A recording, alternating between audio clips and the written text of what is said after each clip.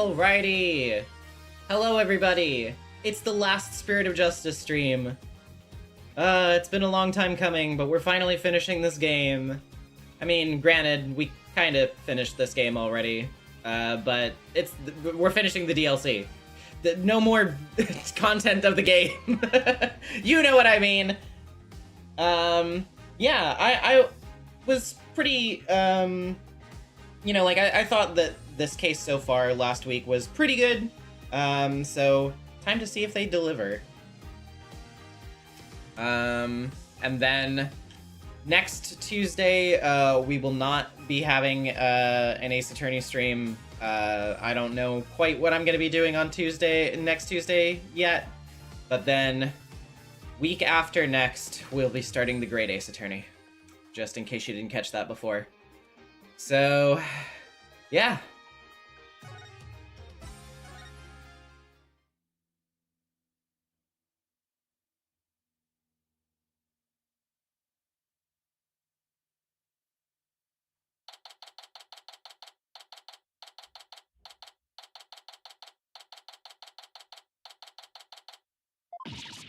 What? Oh yeah, I forgot I put the DLC costumes on for the last stream.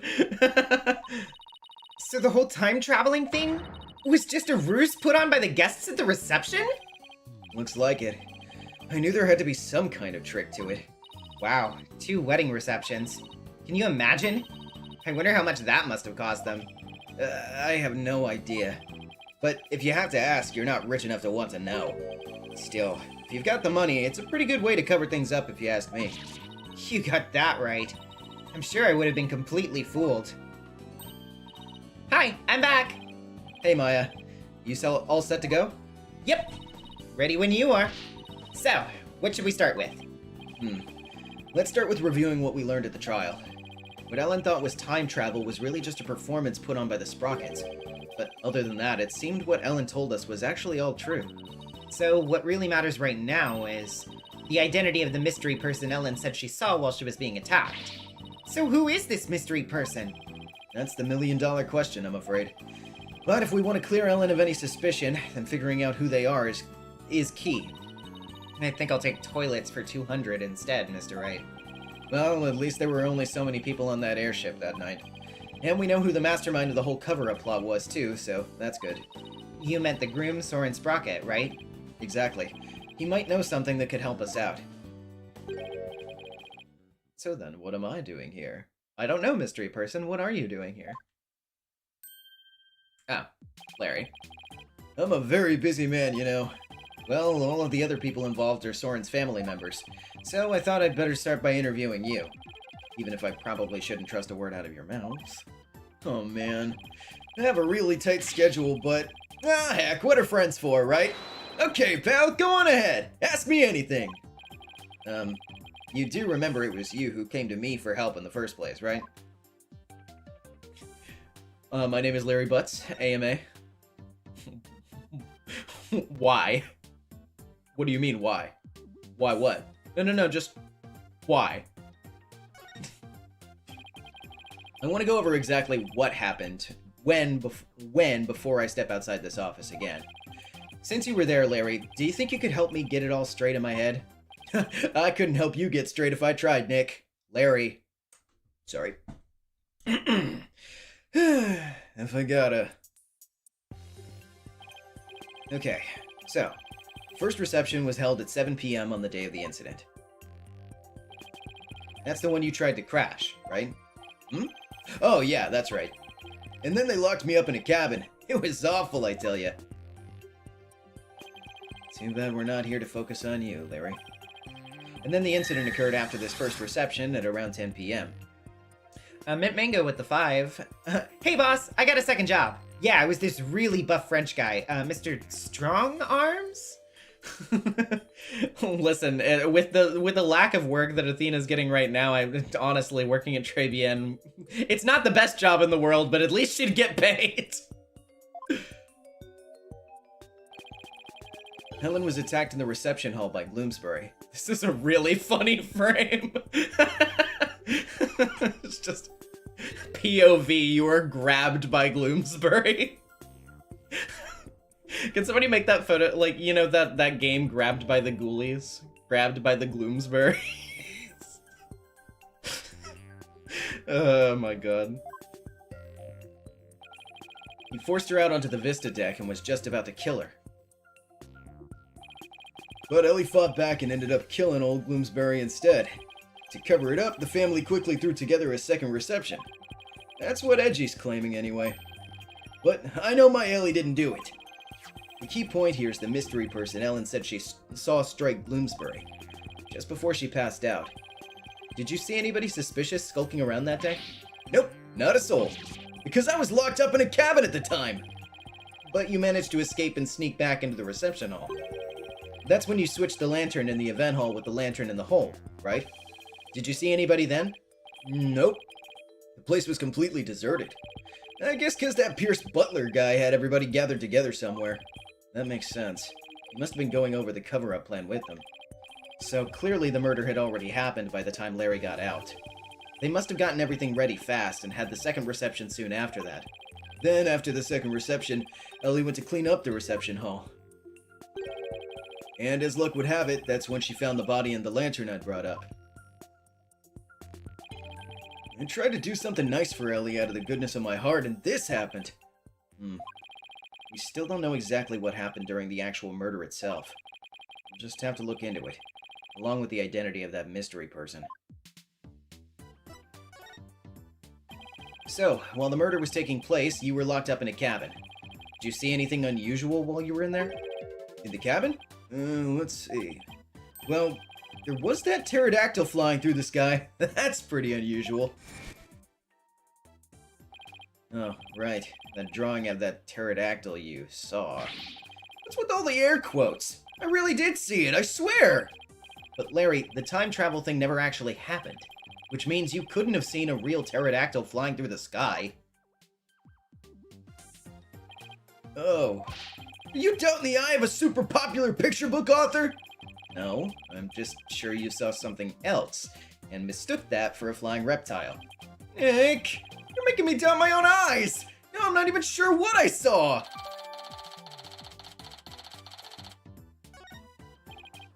Either way, you have no idea what actually happened at the real scene of the murder. That's right, and I can say that with every confidence. Oh wow, to look at the time. I better go. I have a book signing to get to. A book signing? Whose book? Whose do you think? It's mine, of course! It's a Larice Donham book signing! I bet you went around and begged a bunch of bookstores to let you do one. Of course not! They're the ones coming around to beg me! Looks like I guessed right. Anyway, I have to go! I'll send you 10 copies of my new book that just got released the other day, alright? 10? That's very generous of you. What are you talking about? I'm gonna send you the bill too, of course. Just put them down as office expenses or something. Well, see ya! Wait, Larry! We don't need... He's gone. I'll take a copy, boss. Oh, and make sure it's signed. Oh boy. Trucy's not gonna like this office expense. There goes our first lead. What do you want to tackle next, Nick? Right. We should really hit the streets now, huh? How about we go see Ellen? Sounds good, boss. I bet I can cheer her up. I thought you were going to help Trucy with her magic show again today, Athena? Weren't you supposed to go meet her right about now? Trucy said she was going to practice her new trick on you, if I recall. On me? Really? Trucy's show's an important source of income for our agency, you know. You can leave the case to us, so you go ahead and run along now. But boss... Off you go, Athena. No more Athena in the game. I told you, you're not allowed to be relevant. No, I don't want to die. We better get going too, Maya. Okay. Alrighty, well, let's dot around, I suppose. Hi. Hi, Ellen. How you doing? Oh, my poor sweet Soren. I wonder how he's getting along without me. Hello, Ellen. Oh, Mr. Wright! What's going to happen with the trial, do you think? Well, first and foremost, we have to hurry up and find this mystery person you saw just before you passed out.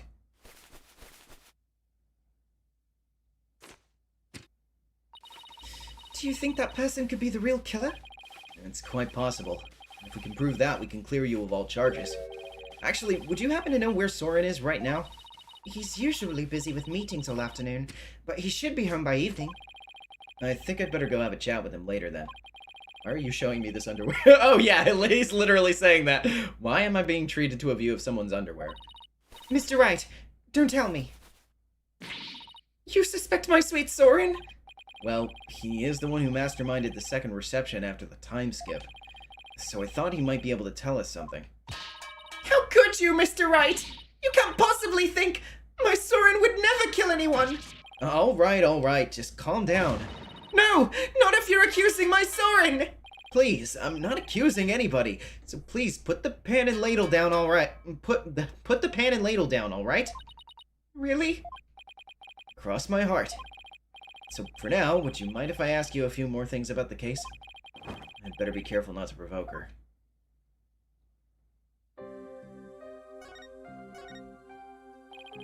Could you tell me about Soren? There's nothing to tell. He's squeaky clean. Alright, okay. Maybe I should avoid the topic of Soren right now. Let's talk about something else then. Fine, but you won't hear a peep out of me about Soren. Talk about pulling teeth. Could you tell me about Pierce Nickety then? Pierce? He came to Sprocket Manor about a year ago. As the family butler, he's now in charge of everything in the household. In charge of everything, but only arrived a year ago. I can only foresee good things with this arrangement. Only a year ago? Did he have some kind of special connection with the family? I'm just a maid, so I'm not privy to such things, I'm afraid. It might have been Soren's order, but Pierce is the one who coordinated the whole thing. He's the one who really orchestrated the grand time travel farce. He must have quite a bit of authority in the family. But no matter how good he is at his job, how could anyone gain that much influence in a single year? I really don't know. I mean, he is an excellent butler. Wouldn't that explain it? Is it really as simple as that? What you thought was time travel was really just a cover-up carried out by your in-laws. Pierce said Soren was the one who ordered the whole thing. I still can't believe it. Even if the second reception was fake. Soren would never use time travel for something like that. He's very serious about his time machine research, you know. I heard there's a reason he's researching time machines, actually. Something about something he wishes he could change. But isn't the whole idea of traveling back in time itself a little fantastic? I don't think so. After all, Soren said real time travelers do exist. Really now? You think he knows someone who actually traveled through time? That's right. I haven't seen it personally, but Soren said as much. So I believe it. Somebody who actually traveled through time, huh? It's pretty hard to believe. Thank you, Ellen. You're going out to do your investigation now, aren't you? Yes, that's right. Please make sure you don't cause Soren any trouble, okay? I'm afraid I can't promise you that. What?!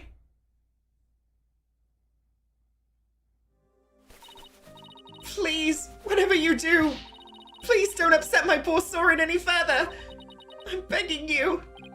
I'll do my best not to cause him any unnecessary trouble. Oh, I couldn't bear it if Soren ever came under suspicion. I'd rather be found guilty myself. Yikes! Ellen, please, don't work yourself up like this. You don't want Soren to worry, do you?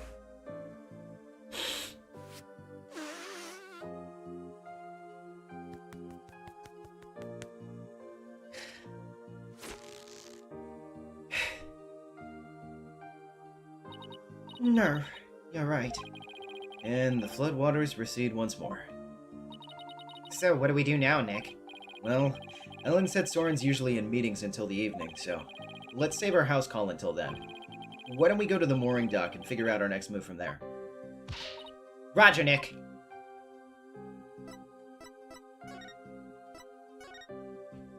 Alrighty.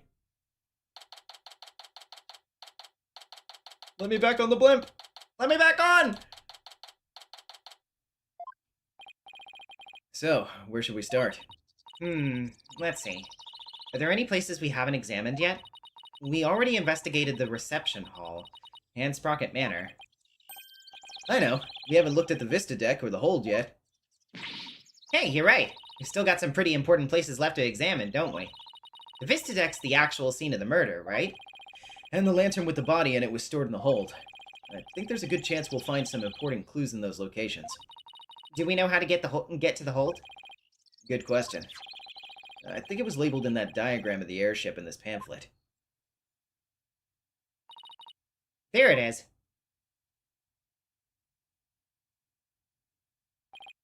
Well, what are we waiting for? Let's go! Alrighty. The hold.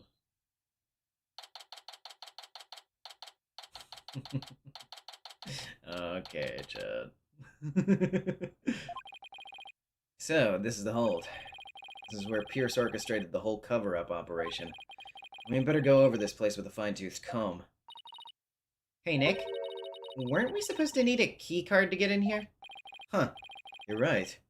Wonder why it was unlocked. How's it going, Mr. Wright?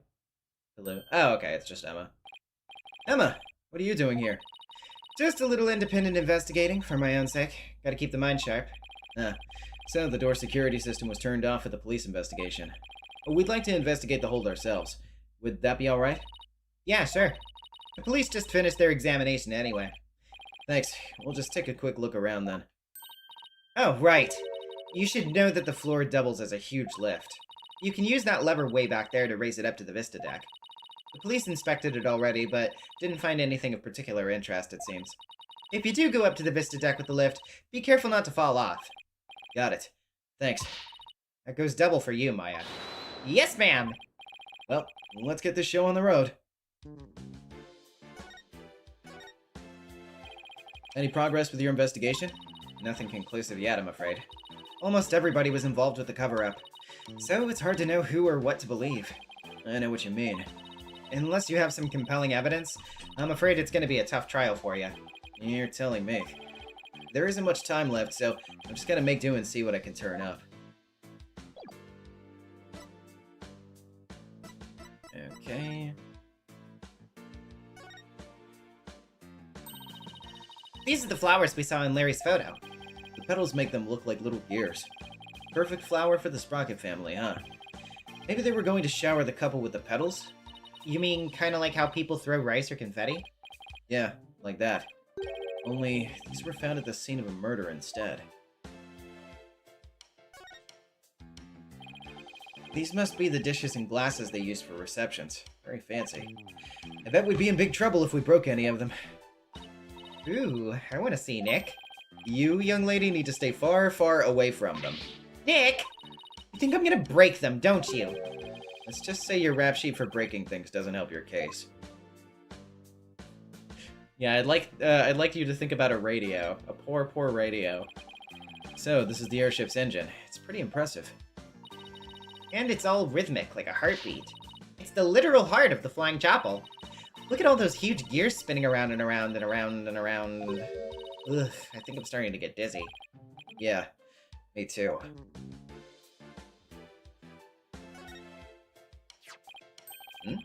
Looks like there are some fingerprints on this candelabra. Yeah, I just got done dusting that. I was able to pull a set of left hand prints. Do you know whose prints they are? Yes. The prints belong to the victim, Dumas Gloomsbury. I totally agree with Mint Mango on this one, too. Maya and Emma just talking like they're friends makes me want more interactions between them. I agree, because, like, it's kind of, honestly, like, I didn't really comment on it that much before, I guess, but it is sort of a novelty to have them interact at all, considering that obviously the main premise of Emma's introduction was a bonus episode taking place when Maya wasn't here. So it is just kind of, you know, it's nice to see them together. I wish that we had a bit more of a beat on their friendship, but I guess, you know, obviously there isn't a lot of opportunity to explore that. I just figured out something amazing! You did? Get this! If the fingerprints on the candelabra were from his left hand, then Mr. Doom and Gloom must have been left-handed! What do you think of that? Do you have the makings of a great detective or what? You're a real silly Sally if you thought that deduction was in any way encyclopedic. A silly Sally. Phoenix, are you like 80 years old? Like, what are you talking about? Hey, you're pretty good, Maya. I looked into it myself, and sure enough, the victim really was left-handed. Really? I got it right? Awesome! Good for you, Maya. Good for you? That's all you got to say? I think you did a really great job, Maya. Way to go! I guess one can never have too much info. Now you're talking. Which means, of course, that this is going to be extremely relevant later. But come to think of it, this candelabra isn't in the photo Larry took of the whole visit. That picture was taken when they were getting ready for the first reception, right? The candelabra must have been brought in here sometime after that, then. It's still possible it has something to do with the incident, though. I'd better add it to the evidence file just in case.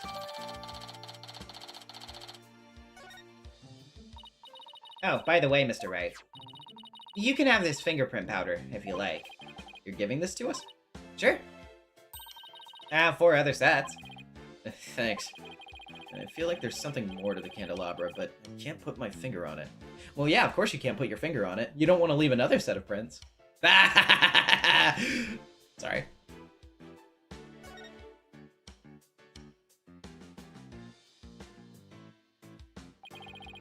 So, there are 2 male peggable lanterns in the reception hall. That must mean these 2 are female Pegacal lanterns. Larry got their sexes mixed up when he replaced the one in the reception hall, huh? Didn't you see the horns? The difference is pretty glaring if you ask me. Yet he managed not to notice. That's what makes Larry Larry. And Larry being Larry is why I've seen more than my fair share of trouble for a lifetime. Oh, Mr. Wright? You know that lantern the victim was found inside of in the reception hall? I'm just about to go piece it back together so the police can examine it. Oh? Okay. We'll stop by for a look too, once you're done fixing it.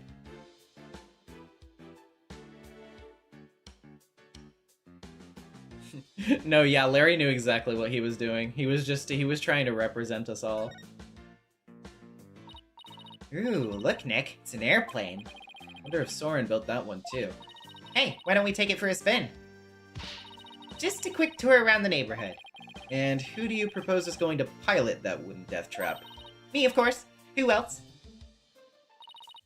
Don't worry. I've seen people fly airplanes on TV plenty of times. I think I'll pass. I've still got my whole life ahead of me. No, you don't!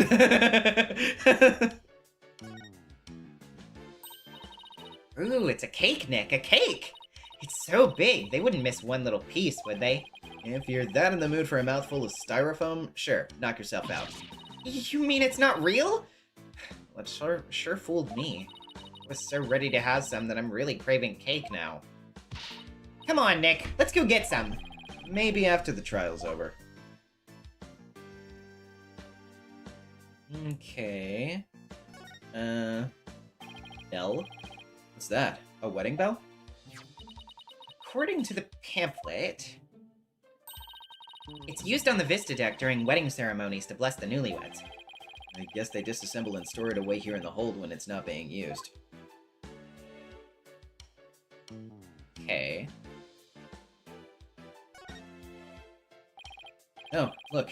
There's the lever to the lift Emma told us about. Let's try going up on it. I'll flip the switch. Here goes nothing. Wait, I'm not even on it yet! Oh shit. Oh! Oh no! Ah! Hey, Maya, stop the lift! Whoops, sorry, got a little carried away.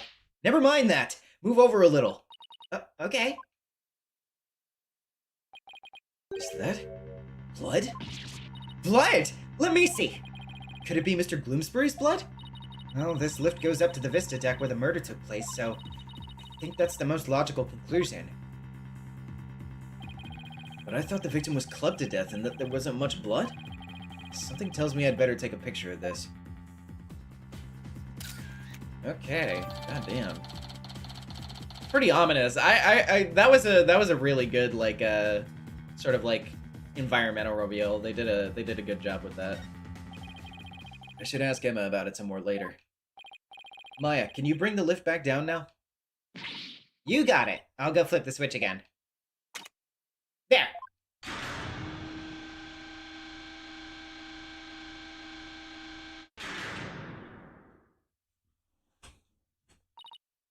Done. I want to find out some more about that bloodstain. But for now, I guess we should go up to the Vista deck. And take a look around the actual crime scene for ourselves.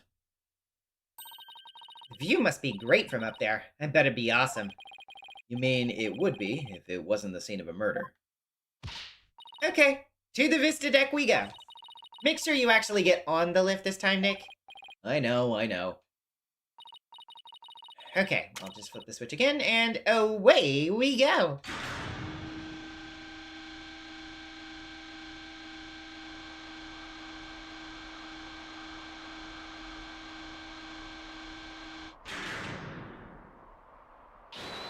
Wow, look at that gorgeous view. So, this is where Ellen was attacked, and Mr. Gloomsbury was killed. Yeesh, one wrong step and it's kersplat on the ground below. Should we go investigate the stuff that's a little closer to the edge? Well, I don't see much of anything over there. The police investigation didn't turn up any clues either, so maybe we don't need to. Oh, I get it. You're scared, aren't you, Nick? Of course not! Come on, let's go back down and finish checking out the hold.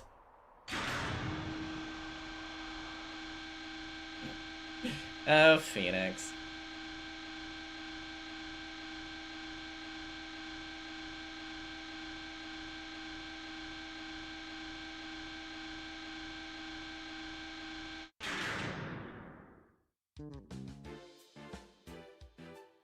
Okay.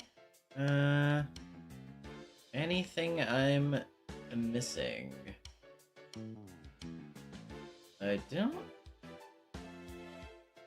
think so. Doesn't look like it. As far as I can tell from flipping around, it doesn't look like there's anything in particular that I'm missing. So let's just talk to Emma more. Emma, can we check out this candelabra a little more? A little more? What do you... Oops! What happened? I almost dropped the candelabra, and the candle slipped off. Well, let's be careful with that. Might be important evidence. Wait a minute. Now what? One of the pins that holds the candles is broken. What? There's definitely something fishy about this candelabra. There is? What makes you say that? Call it forensic investigator's intuition. We already dusted this for prints earlier. So let's test it with luminol this time. Knowing Emma, she'd used every test she has at the same time if she could. Just hang on, this'll only take a second. Hope this turns up a new lead somehow. Well, Emma, did you find anything? Take a look at this, Mr. Wright. Oh! What is all that blood doing on there? Maybe somebody got hurt while they were setting up for the reception? These pins are pretty sharp, but if one of the pins is broken... It means there was some force involved. You think maybe somebody got stabbed? But nobody reported anything like that. It's quite a bit of blood. Wonder whose it is. If I have anything that might shed some light on that, I should probably show it to Emma. Do I have anything that would shed some light on that?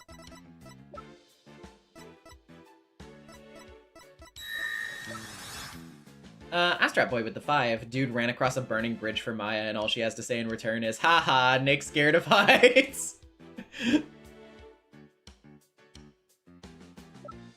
I mean, I guess if it's a fair bit of blood, maybe it's related to the lift thing? Emma, about this bloodstain, doesn't something about it strike you as odd? What's so odd about the victim's blood? That's not exactly... There's just something about it that bothers me. Now that you mention it, can't say I necessarily disagree with you.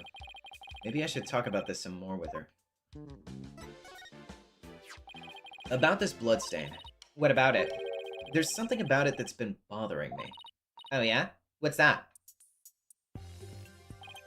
Well, there's a huge bloodstain on the crime scene lift, and a bloodstained candelabra. Now, this is only a guess, but I'm thinking maybe these two bloodstains are from...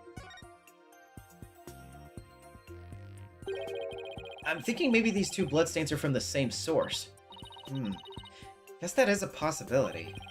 Can we compare the two bloodstains? Would that take a lot of time? Are you kidding? Don't underestimate the power of science. It'll be done in a jiffy. You know, so for anywhere from 5 to 6 months from now. Yeah, I love for the fictional forensics. They're so much more convenient than real life forensics. And the results are in. That didn't take long now, did it? It seems that the blood from the lift and candelabra are from the same person.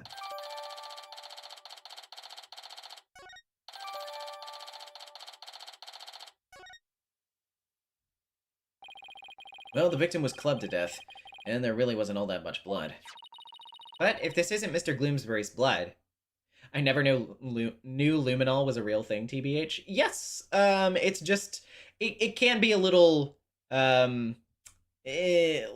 I wouldn't say it's, like, entirely unreliable or anything, but it definitely is less, like, concretely reliable, than an Ace Attorney, obviously, where it's like, oh yeah, we get the perfect shape and you see it, like, totally fine. Like, there are definitely things that can trip up luminol tests and, like, give false positives and stuff like that. I know, like, is it, like, rust or something that can definitely, like, mistakenly set it off and things like that?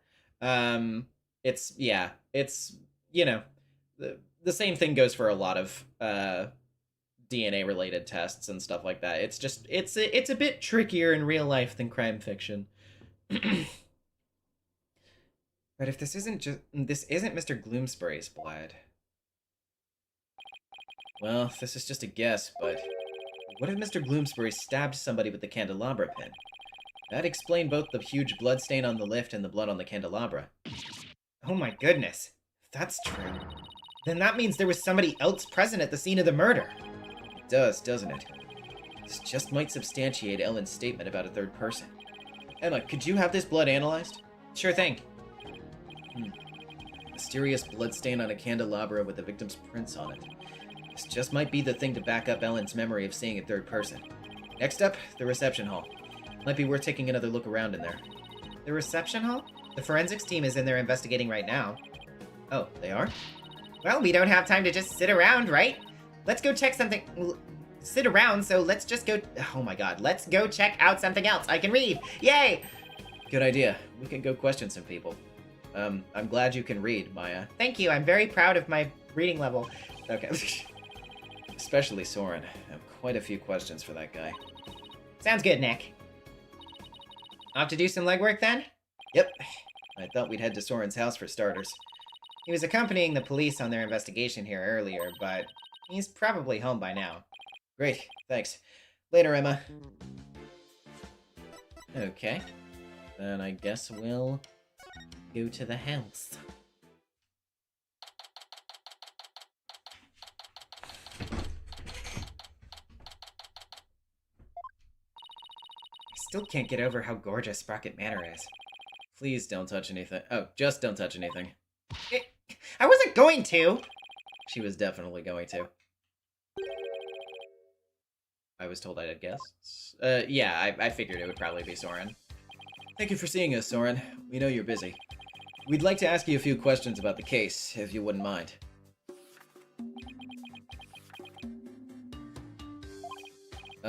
Soren? You're Ellen's lawyer, right? Huh? Yes, that's right. Don't tell me he doesn't remember me. Will Ellen be found guilty? Well, we're doing everything we can to prevent that. That's why we're here investigating. Will you please tell us what you know?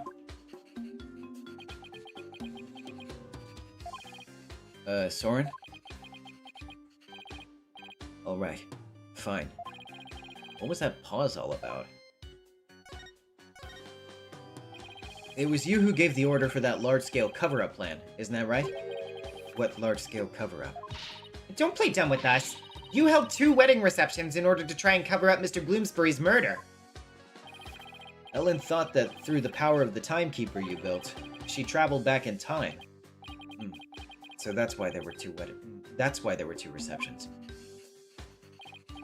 Wait, does he seriously not know why the reception was held twice? Looks like I'll have to delve deeper here. So, the cover-up scheme, that fake trip through time, you're not the one who was behind it all? Pierce Nickety stated in court that you were the one who ordered it to be carried out. Pierce said that? I see.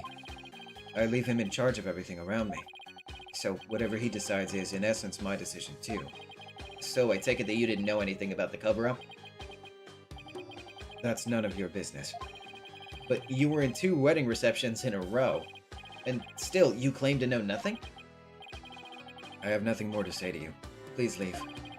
But Soren...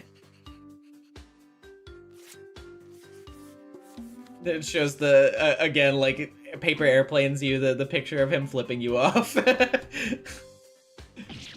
Ow! Oh, there's something written on this paper airplane. Let's see. Go away! It doesn't get clearer than that, huh? He's looking especially uncooperative, but maybe I can grab his attention somehow. There's still that one piece of evidence I don't know much about. It's worth a try. Are we...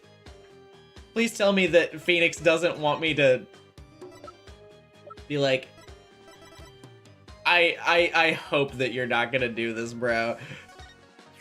You're gonna do this!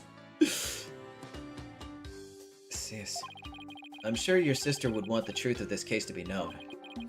How rude. Is intruding on the private lives of others a part of your job as a lawyer? Oh, I apologize. I guess showing him the picture of his sister wasn't such a good idea after all. Oh, okay, that actually wasn't. Okay. It wasn't. They just had dialogue to scold you for it. That's pretty good, actually. Then... Let's see, though.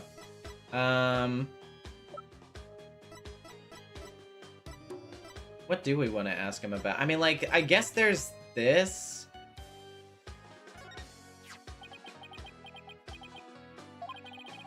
What are you showing me that for? Mr. Sprocket! I can't read him at all, not even with an item as loaded with sentiments as this. Nope. Let's see. The candelabra. Soren, have you ever seen this before? That's... Uh-huh. Soren, what is it? Nothing. Oh, I just noticed it with the little lead pencil too. He like pushes it out really far while he's clicking. That's a fun animation. Why did his whole demeanor change all of a sudden? He's gone pale as a ghost, too. Oh, shit. Hey, man, you okay? Soren! Nick! Look at his stomach, he's bleeding! What? Somebody help! Soren's collapsed! Master Soren! Get him to the hospital, quickly, now! What the fuck? What happened? Poor Soren. That must be one serious wound. Huh. Wait a second. Wait a second. What is it, Nick? Well, when I showed him the candelabra, his whole demeanor changed. So I was just thinking that maybe his injury is... What's this? It's Soren's notebook. He must have dropped it in the rush to get him to the hospital. Ooh, his notebook, huh? Wonder what's written in it, don't you? Come on, you know you want to take a peek. Soren's notebook. What to do?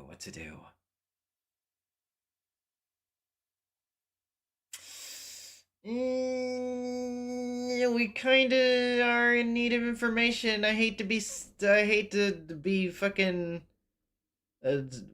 peeking on his journal, but also at the same time, it's like we're kind of in a situation where we need as much information as we can get.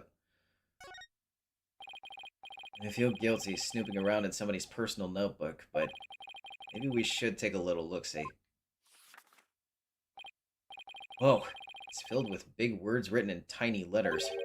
I guess he uses this notebook to write down his invention ideas?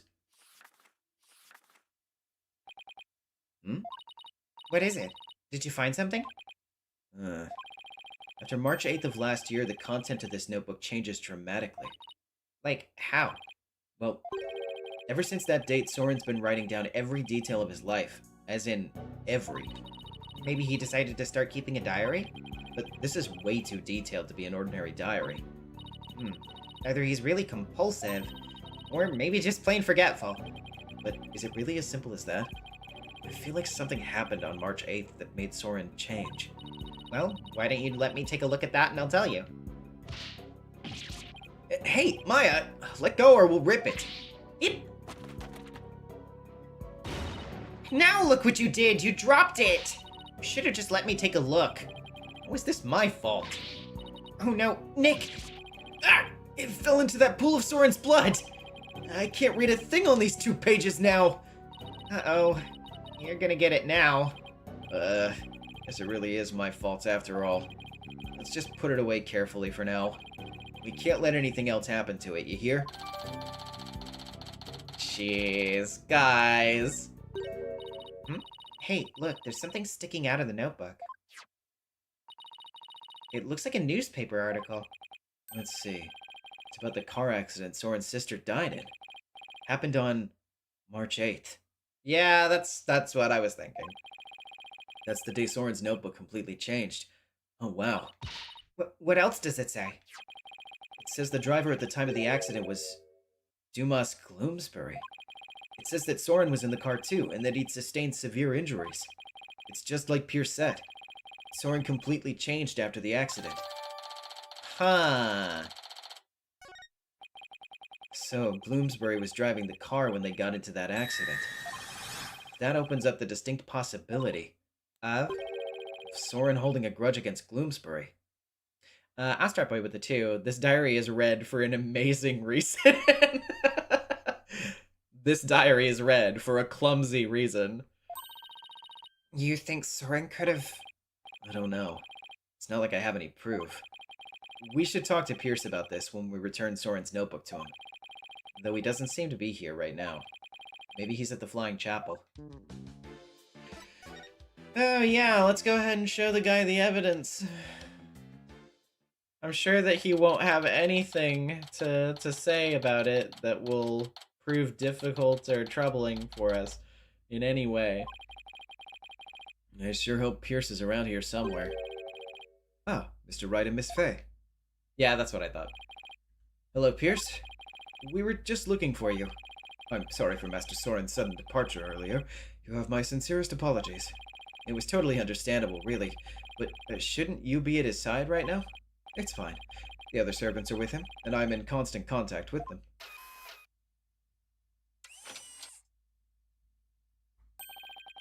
Do not forget to give him his pain medication, and be sure to keep him hydrated. Also, see to it that he's not up and about. He needs complete bed rest. Is this what happens when you're too rich for normal peasant phones? I must return to Master Soren now, but did you want something of me? Actually, here's Soren's notebook. He dropped it when he collapsed. I hope Pierce doesn't notice the bloodstain. Oh, thank you very much for this. I'll see to it personally that Master Soren gets it back. Thank you. I trust you did not look inside? Oh, of course not.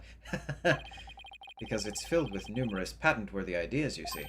Look, I know you're busy, but would you mind if I asked you a few questions about the case? Well, as I said, I must be getting back to Master Soren. So, if you could make it quick, I'd greatly appreciate it. Alright, I'll make this as quick as I can. Are you the murderer? Yes! Oh, shit. Whoops, you got me. I'd like to ask you about the cover-up you tried to pull off, if you don't mind. I've told everything there is to tell in court already. Disposing of anything that may harm the Sprocket family's reputation is simply a part of my job. Sounds like a lovely job description. I have nothing more to say on the matter. I will say, I do not think it's wise to spend time on topics that have already been discussed. Right.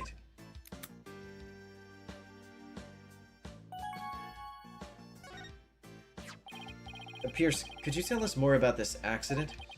Where did you find that? And did I not already tell you about that accident? You did, but you conveniently left out one crucial detail. The fact that Dumas Gloomsbury was driving the car at the time.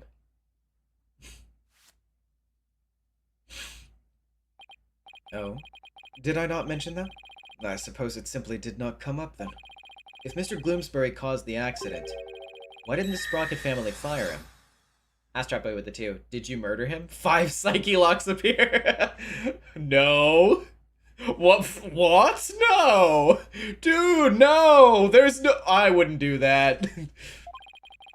Wouldn't that usually be the natural consequence of such a huge mistake? Please do not misunderstand. Gloomsbury stayed on with the family. On Master Soren's request. What? That's the type of person Master Soren is. Perhaps it was the influence of Miss Selena's kind nature. She was such a sweet person that even in her last moments she thought of Master Soren. Not only did Soren not hold a grudge against Gloomsbury, he insisted on keeping him on. Now I really don't understand how that guy's mind works. I mean, I would have killed that guy. No, I didn't do it. So, you were present for Selena Sprocket's last moments? Yes, in my professional capacity. The accident happened on the way to a certain party. And what kind of party was it? Luke, question 2. How'd you do it? Well, you see, you almost got me. That's pretty good. It was Miss Selena's engagement party. Bloomsbury's injuries were minor, but Miss Selena's and Master Soren's were critical. They were brought to the Sprocket family's regular hospital. Well, to have such a terrible thing happen on what was to be a day of celebration. Thanks to the surgeon in charge, Master Soren pulled through, but Miss Selena, she...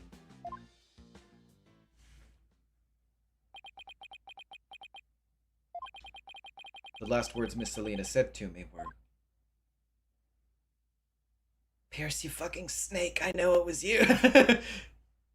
Please help Soren. Oh, man.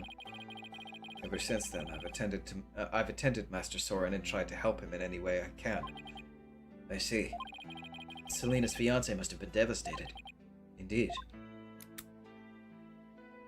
The shock of losing Miss Selena was so great he quit being a surgeon. He was a surgeon? Wait, so the surgeon who tried to save them both, was he...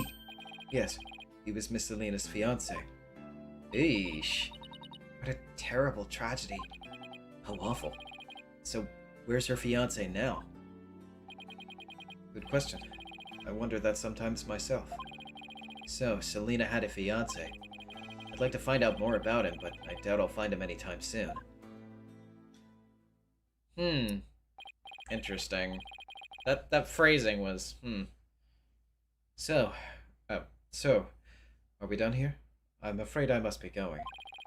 Could you please just tell me a little more about Soren? There's nothing more to tell. I can't seem to get any real answers out of him just by asking questions. But there is that piece of evidence I still don't know much about. Maybe he'll be able to tell me something about it. I do have a suspicion.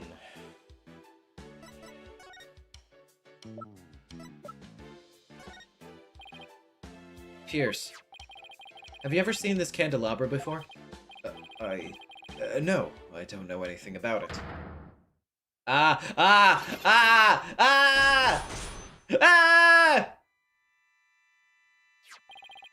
My Megatama reacted. Pierce must be trying to hide something from me. I have to break those psyche locks and find out what. Well, I don't know if we have everything for it, but let's just see what we can do right this second.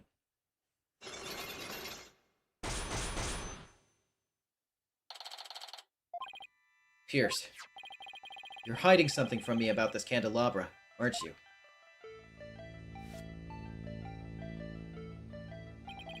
It's one of those candelabras from the Flying Chapel, is it not? Is there something special about it? Actually, yes. There's some blood on it, you see. I think the blood might belong to this person.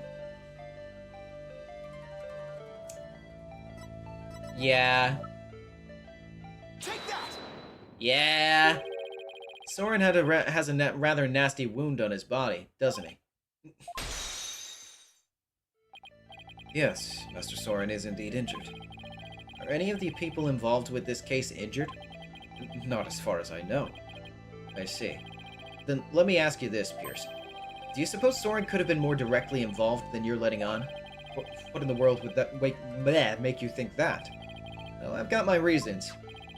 Mr. Gloomsbury's fingerprints were found on this candelabra's stem, which leads me to believe that Mr. Gloomsbury stabbed Soren with it. I cannot possibly think Master Soren's the one responsible for the murder. I don't have any conclusive evidence of that at the moment, but I do think he had a motive. This proves that Soren had a motive to kill Mr. Gloomsbury. Take that! Even though it was an accident, Mr. Gloomsbury was the man responsible for taking Soren's sister away.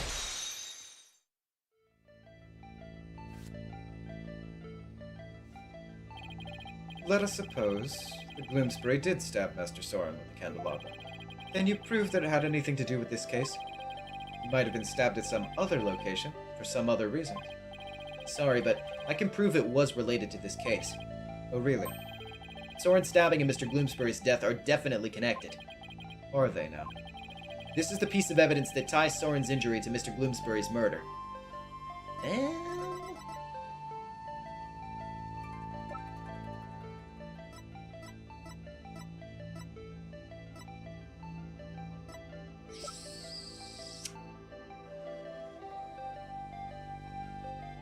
Is it this? My dad! Is it this? Take that! Yes. A bloodstain was found on the side of the lift that goes between the hold and Vista deck. Its blood matches the blood that's on the candelabra. The baconing with the two. The chains look like Halloween decorations. Wow. What a lovely Halloween themed wedding. That actually would kind of slap, not gonna lie. Also, I couldn't help but notice while I was flipping back through the evidence, this note that hasn't really come back up yet, the one that says grab Ellen when convenient and then send her off from the Vista deck. So it's supposed to be Gloomsbury's note, but it says it is as though it was written by a right-handed person, and we just found out that Gloomsbury was left-handed. So that's interesting. I'm wondering about that. I obtained the results straight from the police, so I can assure you this information is correct. This bloodstain on the lift indicates an important fact. It shows us that murder was in the reception hall, Soren was there during the crime, Gloomsbury wasn't there. Then I would imagine that it's Soren being there. Soren's blood's on the lift, which can only mean one thing. He was there, wasn't he? Soren was at the scene of the crime. You're very astute, Mr. Wright. Atropos with the 5. His stabbing was actually entirely unrelated. His body just did that. Shit's crazy. Yeah. Yeah, absolutely. I don't know why a notification for that one didn't show up, by the way, but I read it anyway. But It appears I cannot hide this from you any longer. I don't see that lock breaking. Very well. I'll tell you everything. Okay, there it goes.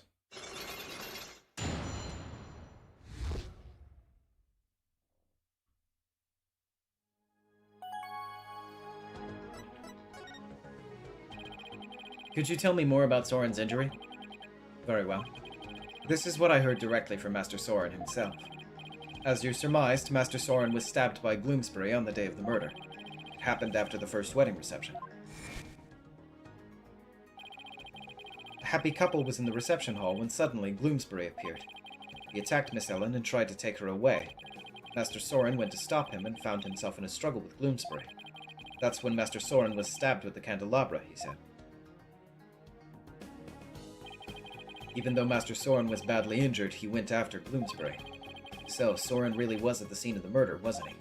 Yes, that's correct. However, by the time Master Soren arrived at the scene, Bloomsbury had already been Oh, okay, that's still Pierce. Bloomsbury had already been murdered. So Pierce is saying that Soren was at the scene of the crime, but that he didn't have anything to do with the murder itself. Even still, why did you try to keep such an important piece of information from me? I'm very sorry. Master Soren's injury and Bloomsbury's murder were not directly related, so I decided not to mention it, so as not to unnecessarily complicate the investigation. Now then, I'm sorry, but I'm afraid I really must go now. Please, excuse me. Thank you for your time. Pierce should have just told us everything in the first place and saved us a lot of time. Yeah, but I guess it isn't that simple for him. He is the family butler, after all. He sure didn't make our job any easier, though, did he? But at least we learned something new. Soren was at the scene of the crime. That's true. One step forward's better than none. So, what next, Nick? Let's see. The forensics team might be done investigating the reception hall by now. Let's go check it out. Sounds like a plan.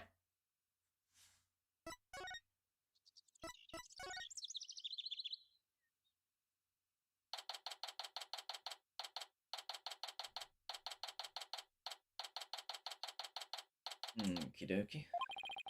Looks like the police are done with their investigation in here.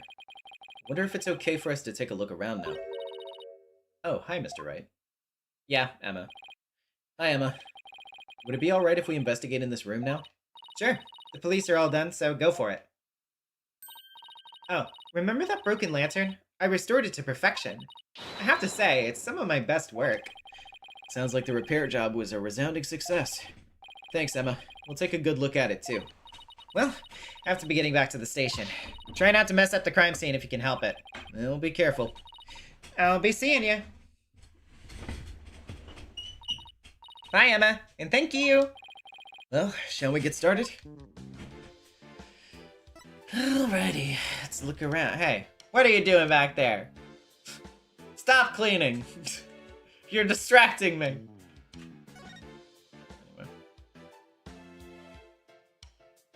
Ew, glistening. This is where the murder weapon, the timekeeper, was displayed. Guess it's in police custody now. What's this? A key? Let's ask the maid about it. Good idea. She might be able to tell us something. Excuse me, could I ask you a question? Oh, of course. What would you like to know?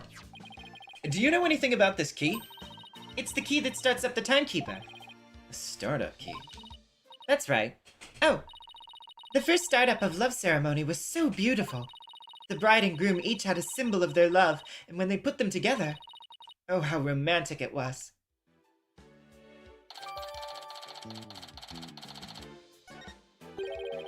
First startup of Love Ceremony.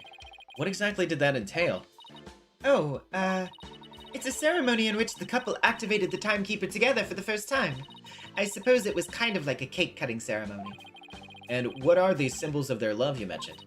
Well, that's kind of an industry secret, so I can't really say. I'm sorry. I'd better be getting back to my work. Looks like there's an order from above not to talk about it.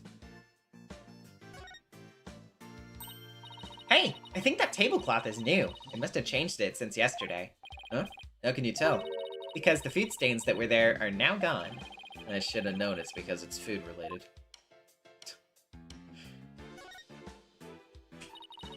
It's another beautiful day outside, isn't it? Yeah, if only it wasn't the scene of a murder, we could really enjoy it. True. Must be tough for the maids to have to work on a beautiful day like today. Oh, we don't mind. Whoa, I didn't think you could hear me way over here. We don't think of it as simply cleaning. It's more like we're wiping away all of the sadness stuck to this airship. Well, talk about devoted. I guess we've checked out everything of interest in this area.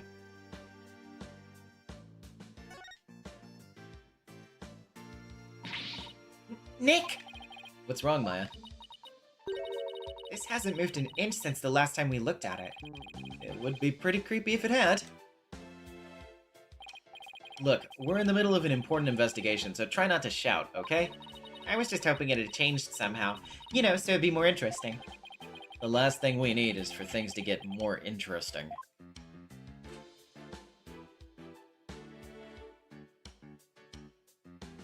Okay. Baconing with the two, facing away and cleaning when talking to is odd. Yeah, well, you know, they can't afford to make another animation, so. Hey, take a look at that door. I wonder where it goes.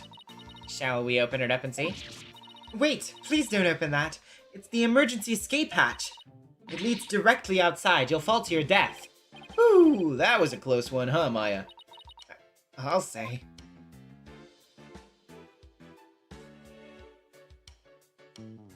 Yeah, you just see Phoenix walk out and he's like walking around for a second. He's like, huh, you know, I don't see anything. It's all blue. And then he turns and looks and he sees the door that he just walked out of, and he looks below himself and he sees the ground like 50 feet below, and he's just like holds the Wile E. Coyote like gulp sign.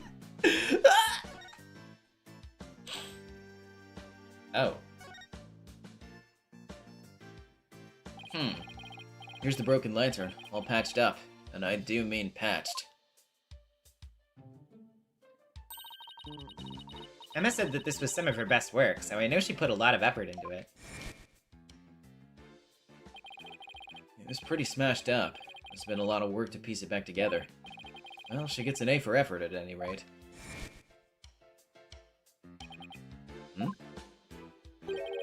This wheel handle on the back has some blood on it. Looks like somebody gripped it with a bloody hand. Maybe the blood got there when the killer was putting old Doom and Gloom's body inside? Do you see anything else worth noting? Well, there's another one of these lanterns over there. So it might be a good idea to really compare the two later.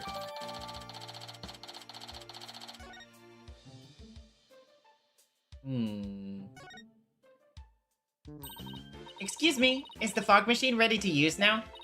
No, I'm afraid not. We only put dry ice in it when there's an actual reception.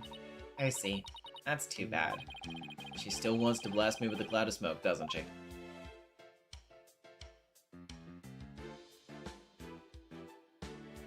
Okay. I guess there's anything else necessarily around here. But we can re-examine this now. This is the unbroken peggable lantern. And this is the one that Emma restored. I wouldn't say they look exactly the same. More that they're made up of the same parts. Wait a minute. What is it, Maya? I think there's something off about this peggable. Just about everything about it looks off to me. I'm not quite sure what it is, but some detail isn't quite right. Show me the restored lantern again? Hey, I know. It's this, right? What? Where? The thing about the restored lantern that's off is the angle of the wings, yeah. I've got it! The angle of that wing is different, and it's attached all wrong. Well, duh, Nick. I could have told you that. I mean, there's something more subtle. Something that feels just slightly off. Oh, okay. Astro Boy with the 5. Actually, you can use the fog machine. Someone named Pearl Fay arranged a wedding between Phoenix Wright and mine. Gee, I don't know. I mean, you know, I think Pearl is probably at the point where, well, I don't know. I haven't seen her rapidly shipping in recent times anyway. But who knows? Maybe the sleeper cell will activate in her brain. You know what I mean? No, not really. Still, maybe it's... The thing about the restored lantern that's off is the... I wouldn't say color of the... Wait, would it? I don't... Well, because... No, I don't know. Hold on, can I see the other one again real quick? No, it's not gonna show it to me.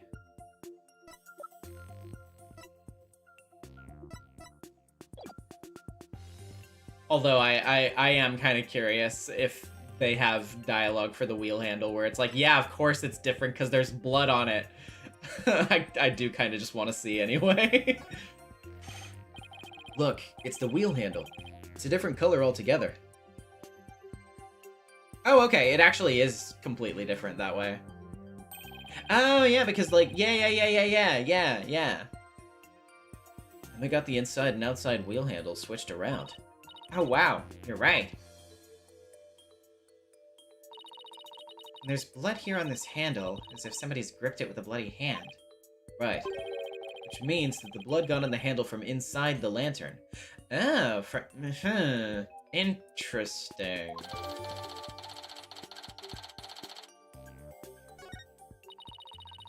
Do you think the blood got there when the killer was putting the body in the lantern? It's really hard to say at this point. That's interesting. Phew. Well, I think we've checked out everything relevant to this case. What are you two doing here? Who? Wait, what are you doing here? Oh, huh. Shouldn't you be... Yeah. Soren, shouldn't you be resting in bed? You were injured. How do you know about that? Never mind. My notebook. Have you seen my notebook? I can't find it anywhere. My notebook. I need my notebook. What's the matter with him? My notebook. I have to have... Master Soren. Oh, okay. It's Pierce. Master Soren, I told you to stay in bed. My notebook. Here you go.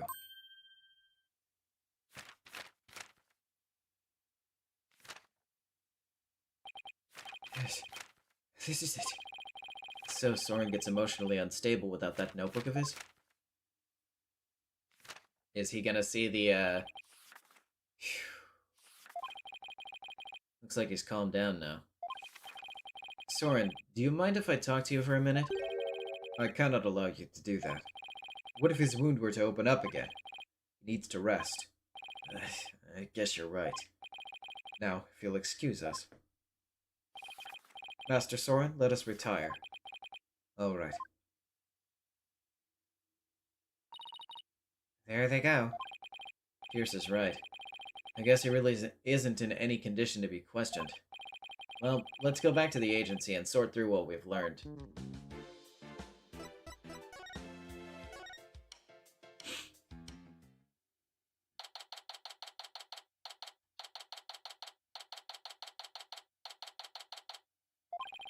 We're back. Anybody here? Oh, hi, boss. Athena? I thought you were with Trucy. I guess you could say that I'm taking a short break. But enough about me. What about the investigation? Did you find out anything? Well, turns out that the third person Ellen says she saw at the crime scene might have been Soren Sprocket. What? Really? I always thought that he seemed suspicious. Thing is, by the time Soren got to the Vista deck, murder had already occurred, apparently. No way! I don't buy that. Not for a second. It's a cover-up. A cover-up, I tell you. That's certainly a possibility. And as a lawyer, it's certainly a possibility you have to pursue, but what? It's your job, right? So pursue the heck out of it. Just do it. yeah, but is that really what's best for Ellen? Soren could be found guilty if the truth comes out tomorrow. But if we don't pursue this possibility, Ellen could be found guilty instead. Oh man.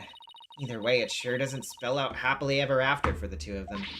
So what are you gonna do, Mr. Wright? I can't let an innocent person get convicted. So I guess all I can really do is pursue the truth. Even if it ends up devastating Ellen. A tough call to make. Still, there's always a chance, right? Maybe something will come up during the trial that will save their marriage. I hope so. I really do. Well, Maya, let's go. Break the news to Ellen, you mean? Yep. Mr. Wright, please take me with you. I bet I could help you counsel Ellen through this piece of bad news. Athena, I appreciate the offer, but don't you have somewhere else to be? Can't you get out of this game already, Athena? Go on, you stupid animal! the picture of Patrick with the plank stuck to his head walking out.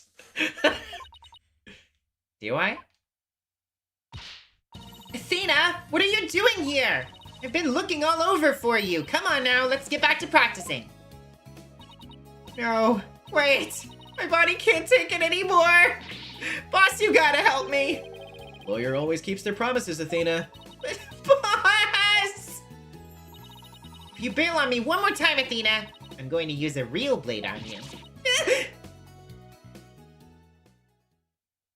Trucy, what the fuck? Trucy, what?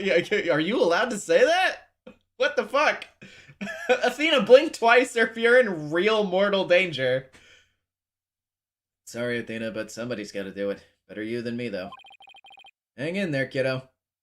That's just the logic behind the writing of all of these post-original trilogy games, isn't it? Just Phoenix Wright going, better you than me. Come on, Maya. We better get going.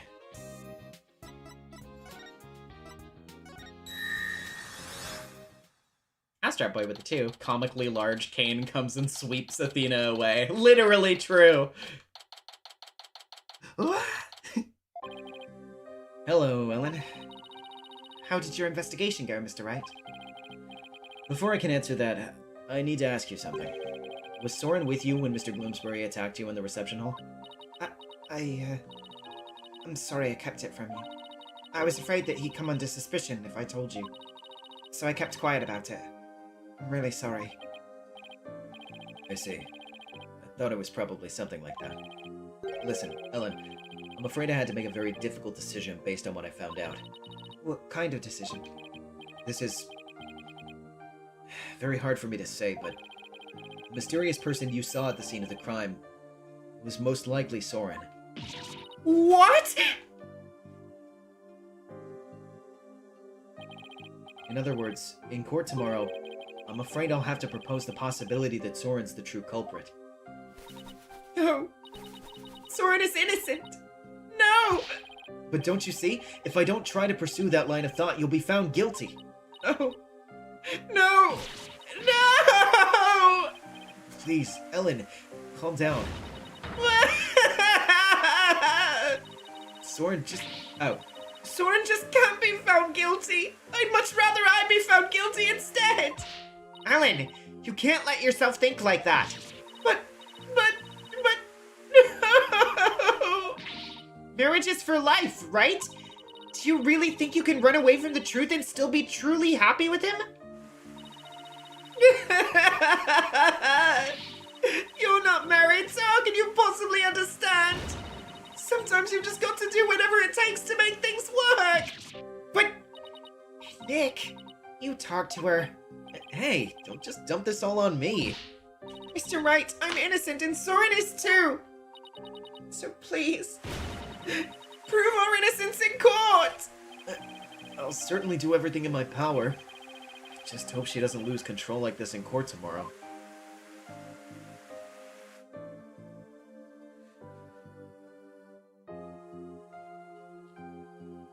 Well, we'll see, I suppose.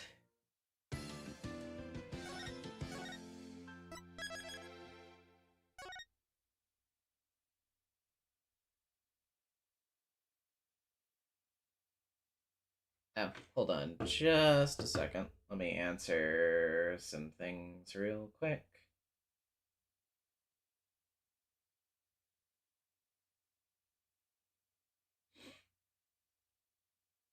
Okay. Cool.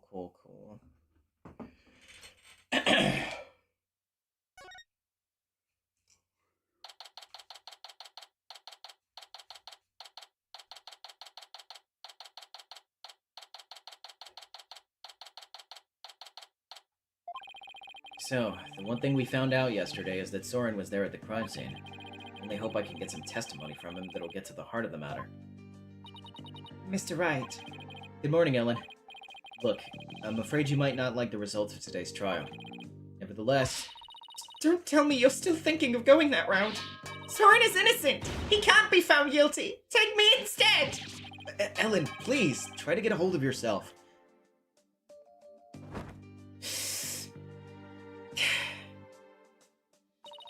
I believe in Soren with all my heart. So how dare you doubt him?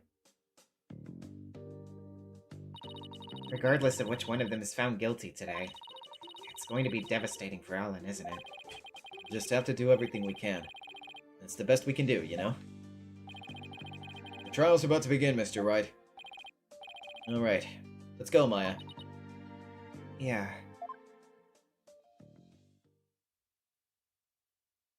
I don't know that I agree with that after dinner creations. It's like it's pretty much a core part of the series' identity at this point. Saying that Ace Attorney should steer away from supernatural elements is like saying it should steer away from court, in my opinion.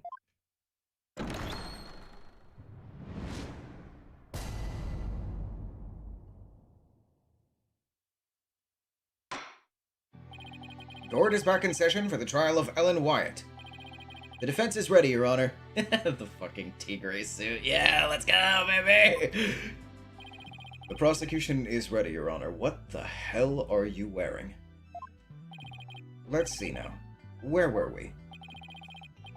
In yesterday's session, we found out about the Sprocket family's conspiracy to cover up the murder of Dumas Gloomsbury, the second reception. Taking advantage of our collective shock, the defense, as usual, made a nonsensical claim. Namely, that there was a third person present who struck the victim. Objection! Hey, don't try to make it sound like I made it all up.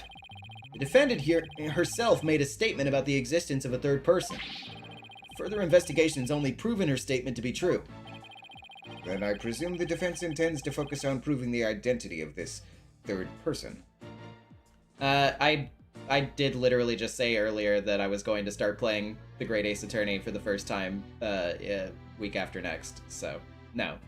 But also, to my, like, my opinion on that basically is, it's a spin-off series, it's not the main series, of course it's going to be different. The main series has always focused some supernatural elements in some way. I consider that to be a core part of the main franchise.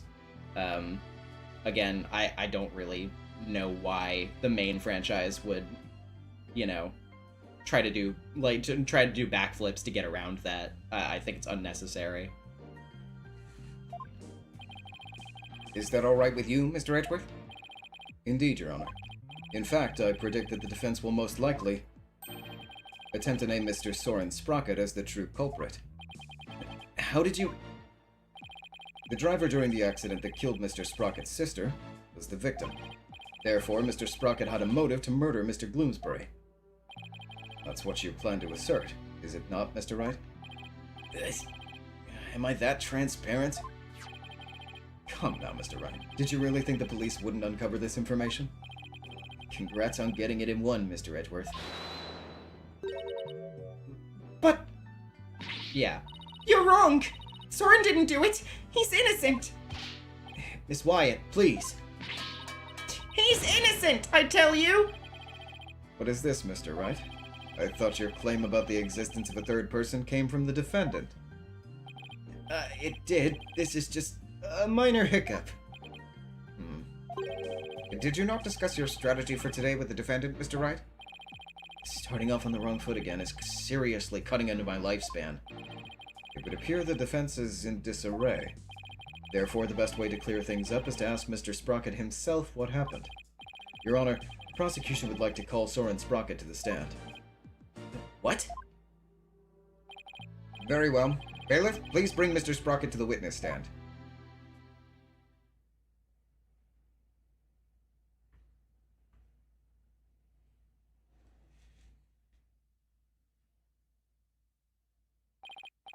Witness, please state your name and occupation.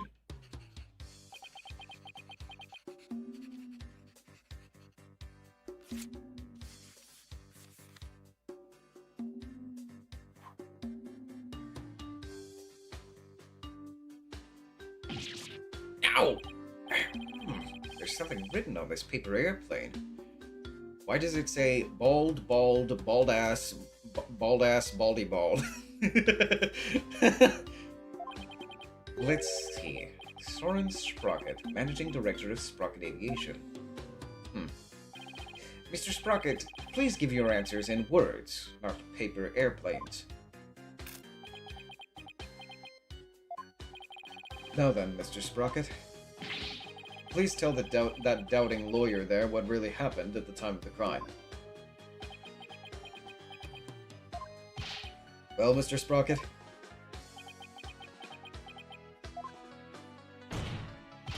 Mr. Sprocket! Alright. You want me to talk about what happened when the crime occurred? In other words, after the first wedding reception. When Ellen and I were in the reception hall, right? Not even the power of the court can stop him from marching to the beat of his own drum.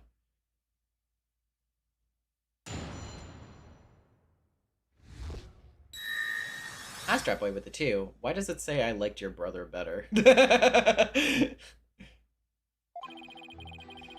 I was stabbed by Dumas in the reception hall, and I collapsed to the floor. The next thing I saw was Ellen and Dumas on the Vista deck. I knew Ellen was in danger, so I headed for the Vista deck. But when I got there, Dumas was already... I don't want to believe it, but it must have been Ellen. Nothing else makes sense. Wait just a minute here. You actually think Miss Wyatt killed the victim? That's right. Dumas was killed by Ellen. This is unbelievable. How can you suspect your bride? The woman you love? Objection!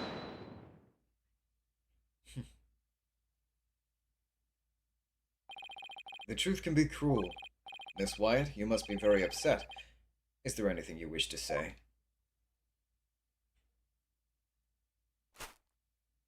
Edgeworth, don't do that. No, I can't believe this. Soren, I thought that at least you would believe in me. The best way now is to show your love for the groom is to admit your guilt and try to atone. Soren. Hold it!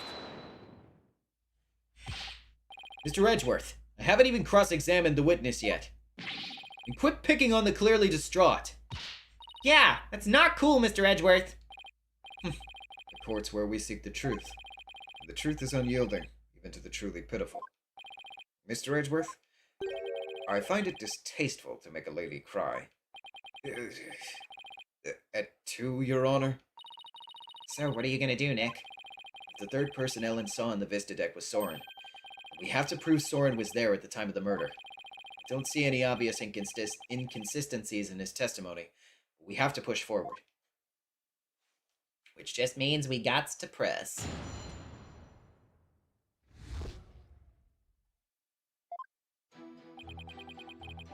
Stabbed by Dumas in the reception hall and I collapsed to the floor. Hold it!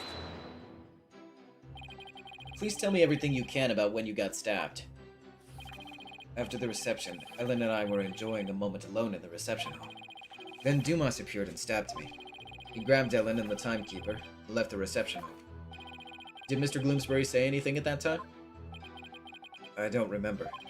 After I was stabbed, I was immobilized by the pain. I see. The next thing I saw was Ellen and Dumas on the Vista deck. Hold it!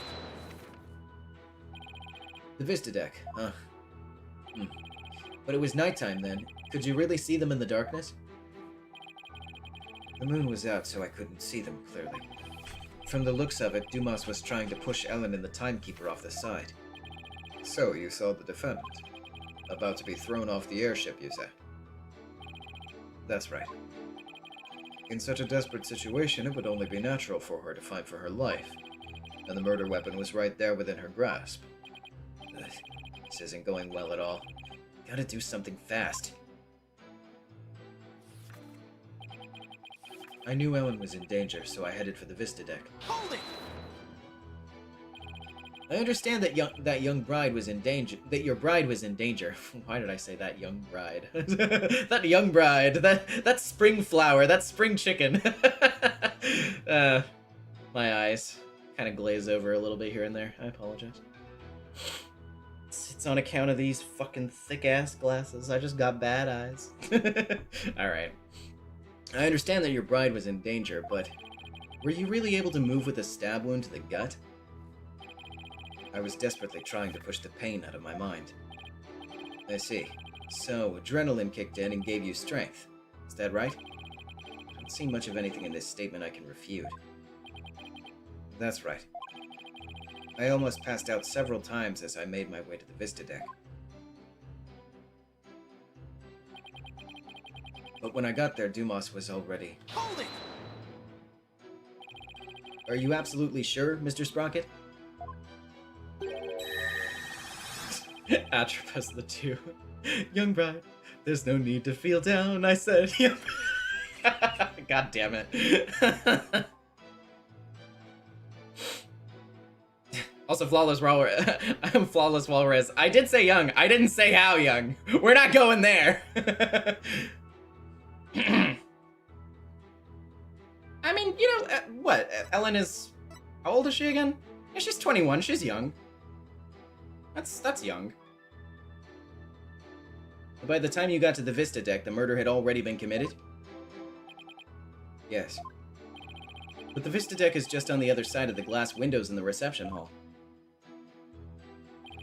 Shouldn't you have been able to get there right away? Objection!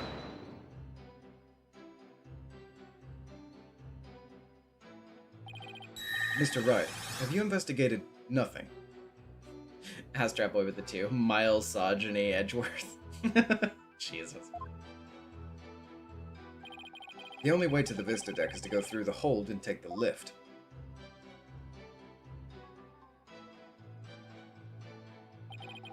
No matter how much one hurries, it would take at least 10 minutes.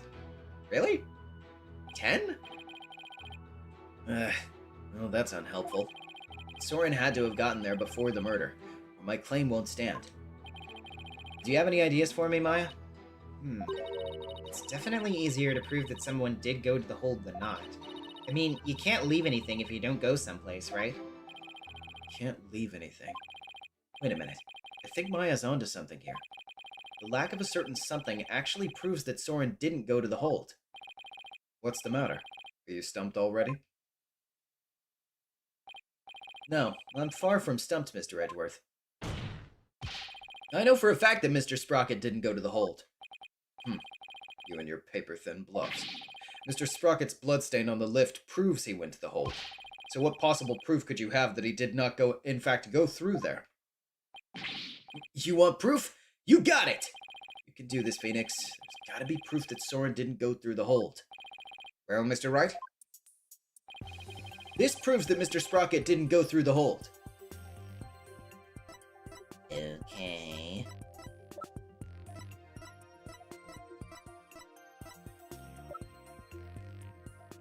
I mean, I would imagine it's that, like, because yes, there is blood on the lift, but you would imagine if he was actively bleeding out of a wound and, like, treading through, that he would be leaving more blood, right? Right?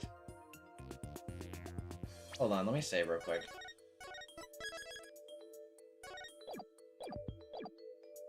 Take that! Yep. Ooh? Ooh?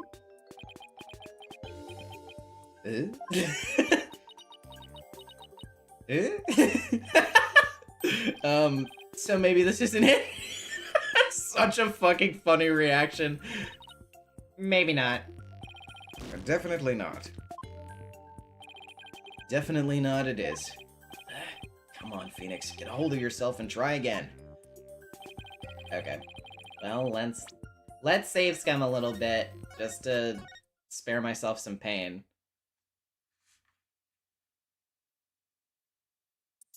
God, that load takes long, though. Okay. His dead sister wasn't there. Okay. So let's think about this.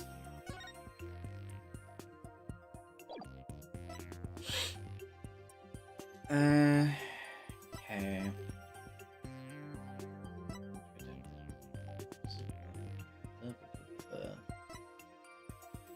Low-key, it's probably our badge. True.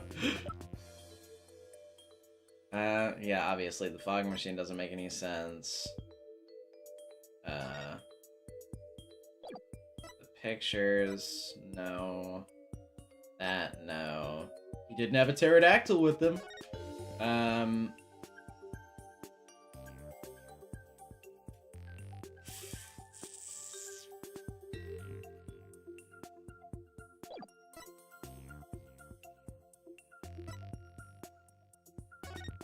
Oh! Yeah. Take that! Right? Yes, okay. As anyone can see from the hold entry record, there's absolutely no mention of Soren Sprocket entering the hold. The defense asserts that Mr. Sprocket used a different route to get to the Vista deck. You can assert all you want, Mr. Wright. Can you actually prove another route exists? Can I prove the existence of another route to the Vista deck, you ask? I don't know. That's scary. He flew there with his wings. He jumped. He phased through the wall, sir. I don't know. Not yet. Well, now that I really think about it, I guess it's going to be hard to prove. But I can't back down now. The trial will be over if I do. There's only one thing I can do at a time like this. Okay, then why'd you ask?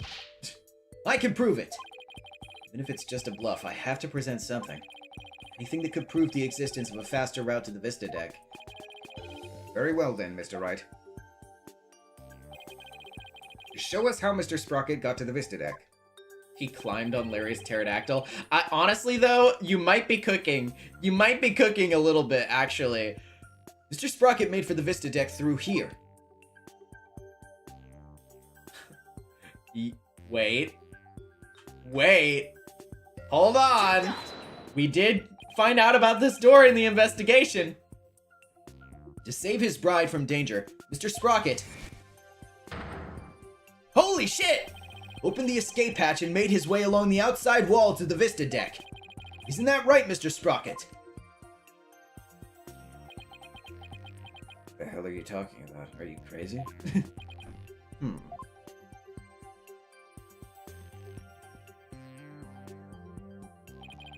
That would certainly be a much faster route to the Vista deck. Objection!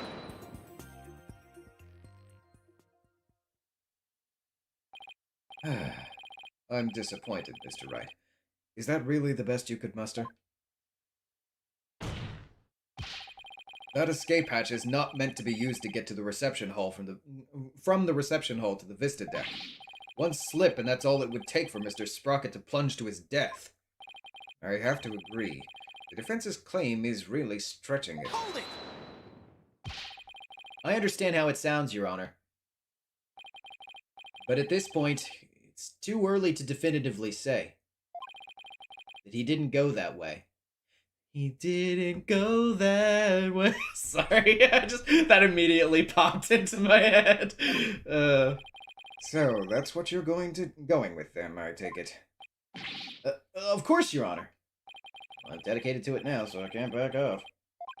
Oh, wait. Hold on. That wasn't the actual line. Don't click ahead. This is real life, Mr. Wright, not some cinematic drivel or comic book. Or comic book drivel cinema. Yep, I apologize. I have many opinions on the current state of the MCU. Do you have some sort of logical explanation to share that would convince us of your claim? I do. Are you sure, Nick? Kind of. Actually, I have nothing. So I'll just have to wing it somehow. You'll just have to wing it? Like a pterodactyl? Okay, sorry. On what do you base your theory that Mr. Sprocket made his way along the outside? My theory that he was able to go along the outside wall despite the danger is based on the power of authority. Probably not. The power of money, also probably not. The power of love is, I guess, the most likely of these. It is a very funny answer, though.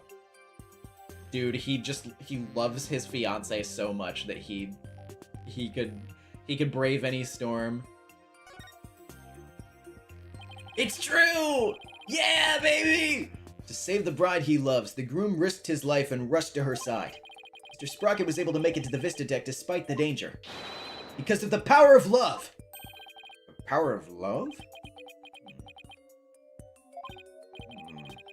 But love is a source of strength that can help one overcome any obstacle. I think I can relate, thanks to my own long, happy marriage. Wow, he actually seems to be buying it. Objection!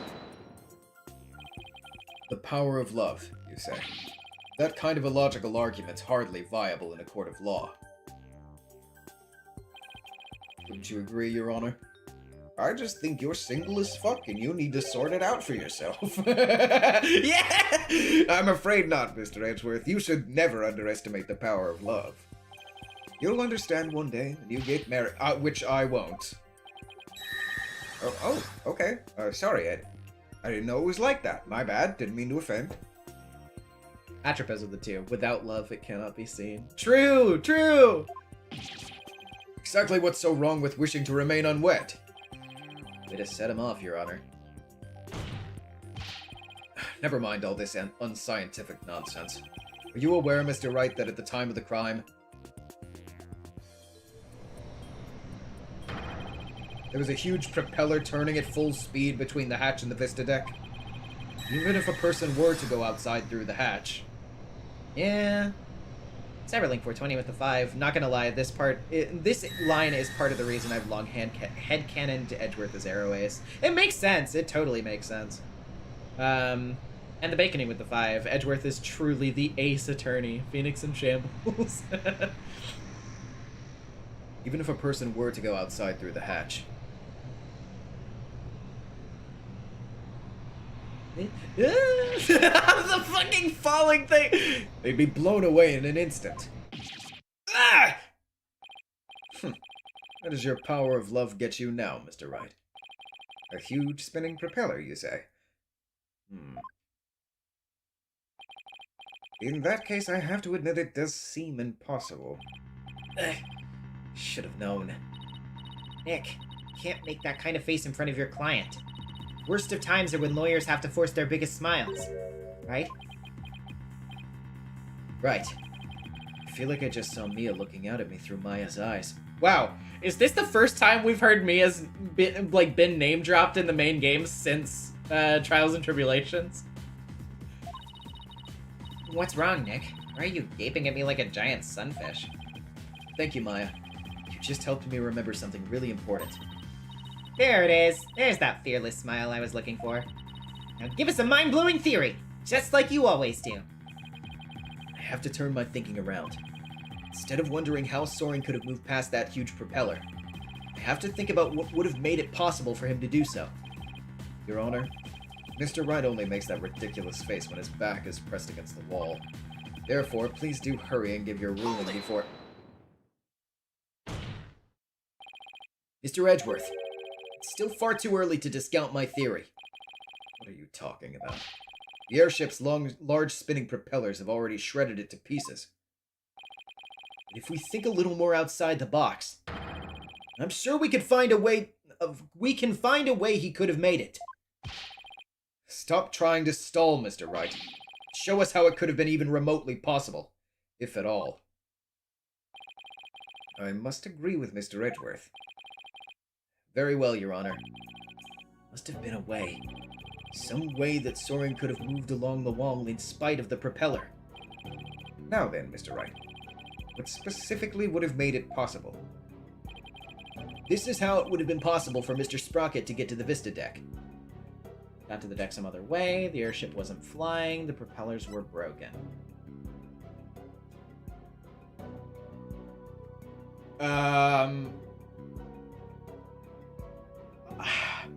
I don't know if I think that's actually the answer, but the airship wasn't flying is fucking crazy. And I kind of want to see what they would say about it regardless. Forgive me if this is a stupid detour. I just want to answer this because I want to see what they say. No, what? What allowed Mr. Sprocket to go along the outside wall in spite of the propellers is the location of the flying chapel at the time of the crime. The location of the flying chapel? But wasn't it flying high in the sky? Oh my god, it actually wasn't fucking flying. No, Your Honor, I'm afraid it wasn't. What? Then where was it? At the time of the murder, the airship wasn't flying through the sky, but moored to the ground. What? And if the airship wasn't flying, then that means... Oh my god. The propellers weren't turning.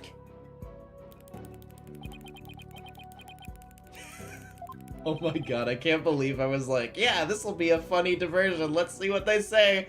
Correct answer. The baconing with the 5. Man, how does Mia feel being been going from being channeled every other day in the OG trilogy to never? Well, I imagine she doesn't feel anything because she's dead. She'll feel something about it when she's channeled again. She wakes up in perfect continuity. She's like, damn, how long has it been? What, like, oh, it's been a long time, all right. In which case,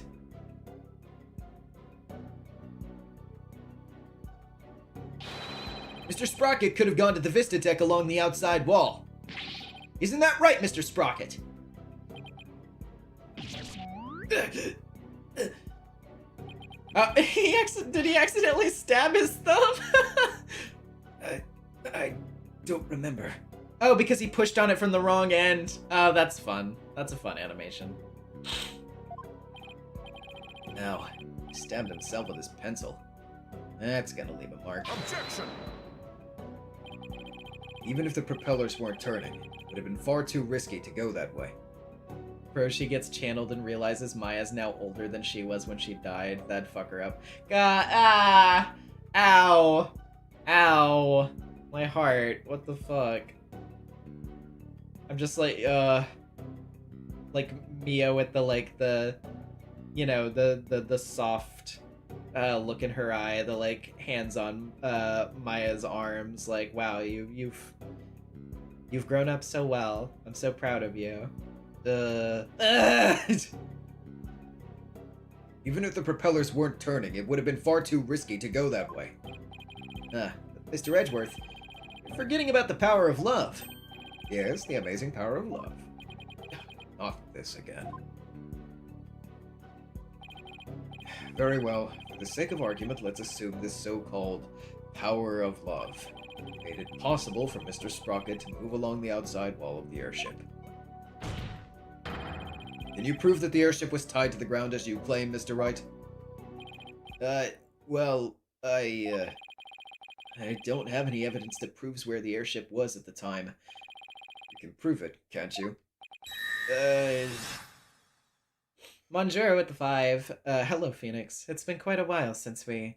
Wait, what do you mean you have a daughter? With who? It wasn't Iris, was it? No. She... You see, she's a magic child.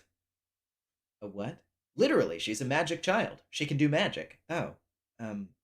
Okay. Maya, can you think of anything we can use to prove it? Can't say I can. Oh, wait. Did somebody see something outside a window at the time of the crime? I think I remember someone saying as much. Oh yeah, okay, we're just leaning right into that. Do I have a piece of evidence that shows what was outside the airship? Well, what are you waiting for? This piece of evidence shows what was outside the airship at the time of the crime. Yeah, we're getting to it. Take that! Larry time! This piece of evidence shows what was outside the airship at the time of the murder. What kind of lousy drawing is that? It's a drawing made by Larry Butts.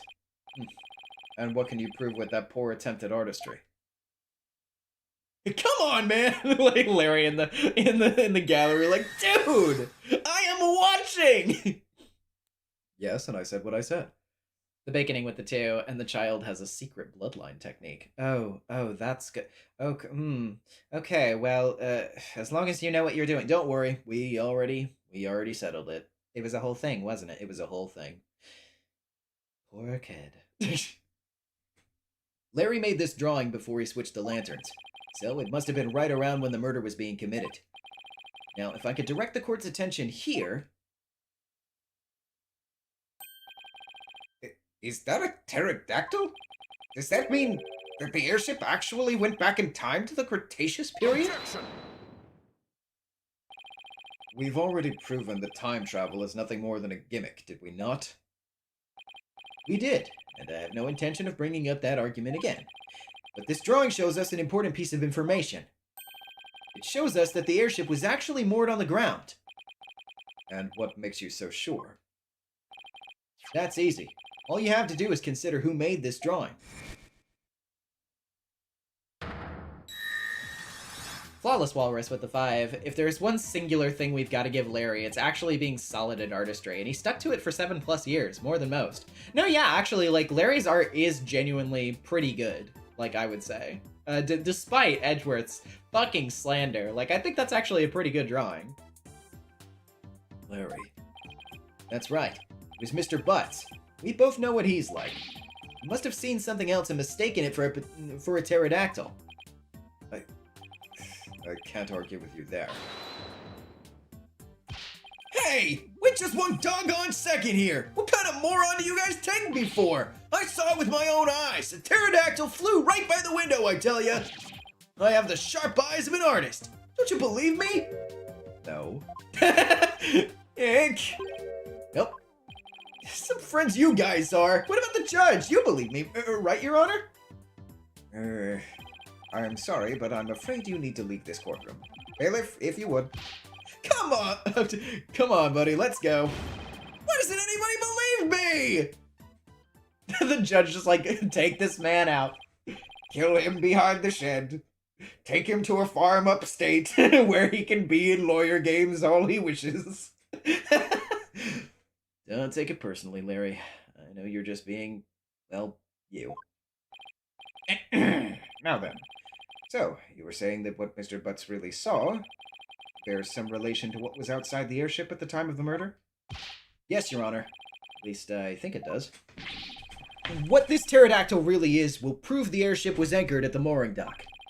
It had better, anyway. If it doesn't, my whole argument's a bust. If you are that confident about it, then please go ahead and tell us what it really was. Yes, Your Honor.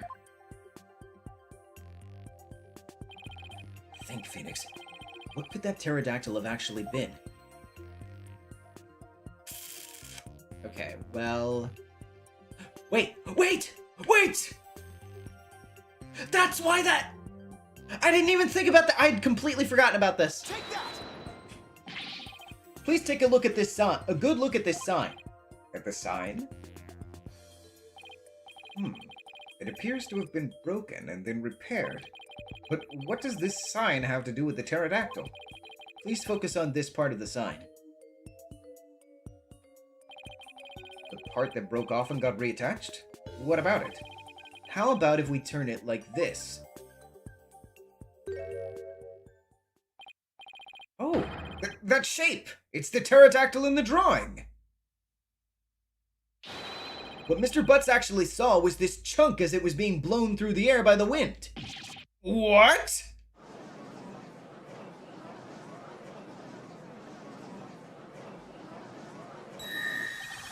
Peach Tea with the 5. Joining to see Phoenix's Furio Tigre cosplay is killing me.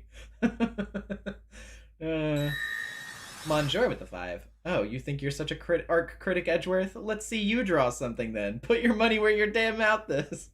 He's like, I can draw a really good stick figure. On the day of the murder, there were some heavy winds in the area of the mooring dock, but it's hard to imagine that this sign would have made it up as high as an airship would fly. That means the flying chapel must have been anchored at the mooring dock that night. Isn't that right, Mr. Sprocket? Objection!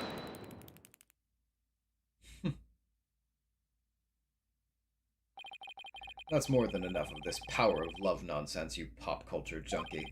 Present all the proof you want, but your argument's based far too much on conjecture. Why don't we return to reality now? What do you mean, too much conjecture? Basically all I do. I know. Even if the airship wasn't flying, that alone doesn't prove the witness went along the wall. True. Even now, it's no more than a possibility.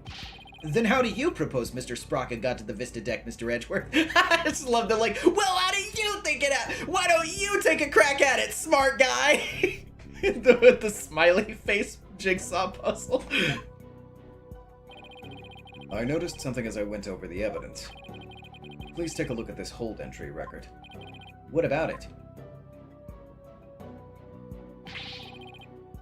I don't see Mr. Sprocket listed on here anywhere. Don't you remember? In yesterday's session, we had a very similar kind of argument. Did we? Honestly, Mr. Wright, are you going senile already? We talked about Larry Butts using the defendant's keycard to enter the hold. Oh, we did talk about that, didn't we? In other words, even if a person's name isn't on the entry record, it's still possible for that person to have entered by using someone else's card. Ah! Mr. Sprocket, you entered the hold with Mr. Nickety, didn't you? I did. What? Why didn't you tell us that in the first place? Pierce is indispensable. I didn't want to mention him unnecessarily and risk having him wrongly accused. I couldn't do without him. Mr. Sprocket, I ask that you testify in greater detail about your movements that night.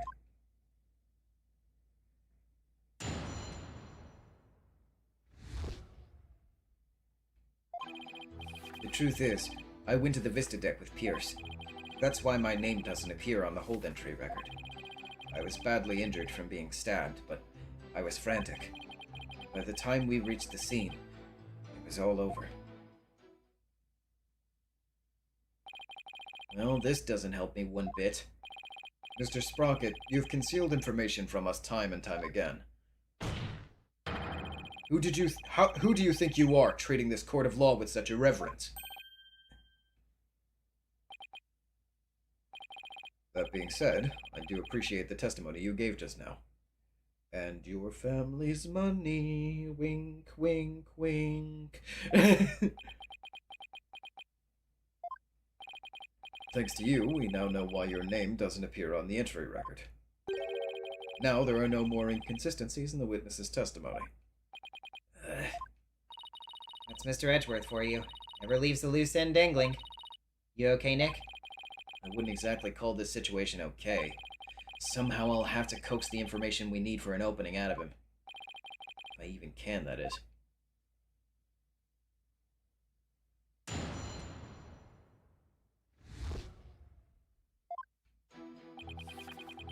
Truth is, I went to the Vista deck with Pierce. Hold it!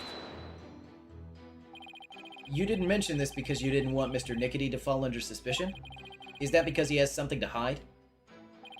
I just didn't want the police to take up his time with all their questions, that's all. Neither the company nor the household would function smoothly without him. I see. Well, sounds like Pierce is absolutely indispensable to the Sprockets. Anyway, getting back to your statement, when did you meet up with Mr. Nickety? We met up on my way to the Vista deck.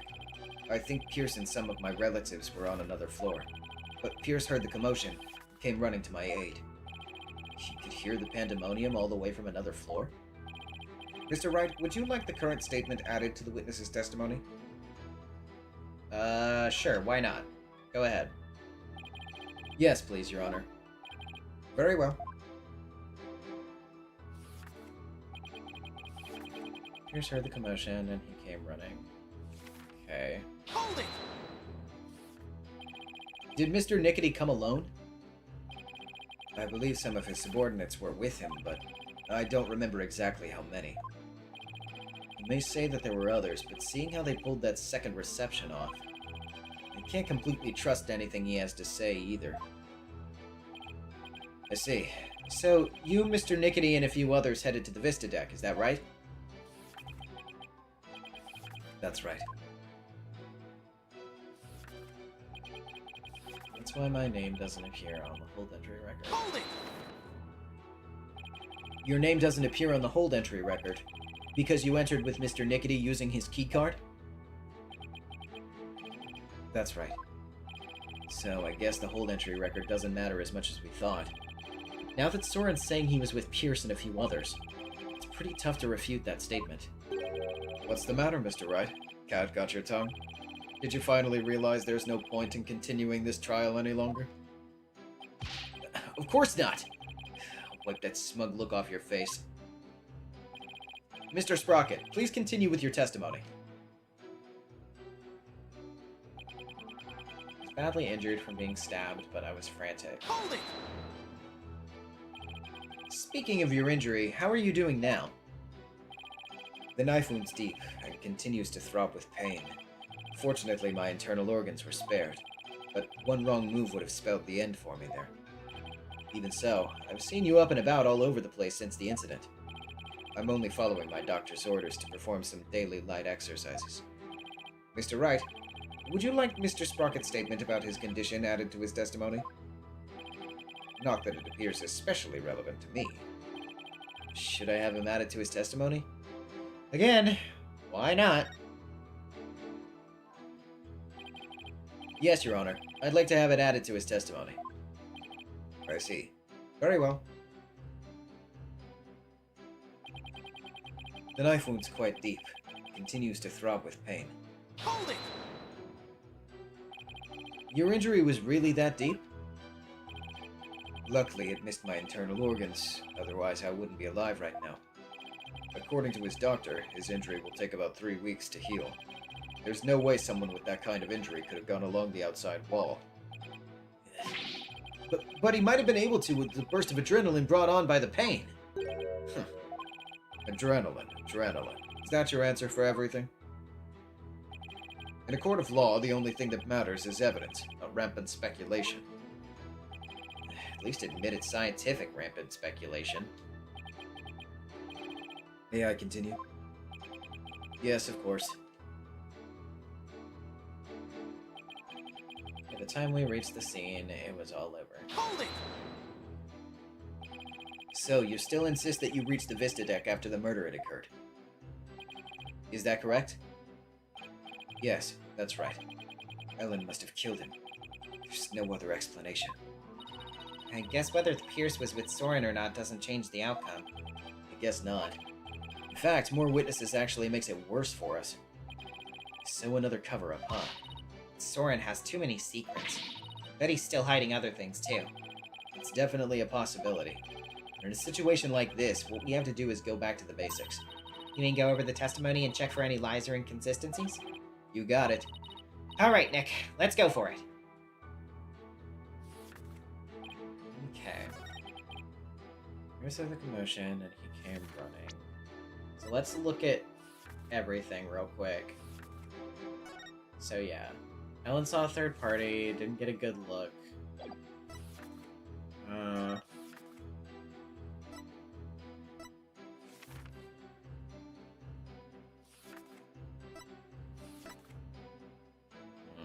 Okay.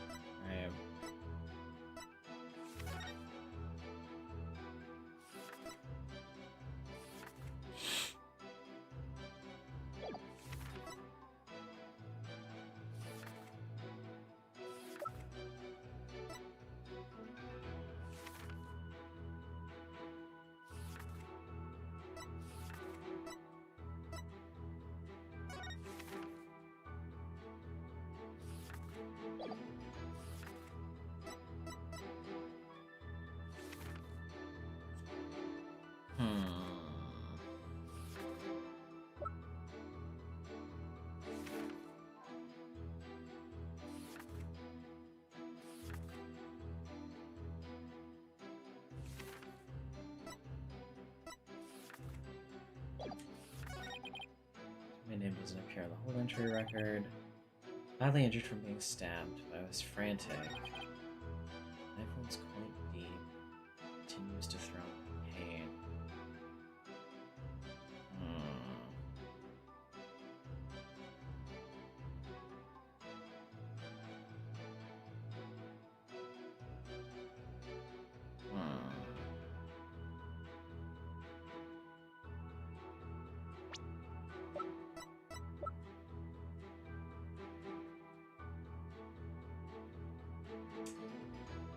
Or, well, actually, yeah.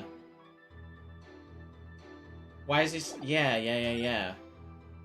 Why did he say the knife wound is quite deep? Objection! Okay, yeah. Mr. Sprocket, you just said your injury is a knife wound, didn't you? But the weapon you were stabbed with was this candelabra. A fact I know you're quite aware of. Very well. This is what I heard directly from Master Soren himself. As you surmised, Master Soren was stabbed by Gloomsbury on the day of the murder. It happened after the first wedding reception. The happy couple was in the reception hall when suddenly Bloomsbury appeared and used Zahando. I mean, he attacked Miss Ellen and tried to take her away. Master Soren went to stop him and found himself in a struggle with Bloomsbury. That is when Master Soren was stabbed with the candelabra, he said. Objection! It must have been a simple memory slip that made him misspeak. It happens to everyone. It has nothing to do with the case.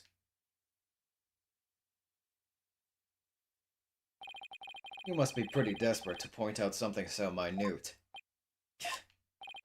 I have to agree, Mr. Wright. You hardly need to make such a big deal over such a small mistake. But I contend that it's an important inconsistency. Besides, I couldn't find anything else. This is the only thing I have to go after. And I say it's not important. Now let's not waste any more time on this matter. I agree. Everybody has a little memory lapse every now and then. Hold it! But Your Honor, please let me explain. But can you? Can you really explain to this court what makes this slip-up so important? Yes, I can, Your Honor. Ice Mage Arctica. Shut up, Groom. Gloomsbury Blast. Gloomsbury Blast kind of sounds like the flavor of fruit, like a flavor of Fruit Gushers. But it's like, you know, instead of Bury, like B-U-R-Y, it would be like berry. Gloomsbury Blast. It'd be like a Halloween variant. Have like ghosts on it and stuff. Like a graveyard. Yes, I can, Your Honor. After all, it was Soren himself who told Pierce that he'd been stabbed by a candelabra. This is more than a simple memory slip. There has to be some kind of reason for it. Well, Mr. Wright, please explain why the witness's slip of the tongue is so important. The point to focus on here is why the witness would mistake the weapon used to stab him. Carefully, Phoenix. This could very well change the course of the trial. I see. So why did the witness make that mistake, Mr. Wright? Mr. Sprocket identified the wrong weapon used against him because he misspoke, he's covering for someone, or he has no memory of it.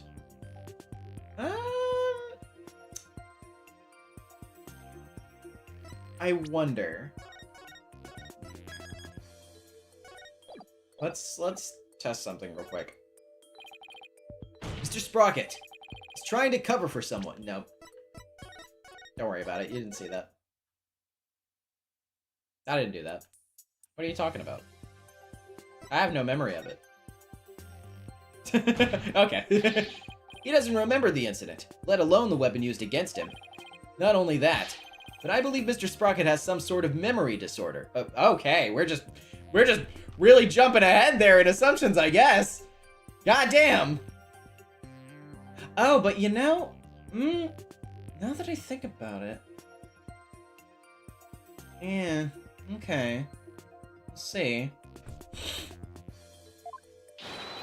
Therefore, the defense contends that Mr. Sprocket's testimony thus far is invalid. Objection! Just because you can't find a flaw in his testimony, you want to throw it all out? The baseless claim is nothing but pure slander of the witness's character. Mr. Edgeworth is correct, Mr. Wright. Can you explain your grounds for making this claim? Of course, Your Honor. What Soren has said, how he's behaved. That's where I'll find a clue. Very well. Let's hear your argument, then. My grounds for claiming that Mr. Sprocket has a memory disorder is his notebook. The notebook he always has with him. I saw daily events and information about the people around him recorded in it. Like a diary, perhaps? No, Your Honor. It's much too detailed to be an ordinary diary. It's more on the order of a database, actually. A database, you say? That's right.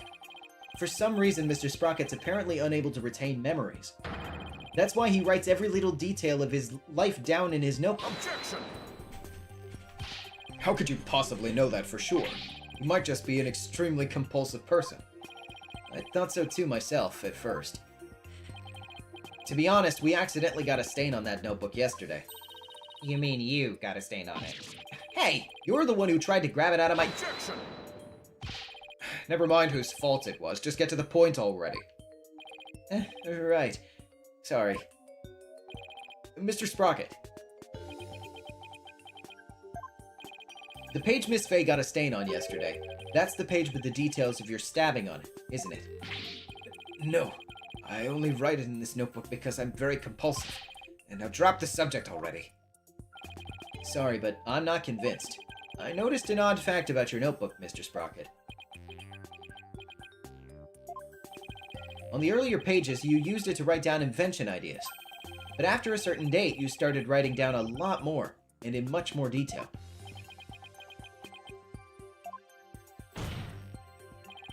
I believe your memory disorder stems from what happened on that date. Something so monumentally caused a memory disorder, Mr. Wright? You don't know what you're talking about. Sorry, but I do know what I'm talking about. This is the proof. This is the thing that caused Mr. Sprocket's memory disorder. My badge. Take that! You were involved in this car accident, too. Weren't you, Mr. Sprocket? And the shock of losing your beloved older sister is what caused you to develop your memory disorder. Is this true, Mr. Sprocket? Well, is it?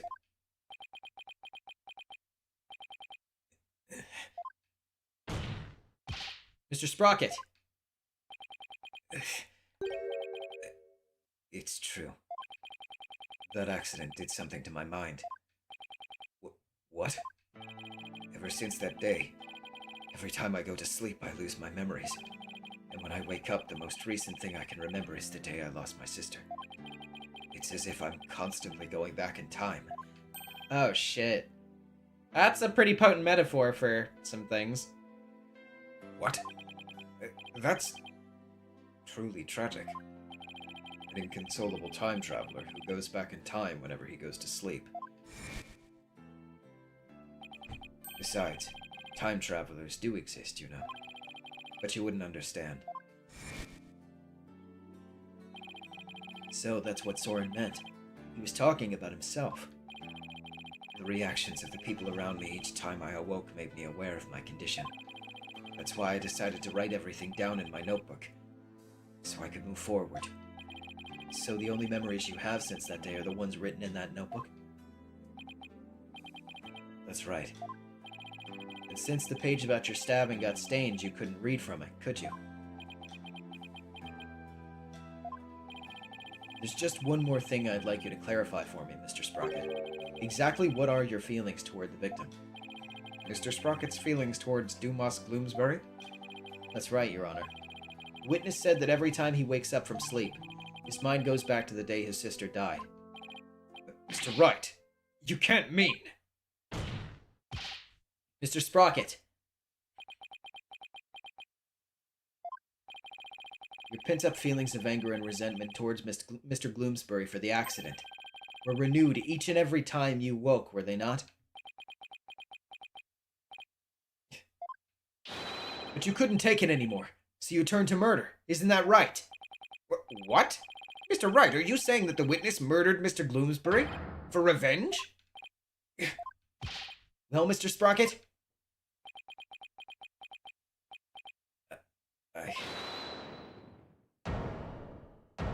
Ellen? Is it Ellen? It's Ellen! Miss Wyatt!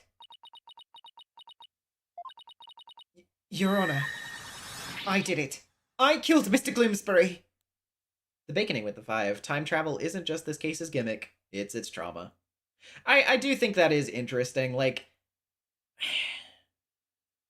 yeah, I don't know. Maybe I'll say a bit more about it later, I guess, but that is an interesting way to frame that, I guess.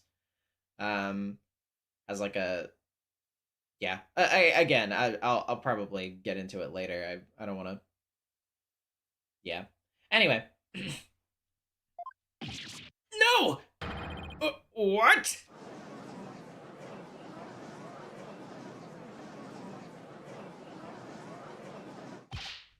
Miss Wyatt, what are you trying to do? Don't tell me you're still thinking of going that route. Soren is innocent. He can't be found guilty. Take me instead. Ellen, please, try to get a hold of yourself. Guess she really meant it. My Soren didn't do anything wrong. I'm the one who should be convicted. Are we to understand that you're confessing to your guilt? No, no, no! Now wait just a minute here. Ellen, why would you cover for me? After I testified that I thought you must have killed him. I'll admit, I couldn't believe my ears at first. But all I want is for you to be happy. Your happiness is my happiness, Soren. But without my notebook, I'd even forget those feelings of yours by tomorrow. Knowing that, do you still feel this way? You've loved me all this time, the same way you did before the accident. That's how I know that you're the same person I've always loved. No disorder can change that. Ellen. Your Honor, there are 2 things I'd like to correct. 2 corrections? What are they? First of all, I want to withdraw one of my statements. That's right. Dumas was killed by Ellen. Without memories to rely on, I took the police completely at their word. You can't be serious. So that means Soren never really doubted Ellen in the first place, did he, Nick? Ellen really does love Soren with all of her heart. But in order to save her, I'll still have to go after Soren. I hope you can forgive me, Ellen. And what is your other correction, Mr. Sprocket? The truth is, I never felt anger or resentment towards Dumas about my sister. What? Why not? That's because the one who caused the car accident was me. Oh. What?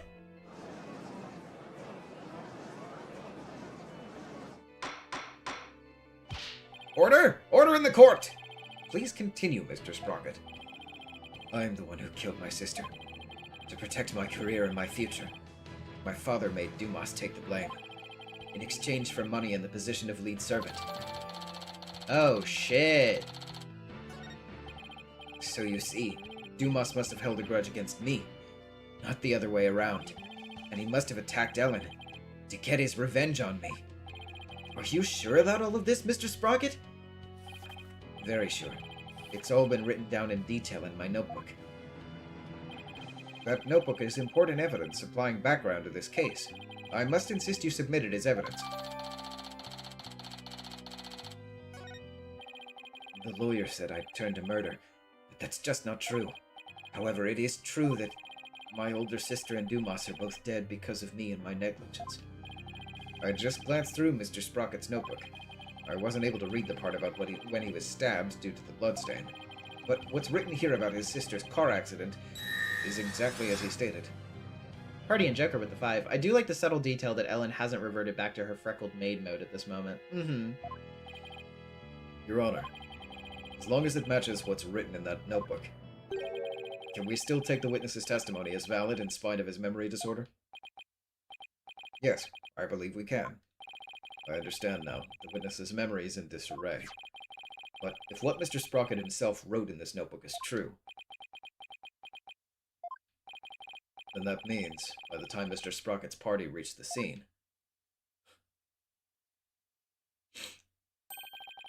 the victim had already been killed. Edgeworth's right. I'm still in the same bind as before. Should I really simply accept the contents of the notebook as a substitute for Soren's memory? Well, Mr. Wright, what do you think? Will you accept Mr. Sprocket's notebook as an official representation of his memories? Will I accept Mr. Sprocket's notebook as an official representation of his memories? I mean, on the principle of the matter, I feel like I kind of want to say yes to this. Your Honor, I can accept Mr. Sprocket's notebook as... Nick, you sure about that? Not really. I mean, I already don't like where this is going. Yeah, okay, I guess. Your Honor, the defense requests a timeout. There are no timeouts in a court of law. Give me your answer and no dawdling. This is an important point. I need to be careful in how I answer. I accept Mr. Sprocket's notebook as an official representation of his memories. Okay, no, I guess not. Wait a minute, Your Honor. The defense requests a chance to examine the notebook to see if it's trustworthy. Very well, but be quick about it. Thank you, Your Honor. So, how should we examine it? Well, we should look at it from all different angles to see if there's anything suspicious. Finding tree with the 5. At least this isn't as scary as 51st Dates. If Soren loved Ellen beforehand, as Princess Felicia said, it's like learning you married your crush each day. Yeah, that's pretty sweet. By the way, you guys have been referencing 51st Dates. I have not seen 51st Dates, so I can make some assumptions based on what you guys are saying, but I actually don't know the full context.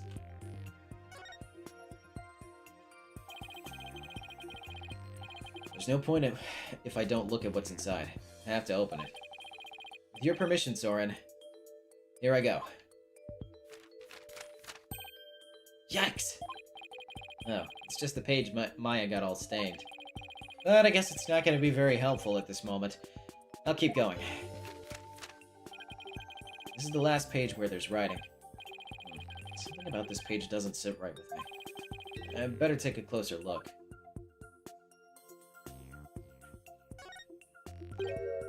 The page has been torn out. It looks like there was something written on it. Oh, look, it's two bears high-fiving. It looks like a page has been torn out here. Mr. Sprocket, do you know what was written on it? Oh, that? I often tear out a page when I write somebody a note. I probably wrote something down for somebody, tore it out, and gave it to them.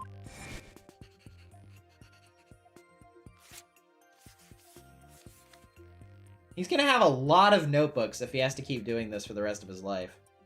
Imagine having to, like, wake up in the morning, and then it's like, alright, here's your 50 requisite volumes of knowledge about your life that you have to read up on. By the time you read up on all of it, the day's over. You gotta go to bed. Oh yeah. That solves that then. Objection! Wait a minute.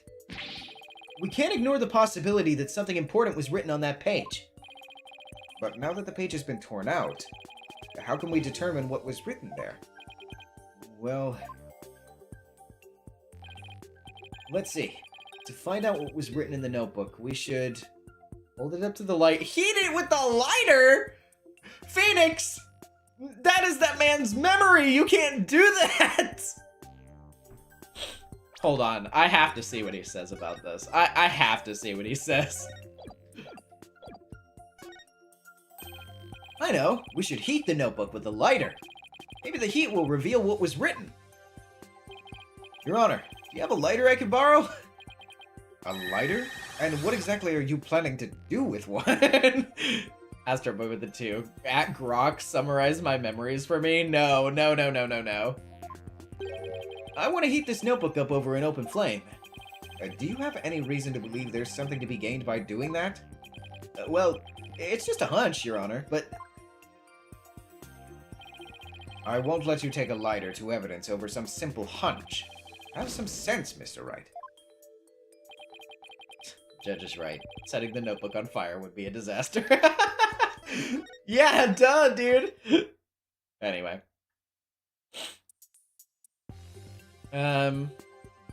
His fingerprint powder. Hold it up to the light. I mean, I guess if he wrote hard enough, maybe there could be, like, the indent or whatever, but... Nah, yeah, it's not that.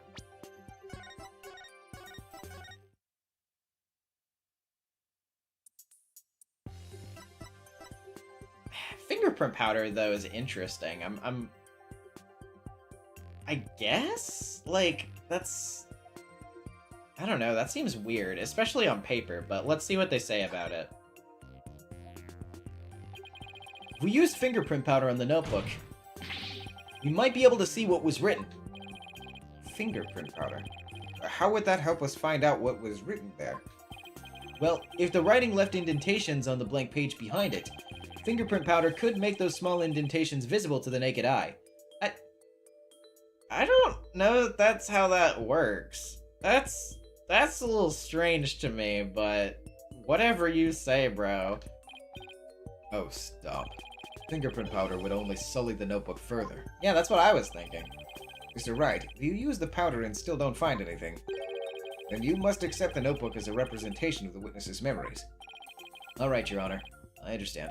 If I don't find anything, it's all over anyway. Powder, don't fail me now.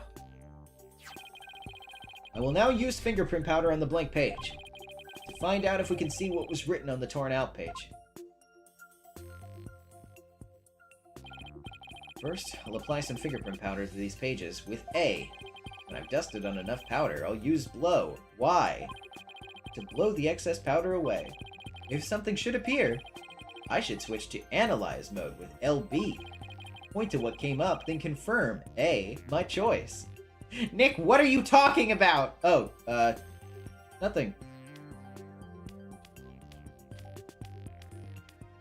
God, I hate how slow this is! Ah!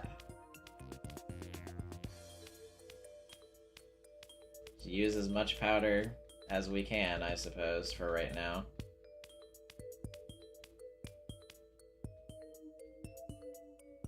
Oh, okay. I didn't realize that I could scroll down. That's a very small portion of the page, actually. Let's... Okay, well there is some stuff here, though.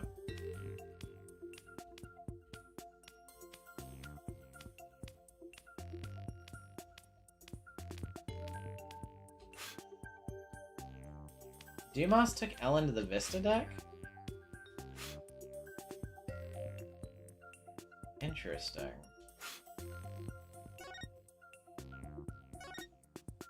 Oh, whoops. I didn't mean to click there. Looks like I didn't put quite enough fingerprint powder on the page. What the fuck do you... I can literally read it!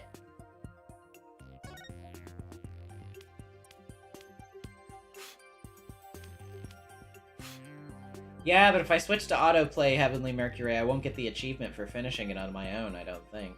I think they'll be like, no, you used the thing. You didn't do it yourself. Okay. There is also this, yeah. I'm just, like, wondering why they wouldn't let me examine that part, though, because it's very clearly a finished thingy. Oh. Pong? I struck and killed Dumas. I struck and killed the dumbass. Astrap Boy with the 2. The page says, we're no strangers to love. You know...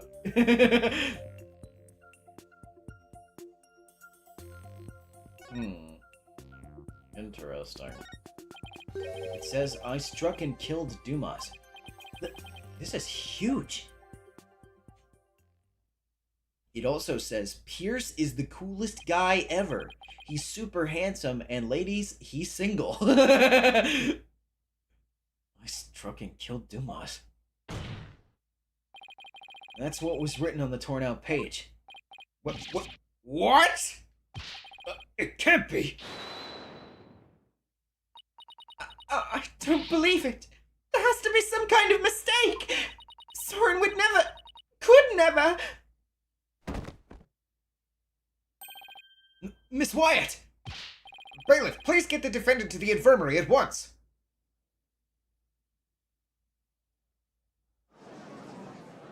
It's a very, matter-of-fact way to phrase it, too, in your notes. It's like, I struck and killed this man. His blood leaked out of him until he died. Apparently, the defendant got too worked up. She's resting in the infirmary as we speak. Now then, please continue, Mr. Wright. Yes, Your Honor. This notebook is all Mr. Sprocket has to remember things by. With this critical page torn out, not even Mr. Sprocket himself knew the truth of what he'd done. Astrap Boy with the 5. I struck and killed Dumas. Mr. Wright, is this your confession? Yep. I mean, no! I was just quoting the page. I wasn't saying no. You heard him. Lock him up, Judge. I'm the one who killed Dumas? So it wasn't Ellen? Oh, thank goodness. Mr. Sprocket, does this mean you were at the crime scene during the murder, after all? I guess I must have been.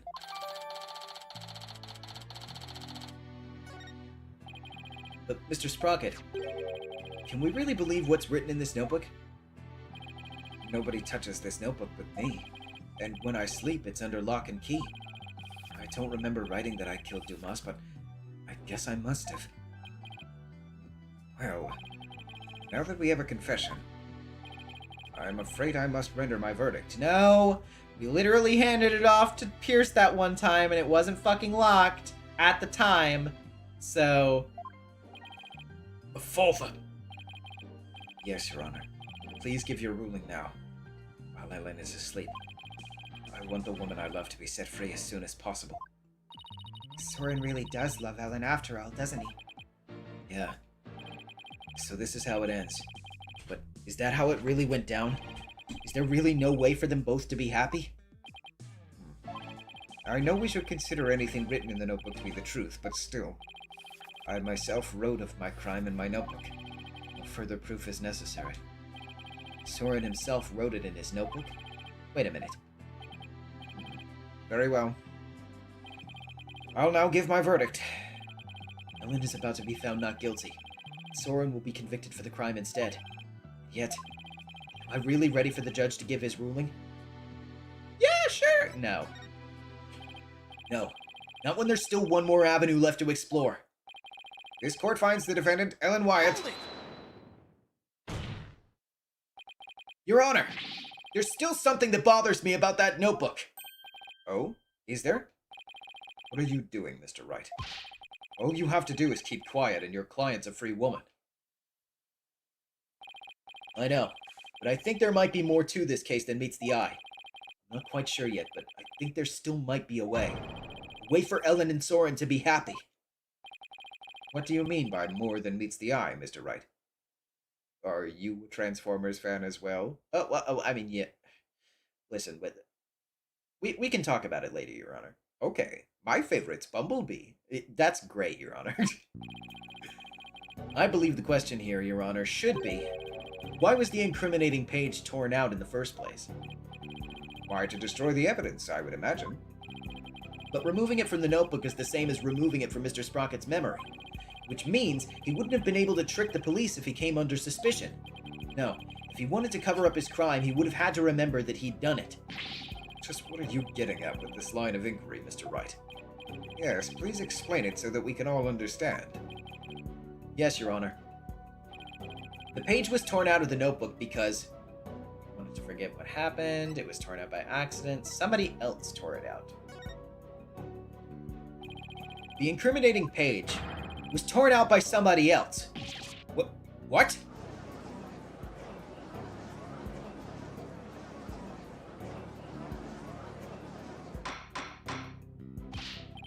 Order! Order! Are you claiming a third person interfered with the notebook? It's not all that surprising if you consider what happened up until now. After both the car accident and the murder of Dumas Gloomsbury, there was always a cover-up not far behind. But I had my notebook with me at all times. Did you? Because I remember you were in a panic yesterday because you couldn't find it. Hardy and Joker with the two. I'm a Beast Wars fan myself. Nobody asked you, Edgeworth! Okay. God, at least I don't like Bayformers. That's true. So who orchestrated this particular cover-up, Mr. Wright? If we think back over the course of the trial, it's pretty easy to guess. One who may have tried to tamper with Soren's memories is... I mean, I think it's probably pretty obvious. Take that! Edgeworth is probably a Transformers fanboy like the Steel Samurai, and his favorite character is one of the really obscure weirdos like Rack and Ruin or Wind Tracer. I believe it! The one who tampered with the notebook in order to manipulate Mr. Sprocket's memory is Pierce Nickety!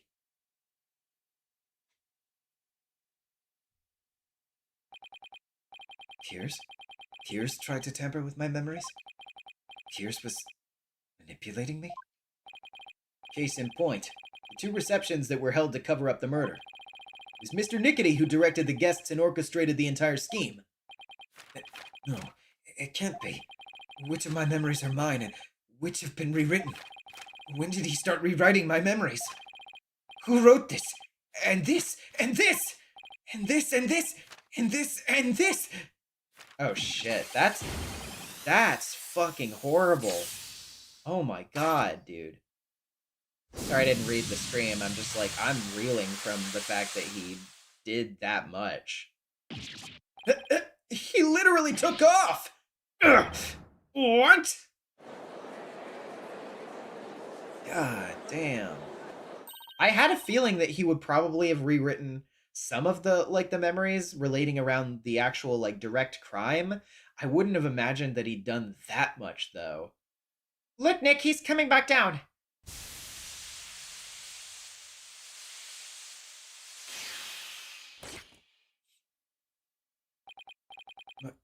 My memories. Ellen. Mr. Sprocket! Bailiff, please get Mr. Sprocket to the infirmary. On the double.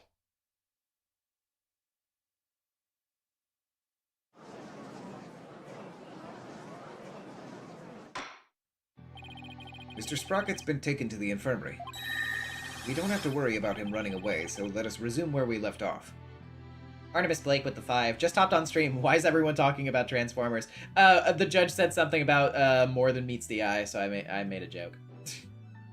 Also, yeah, I mean, Princess Felicia is also correct. At least we're not talking about 51st dates anymore. Your Honor, the defense would like to call Pierce Nickety to the stand. Objection! We already know he carried out the cover-up to protect the company and Mr. Sprocket. What more do you want from him? This time it's different. The notebook, or rather Mr. Sprocket's memories, have been tampered with. That means the only person who knows the whole truth is now Mr. Nickety. Don't tell me. Are you actually trying to drum up a third suspect in order to exonerate the defendant and her groom? I'm not drumming up anything, nor do I have grounds to accuse him of anything. Yet. All I know is that Mr. Nickety is the one who knows the truth. The only one who knows the truth. And I think he's still hiding something. Something we don't know about yet. Astro Boy with the 2. Hey, have you heard of the 51st Transformers? I'm actually, for the record, despite the fact that I have made jokes here, I'm actually not that knowledgeable about anything Transformers related. I'm sure that Luke will help me fix that at some point. No grounds yet, is it? Well, Mr. Edgeworth, does the prosecution consent to calling the witness to the stand? It does, Your Honor. However, I'd like a little time to talk with the witness before we do. Very well. We'll break for a 20-minute recess.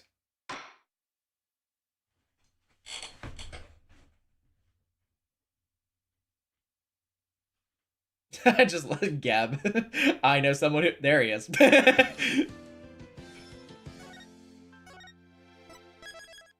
Okay, now name the 51st Transformers, please. Yeah, in Poke-Rap format, if you don't mind.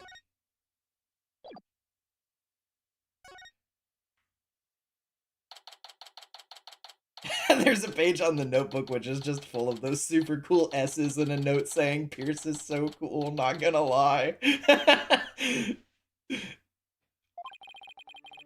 Now we'll have to face Pierce on the stand. I'm not sure if I should be surprised or not. One thing's for sure, he won't be an easy adversary. So, you think Pierce did it? It's too early to say anything at this point, but I do think he's still hiding something. Also, he kinda looks like my ex, so... Oh yeah, then he definitely did it. Nick! Why didn't you pin everything on Soren Loser back there?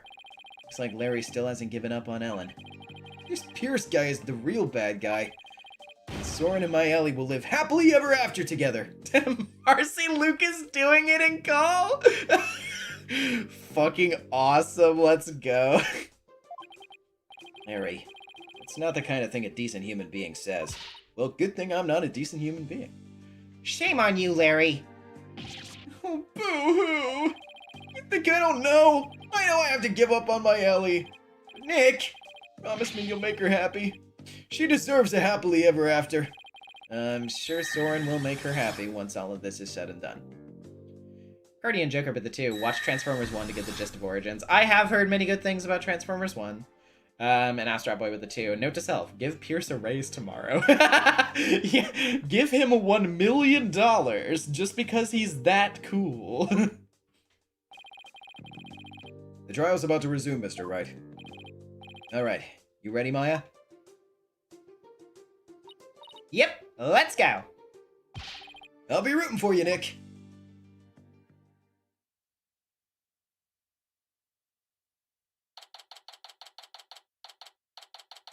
Considering the guy climbed a top banana in a single year, he might legit have done that, but with the word promotion instead. Honestly, not beyond the realm of possibility.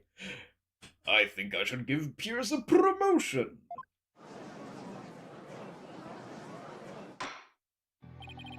This court is now back in session. Witness, please take the stand.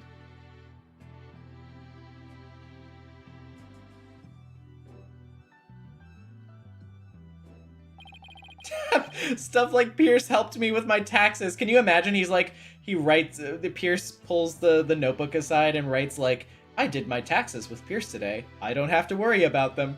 What? And then just like after the trial being like, oh, well, you may have found out that I was the real murderer, Phoenix Wright. But did you know that your client's on the fucking the IRS list for having not done his taxes for the past 5 years? Please state your name and occupation. My name is Pierce Nickety. I'm the Sprocket family butler. Let's get straight to the point, Mr. Nickety. Somebody tore out a page from Mr. Sprocket's notebook to manipulate his memories. And that person was you, wasn't it? That's correct. What about it? What?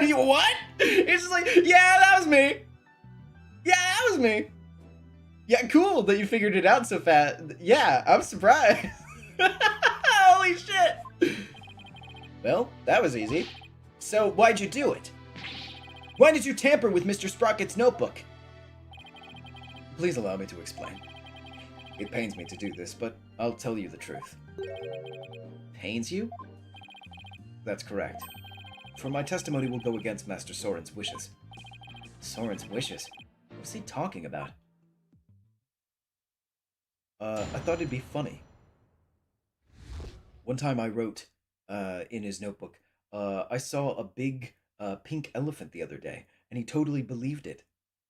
To this day, he still asks me about the pink elephant, and I'm like cracking up in the corner. I'm like, yeah, I remember the pink elephant. Oh yeah, I saw that. That was so crazy. Every time, it's so funny every time. You should really try to pick on people with memory disorders sometime. Nothing funnier. I rushed to the Vista deck, but the crime had already been committed. I saw Miss Ellen in Bloomsbury collapsed and Master Soren writing in his notebook. Master Soren said to me, I'll take the blame for the murder, so please take care of Ellen. But I went against his order, tore the page out of his notebook and hid the body. Oh, I was just trying to do the right thing. Wait a second. What Mr. Sprocket was writing in his notebook at the time, could it be? It was meant to be a confession, an admission he'd killed Gloomsbury himself. He wrote that message to take the blame for Miss Wyatt? That's correct. Master Soren did hit Bloomsbury with the timekeeper to save Miss Ellen. Then Mr. Sprocket was the culprit after all. Phoenix. However, that blow did not kill Gloomsbury. That makes sense. Mr. Sprocket's injury wouldn't allow him to put that much force into it. Enraged, Bloomsbury tried to attack Master Soren, and was already seriously wounded. Astro Boy with the 5. I wrote that he drank chocolate milk from a brown cow, and to this day he believes that's where chocolate milk comes from. Absolute funniest shit, I swear to God. That'd be so fucking mean. But just in the nick of time, Miss Ellen hit Gloomsbury from behind, and finished him off, it would seem. So, the one who inflicted the fatal blow is the defendant? Yes, that's correct. But Master Soren tried to take all of the blame onto himself. No way. This is pretty bad, Nick. I wrote in his diary that chapel was pronounced chapelle. He kept saying it. I can't believe it. No kidding.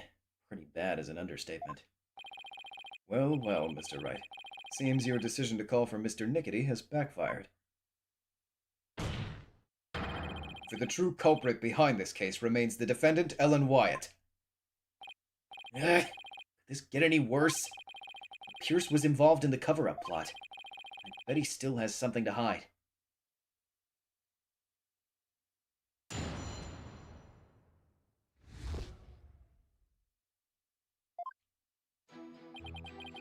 I rushed to the Vista deck, but the crime had already been committed. Hold it! Okay. Wait a minute. I thought you went to the Vista deck with Mr. Sprocket? Actually, that's not true. What? What do you mean? I made it up. I found this out afterwards, but Master Soren went to the Vista deck alone. He went out the escape hatch in the reception hall and went along the outside wall. What? You can't be serious. You mean Mr. Wright's addlepated guess was actually correct? What's with the addlepated? I suppose truth really is stranger than fiction. So, Mr. Nickety, when you got to the scene, you saw Mr. Bloomsbury, Miss Wyatt, and Mr. Sprocket. Is that right? That's exactly right. I saw Miss Ellen and Bloomsbury collapsed, Master Soren writing in his notebook. Hold it! So when you and your group arrived at the Vista deck, the murder had already been committed? That's correct. Bloomsbury had already been struck. Miss Ellen had lost consciousness, probably from the shock of the incident. And how did Mr. Sprocket appear? He was bleeding from the stab wound he'd received from Bloomsbury. Barely conscious, he was writing something in his notebook. So, the mysterious third person Ellen saw really was Soren, then? He hit him with that Bloomsbury blast. And I said, that sounds like a gusher flavor. And he said, I'm bleeding, Pierce. And I said, oh yeah, sorry. Astrat Boy with the 2. There is a page written, don't forget DL6. Oh god. Oh no, not again. Master Soren said to me, I'll take the blame for the murder, so please take care of Ellen. So, Mr. Sprocket wrote a note of confession in order to take the blame for Miss Wyatt? Yes. That notebook is the only form of memory Master Soren has. So you understand what his action meant, I trust? What did it mean, Nick? To Soren, everything in that notebook is true. So Soren tried to take the blame, by altering his own memory to make himself think he did it. No. Master Soren truly loves Miss Ellen.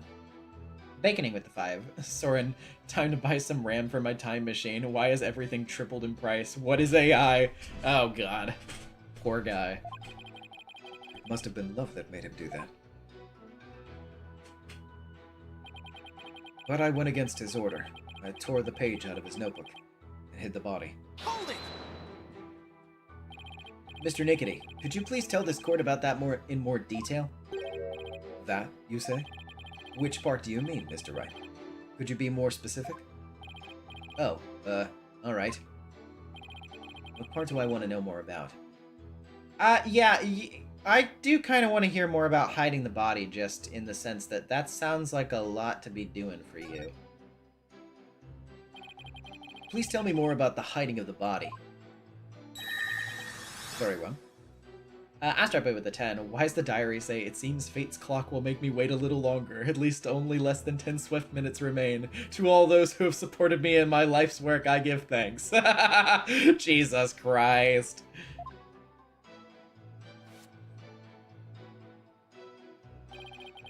After saying he'd take the blame, Master Soren passed out. That's when I hid the body. I quickly took the lift down to the hold, where I hid Bloomsbury's still warm body in the spare peggable lantern. So, it was you who hid the body, not the defendant. To think Mr. Butts would move the lantern containing the body to the reception hall. Well, I did not see that coming. I don't blame you. Not even Larry can predict what Larry will do next. Artemis Blake with the 2. One page has 11037. God. Maybe I should take another look at the lantern and evidence. Yeah, I was about to say. I was wondering about that, considering the thing with the inside wheel and all that shit. Mr. Wright, would you like that statement added to the witness's testimony? Yes. Yes, please. Very well. Please add that statement to your testimony, Mr. Nickety. One of these pages reads, Steve Jobs died today. Ligma. Who is Steve Jobs? In the hold, I had the still warm body and the spare peggable lantern. Okay, so let's be clear here.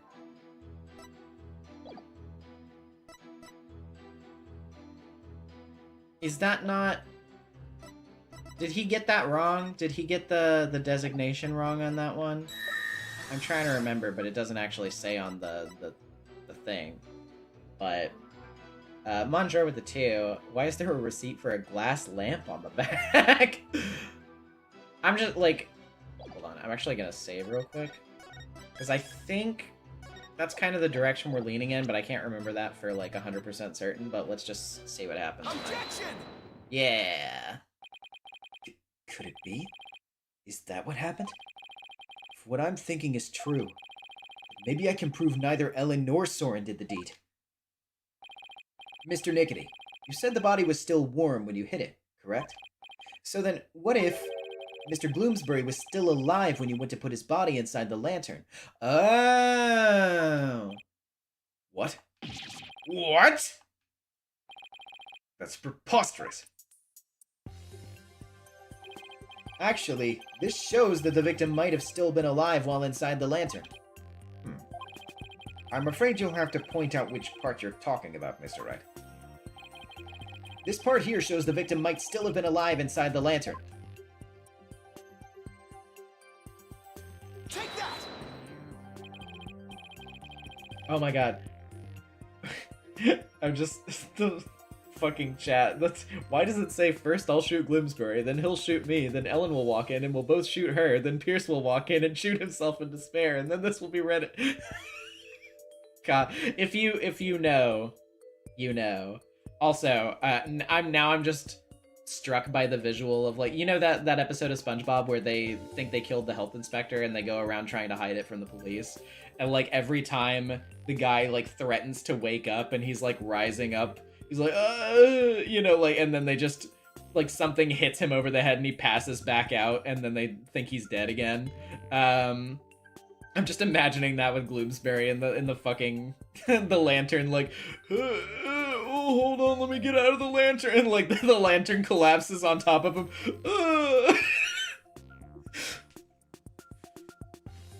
As you can see, the back end of the lantern is a door. And there's blood here on the wheel handle. Objection! That bloodstain must have gotten there when the witness put the body inside the lantern. It in no way shows the victim drew his last breath while he was within the lantern. I disagree, Mr. Edgeworth, but you see, in putting this lantern back together, the police inadvertently placed the inside handle on the outside, and vice versa. In other words, the wheel handles got swapped. Oh my, so they got swapped. Yes, they got swapped. What?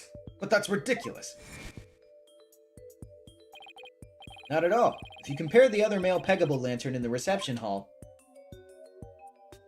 Maybe Gloomsbury is still alive right now.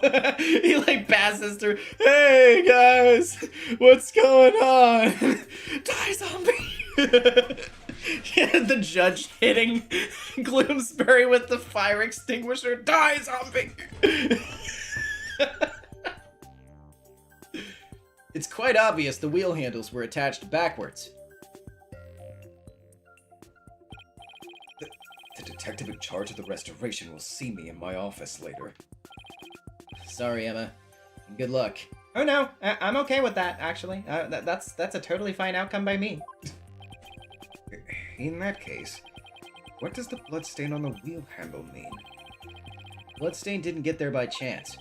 When the victim was put inside the lantern, he was only unconscious, not dead. When he regained consciousness, he probably tried to get out of the lantern.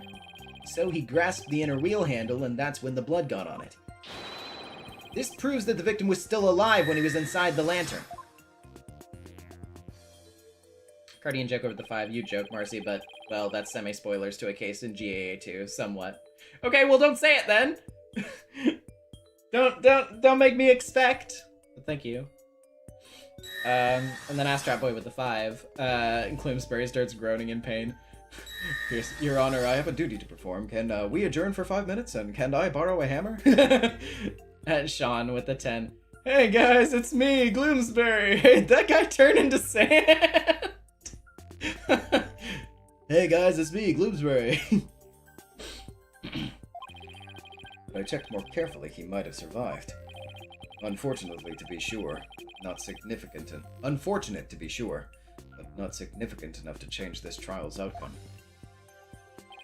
Again, I disagree, Mr. Edgeworth. It actually has a very significant impact on this case. The victim was struck by the defendant, then died from his injuries sometime later. There's nothing more to it. Objection! That's where you're wrong. Let's take another look at Mr. Bloomsbury's autopsy report, shall we? Please focus on the description of his injuries. It says 1 contusion was found on the back of the head, and 1 on the side. Yes, the one Mr. Sprocket gave him and the one Miss Wyatt delivered to finish him off. No, the defense would like to submit a different interpretation. A different interpretation? The victim was knocked unconscious by the first blow, and then was put into the lantern. Then, what about the lethal blow by the defendant the witness talked about? Yes, well, that didn't happen. After some time, when the victim regained consciousness and tried to get out of the lantern, that's when he received the second blow that finished him off. Taking into account the fact that the victim was alive for a period after the first hit, and that he did receive a second blow to the head, it does seem entirely possible. Yes, as long as the first blow didn't kill the victim instantly, then there's a possibility that someone other than Mr. Sprocket or Miss Wyatt delivered the fatal blow. Objection! That's all you've got. Even if there was a time lag between the 2 blows, the prosecution's position doesn't change. What? What do you mean? It's elementary, Mr. Wright. After the reception, when the defendant was cleaning up the reception hall, the victim who was supposed to be dead suddenly came out of the lantern. The defendant grabbed the murder weapon, which was right there, and finished him off. That theory sounds awfully familiar. Of course it does, Your Honor, because it's exactly what I proposed at the very start. The second blow was inflicted by the defendant after all. I see. It seems a tangle of mysteries has unraveled into a single thread. Objection! But as long as there's a possibility that the fatal blow was delivered by a third person, then we must continue the deliberations. Give it up, Mr. Wright. Unless you have something to prove the presence of your precious third person. Okay, Nick. Just relax. You can do this. Come on now. Take some deep breaths. Good idea. Deep breaths. Deep breaths. There. Don't you feel better already? That's right. I should calm down, get my focus back, and go over everything again. Then, hopefully, I'll be able to find something to prove there was a third person. Let's see. First, why did Gloomsbury attack Ellen? Because he was tired of taking the blame for the accident? But something about that line of reasoning just doesn't feel quite right to me.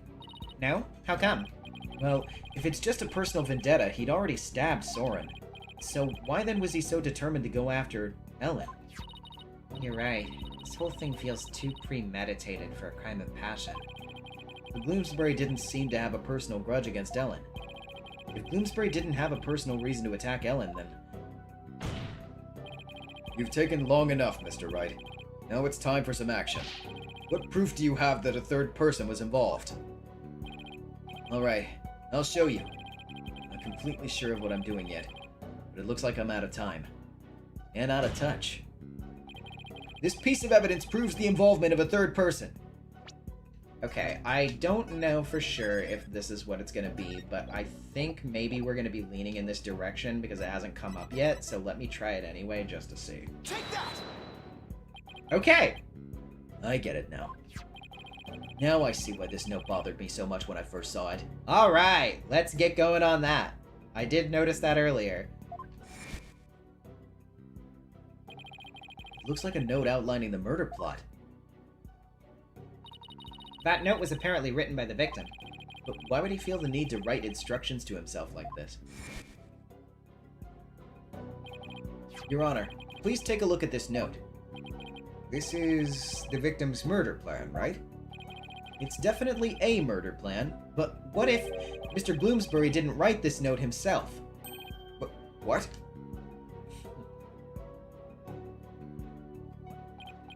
This is how you intend to conjure up your mysterious third party, Mr. Wright? Can you even prove the note wasn't written by the victim? Yes. Yes, I can. Very well, then. Please present your evidence, Mr. Wright. This evidence proves the victim didn't write this note. Alright. Do we have a thing that says something about Gloomsbury being left-handed? Yes. Take that!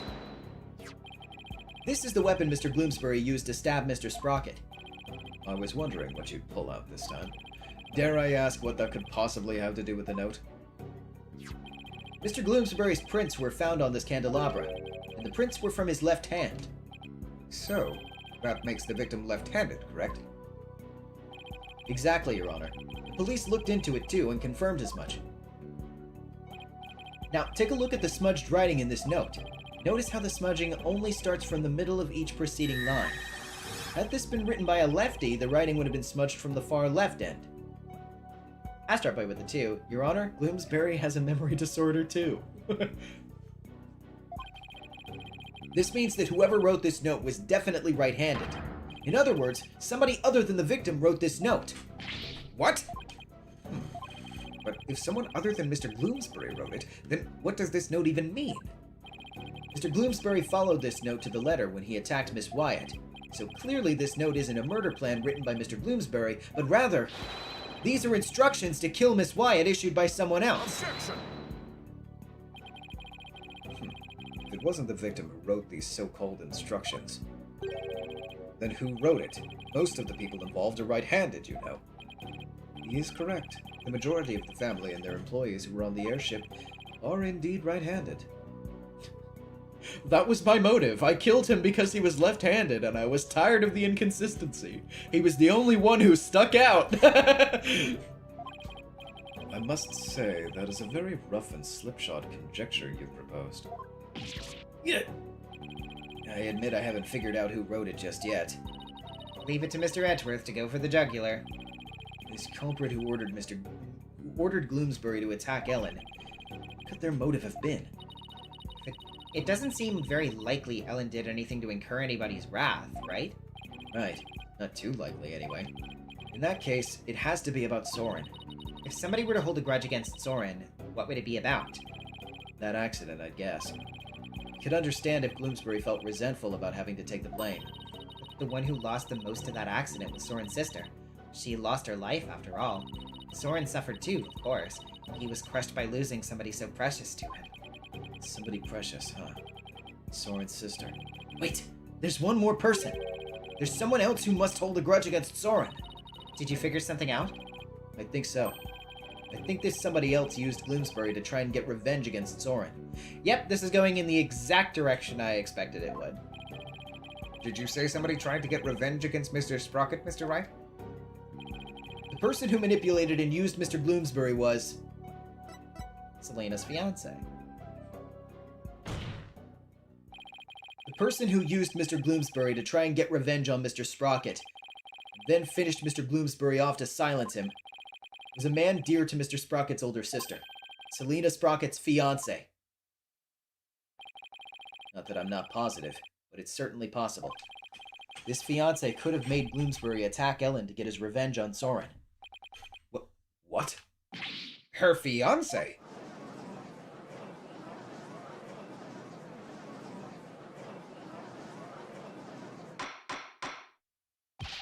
Order in the court! Order, I say! Yes, it does seem quite believable that Miss Selina Sprocket's fiancé would bear a grudge against Mr. Sprocket for his role in the accident. Exactly, Your Honor. Maybe her fiancé was trying to murder Miss Wyatt in order to make Mr. Sprocket experience the same pain he'd felt. But thank you, Timmy. I appreciate it. Objection! Miss Sprocket's fiancé was a surgeon, if memory serves. But the only people who attended the reception were family and staff members. That may be, but then that just means Miss Sprocket's fiancé must have been among those who attended. What? Really? Of course. Otherwise, how could he have killed Gloomsbury? Oh, I see what you're doing. This is just another giant bluff, isn't it? All right, I'll bite. Who exactly do you claim this fiancé to be? Yes, I'd like to know as well. Are you sure you're gonna be okay, Nick? Maybe? When it comes to suspicious people, there's only one person on my list. I need to find something that connects him to Selina. This will help us identify Miss Sprocket's fiancé.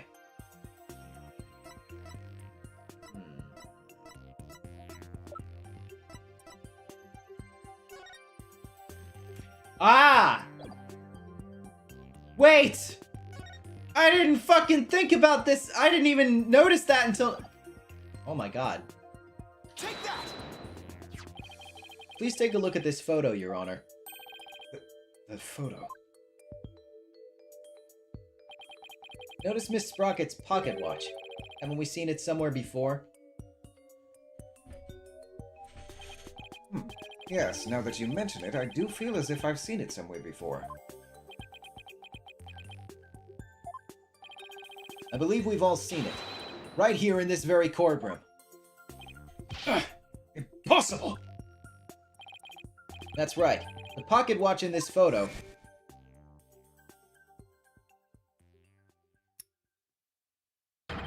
is the same pocket watch Mr. Nickety has on him right now. What? This is clear proof of a strong connection between Pierce Nickety and Selina Sprocket.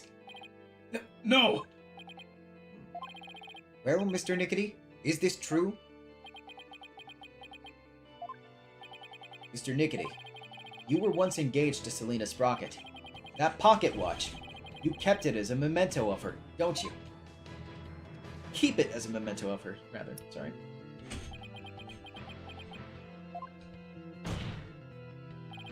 Mr. Nickety, you plan to rob Mr. Sprocket of his loved one, to make him feel the same pain as you. Isn't that right?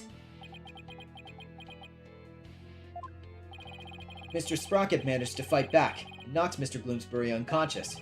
You thought Mr. Gloomsbury was dead, and hid his body in the lantern. But then you noticed Mr. Gloomsbury regain consciousness. Astro Boy with the 5. I just bought this watch from a store. I go to so many. Oopsies, I forgot. Wink.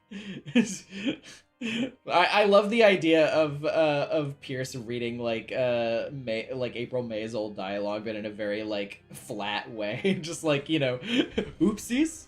Wait, I forgot. Wink. So you finished him off to prevent your plan from being exposed. This is the defense's take on what really happened in this murder case. Mr. Wright, does this mean you wish to officially accuse this witness of the murder of Dumas Gloomsbury? Does the defense accuse Mr. Nickety of the murder? Yeah? The defense indicts Pierce Nickety on the charge of murdering Dumas Gloomsbury. Oh my. Mr. Nickety, would you care to respond?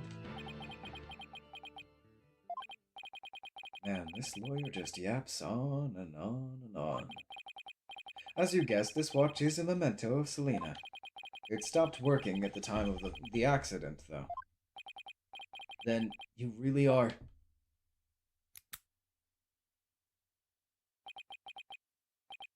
Yes, I was Selina's fiancé, and not just her fiancé, but the surgeon beside her deathbed. Objection! Mr. Nickety, why didn't you tell me any of this before? Shut it, you useless prosecutor.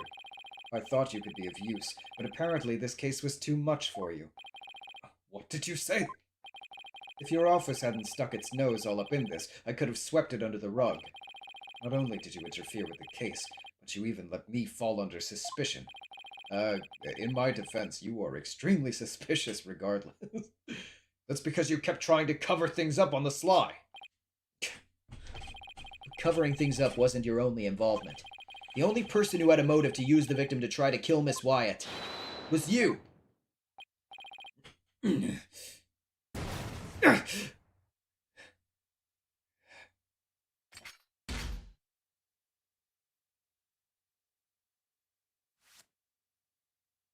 Oh, that's so cool! He took off the weights. Malignant tumors. There are malignant tumors in this courtroom. Lesions oozing with false charges. Tumors are one idiotic lawyer and one useless prosecutor.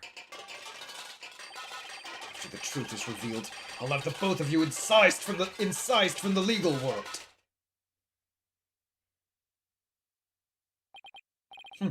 I'd like to see you try. For the power of the Sprocket family to be a cinch.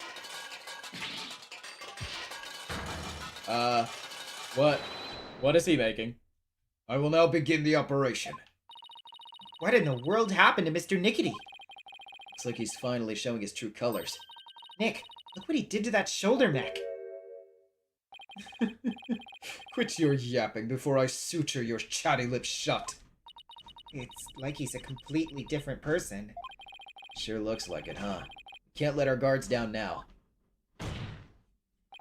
Mr. Nickety, it's finally time for you to testify. To the truth. It seems we're entering the final act at last. Witness, your testimony, please. Ted Toadate Part 2. And I did just literally finish writing about the fucking about Turnabout Countdown 2 the other day, so kind of funny timing.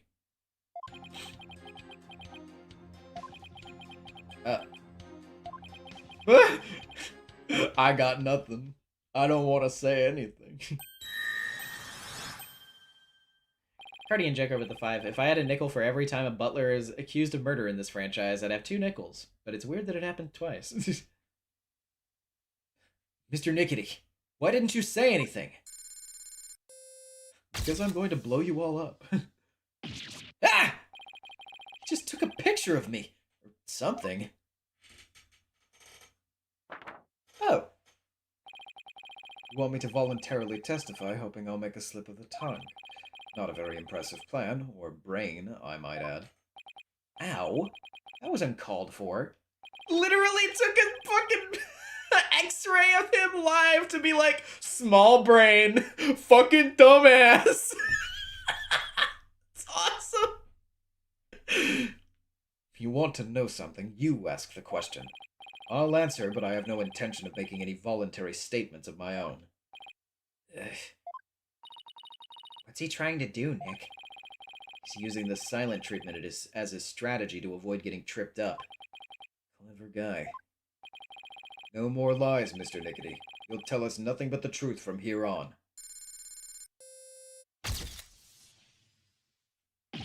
Ah! What do you think you're doing? Astrap Boy with the 2. Who wears a mask in court? Oh, wait. Phoenix. No one asked you to speak. Just keep quiet over there and play with your frills. The fucking cravat and hair being surgically attached to them. How dare you! Well, This is a rather unconventional situation, but please proceed, Mr. Wright. Yes, Your Honor.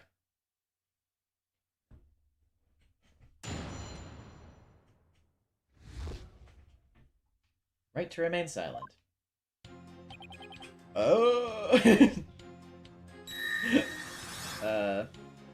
Fucking, 1 second. The baconing with the 2 Bro hitting us with a radiation for a bit. And then Flawless Walrus with the 5. DLC cases have the best dunks on Phoenix. Need I remind you of the dissin of Phoenix, right? Yes, of course. My favorite testimony of all time. Okay, let's see. And Rebellion Spark 128 with the 2. Bailiff, the witness is aura farming! He won't speak voluntarily. I guess I'll have to ask him something. What question should I ask? Reason for killing Gloomsbury. Why did you kill Gloomsbury? Oh, let me think about it.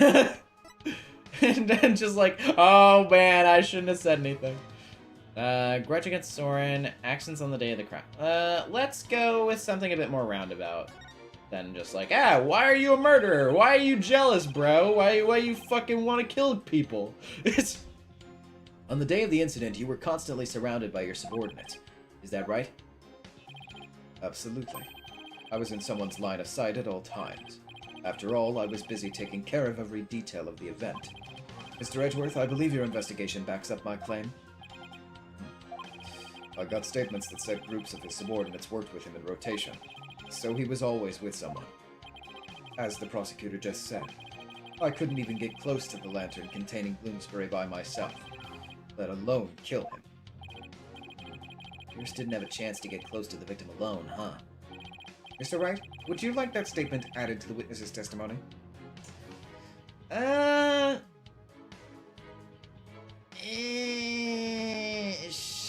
Sure. Yes, Your Honor. I'd like to have that statement added to his testimony. Very well. I was always in the company of others. I didn't have an opportunity to murder Bloomsbury. I don't really know if there's a good, like, thing to point out on that, to be honest. Yeah, I don't... Yeah.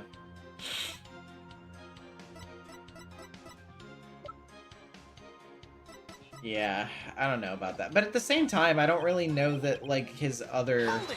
Like, the other things you could question him about are necessarily gonna be, like, good. I'll try them, but I feel like it's just very, like, oh, why'd you kill him? Isn't it true that when Mr. Bloomsbury regained consciousness inside the lantern, you murdered him in order to silence him? Yeah, like, what's he gonna say to this? No. He was an excellent employee, very loyal to me. Bloomsbury was my right-hand man. I'd suffer the most from losing him. You really think I'd kill a guy like that? That would make sense only if you were innocent. Since your goal was revenge, you don't really have to care about something like that. But I am innocent, I tell you. Don't try to force your conjectures onto me. I guess without decisive evidence, I can't pursue this line of questioning any further. Mr. Wright, would you like that statement added to the witness's testimony? Yeah, have him add a statement to his testimony that says, I didn't kill him. Very useful. No. No thank you, Your Honor. Better tread cautiously here. Okay, let's check the other one, but again, I don't really know that I think it's going to be super useful.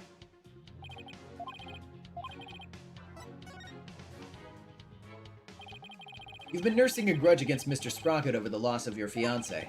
Isn't that right? I'd be lying if I said I felt no resentment whatsoever. Master Soren didn't cause that accident on purpose. Master Soren himself has suffered greatly. Cardian Joker with the 2. Pierce playing Advanced Among Us. Okay, hold on, though.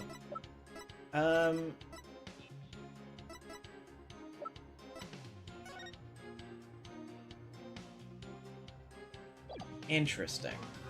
Maybe. But you quit being a surgeon and found a way to get even closer to Mr. Sprocket. Wasn't that so you could carry out your revenge on him?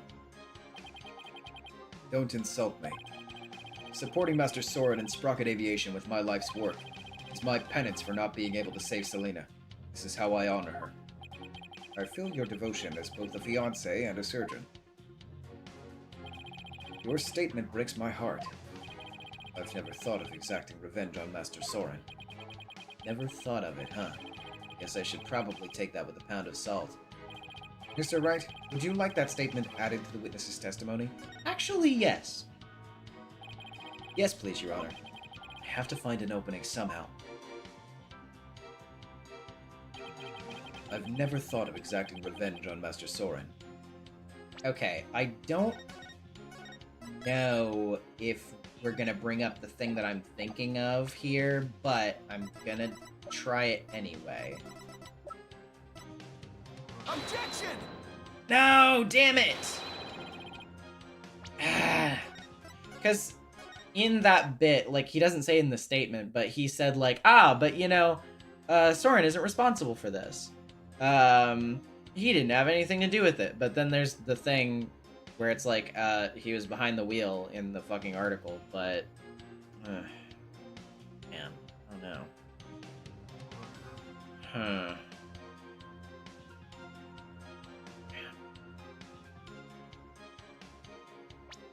Though, is there anything else I can do with that statement in particular? Astro Boy with a 5 denies adding all statements to testimony. Huh, this cross-examination's really tricky. I'm not seeing a single contradiction.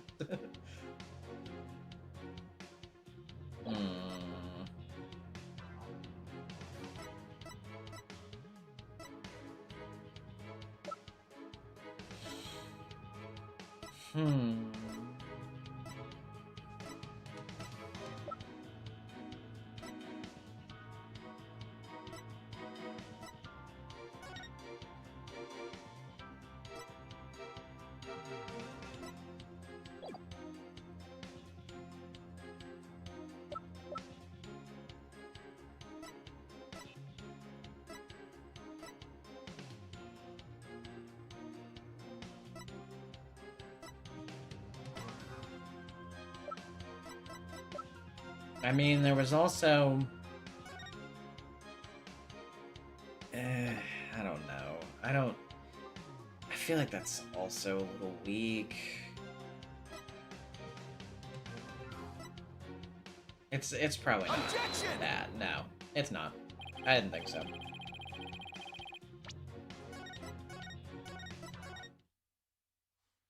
I don't know. Maybe I'm barking up the wrong tree with that statement. Because I feel like it's just too, like, I don't know, it's too obvious. I don't know. Also, I just don't really know that I don't know.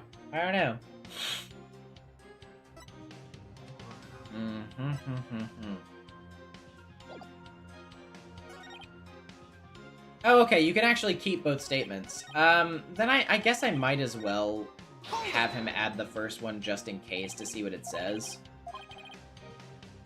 Because I also thought that when he was adding them, it would just swap them out, not that it had all three of them present. So, let's do that real quick. Yeah, add to testimony. Rebellion Spark with the 5. What makes me mad is that they had one frame of 3D Phoenix and never had a costume based on it. That's true. They should have.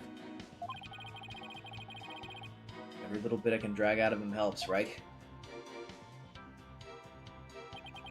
Okay. Bloomsbury was my right-hand man. I'd suffered the most from losing him. Never thought of exacting revenge on Master Soren. I was always in the company of others. I didn't have an opportunity to murder Bloomsbury. Okay, well, I mean, I guess I can press on all of these? Question mark? I don't know.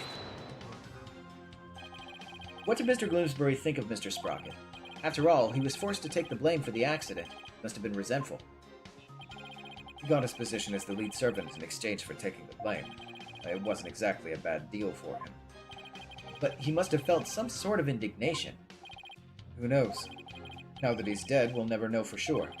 It's pointless to talk about it any further. Alright. Dead men tell no tales after all. Hold it! So you have had no thoughts of vengeance toward Mr. Sprocket whatsoever? Of course not. Selena wouldn't have wanted that. Presses, Chrysaya Rodolph 6401. With the, what is that currency again? The 125. My first super chat ever, and I hope this goes through. I love your live streams, and I watch your VODs. Voice acting is phenomenal as always. Thank you so much. I appreciate that. thrown my own life away and lived solely for the sake of the Sprocket family. Philippines pesos? Okay, gotcha. If I recall correctly. That's how I show my love for her. Alrighty then. Well, one thing's for sure. Pierce gets really emotional when it comes to Selena. No kidding. Not sure how he feels about Soren, but his love for Selena's pretty obvious. I was always in the company of others. I didn't have an opportunity to murder Bloomsbury. Hold it! So, you were always in someone's line of sight? I was surrounded by family members and staff as we prepared for the reception. During the reception, I was stationed behind the sweetheart table to attend to the couple. When could I have possibly committed murder? I'm not buying it. Pierce is the true killer. There must have been some time when he was out of everyone's sight. What do you think, Nick? Is there a chance for us here? Well, as long as we have some kind of testimony from him, there has to be. Just have to compare his testimony against the evidence and... Find an inconsistency, right? Exactly. This is it. I have to do this right. Okay, so I guess from all of that, it sounds like the last statement is the one that I need to be focusing on. So let's think that over very carefully.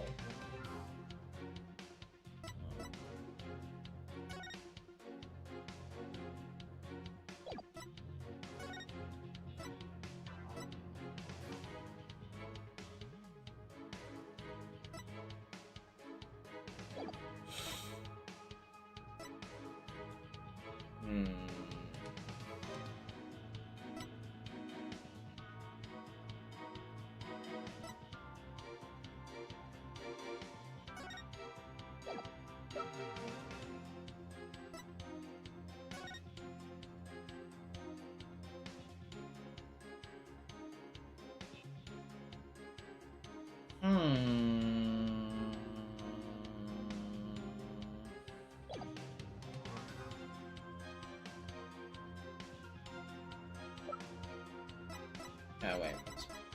Can you do that?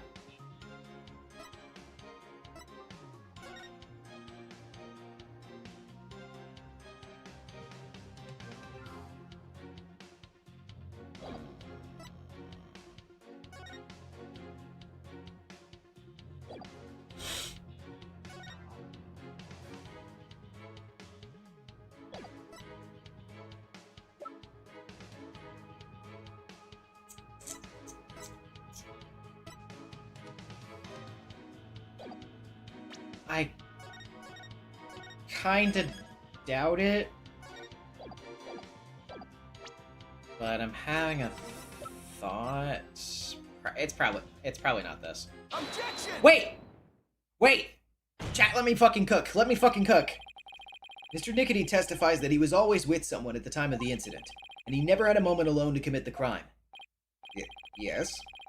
And the police investigation backs that statement up, doesn't it?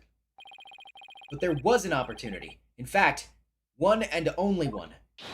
A moment where Mr. Nickety could have killed Mr. Gloomsbury without anyone noticing. What? And the one thing that made that moment possible is shown here in this photograph. With all those people watching, I couldn't have possibly committed murder. I do not believe him, Your Honor. This lawyer is a malignant tumor. It's to infect this judicial body with virulent accusations. Mr. Nickety, I'd ask that you keep quiet this time. We need to evaluate the defense's claim, and your yammering only serves to throw further suspicion your way. Mr. Wright, let's see this one thing. One thing you mentioned. But be warned. This had better not be one of your offhanded claims. Reading that wrong the first time is pretty fun. This had better be one of your offhanded claims. I do so want to hear you spout some bullshit. Who do you think you're talking to, Mr. Edgeworth? Very well, Mr. Wright. Please point out for us the one thing that made the moment of the murder possible. That one moment when it was possible for Mr. Nickety to kill Mr. Gloomsbury. The one thing that made that single moment possible is this.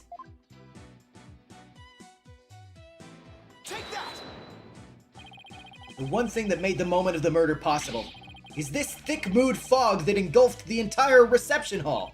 It fucking was what I thought it was! It is under the cover of this fog that Mr. Nickety murdered the victim. What? Mr. Nickety was standing right next to the lantern that Mr. Bloomsbury was in. This was the only moment the murder could have been committed without being seen. Objection! I can accept that there was a moment when the witness was obscured from others by the fog. But that doesn't prove Mr. Nickety killed the victim at that very moment. If you can't prove the crime was committed during the reception, the trial ends here. I'm sure nobody heard the massive bonk thanks to the fog. The fog obscured their hearing.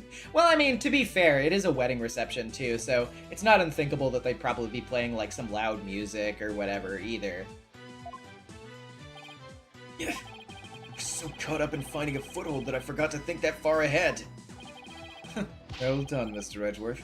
It's time to call this trial's time of death. Well, Mr. Wright, can you prove the murder happened during the reception? Don't even bother. This claim's dead on arrival. Victory is within your grasp, prosecutor. It was very loud fog. Quiet, witness. I have no interest in victory. All I care about is the truth. One that we can only arrive at through further deliberation. Edgeworth. Enough of this. Your Honor, this trial's over. They use the fog that makes you deaf. I mean, the fog did come from dry ice, which made the body cold, apparently, which also means that it could make people's ears cold. It's okay. I'm not gonna keep going. No, Mr. Nickety. That is for me to decide. Mr. Wright, can you prove it? Can you prove that the murder was committed during the wedding reception? The wedding reception. oh, I love my wedding reception. Why is there no verdict yet? The lawyer's obviously out of answers. Prosecutor, the judge, they're all infected. Malignant stupidity so advanced, not even the best surgeons can save them. In fact, not even a brain transplant can cure them. This court's infected with idiocy. It's a pandemic! Objection! No, that was in 2020. I mean, Mr. Nickety, that's enough already. Finally ready to give up, are you? No, just the opposite, actually. Flawless Walrus with the 2. Wedding procession. Snoop Dogg. A wedding procession, rather, yeah. Snoop Dogg wedding. God. I'll prove the murder was committed during the reception. By you! You'll prove it. Can you really, Mr. Wright? Yes, I can, Your Honor. To be honest, I don't know exactly how I'll do it just yet. But if I want to get to the truth Edgeworth was talking about, I'll just have to find that way. Very well, Mr. Wright. Let's have your proof. Enough of this foolishness! He's just bluffing! Stop him from speaking, Your Honor! I will do nothing of the sort. We're just a district court judge! The power of the Sprocket family out! Enough of your foolishness, Mr. Nickety. This judicial body will not succumb to the influence of money or power.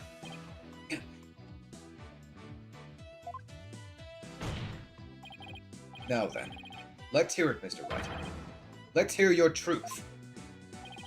Think, Phoenix. Remember everything you've learned so far. You can do this. You can find the definitive evidence that will lead us to the truth. Oh yeah, this. Think, Phoenix. How can I prove the murder took place during the wedding reception? Pierce committed the murder during the reception. He had to have used... The Ice Fennec. This judicial body will not succumb to money or power. Again. Had to have used his shoulder mech murder weapon. Well, the murder weapon, yeah. The reception photo. What the fuck are you talking about? The reception photo. Yeah, use the reception photo. No. But,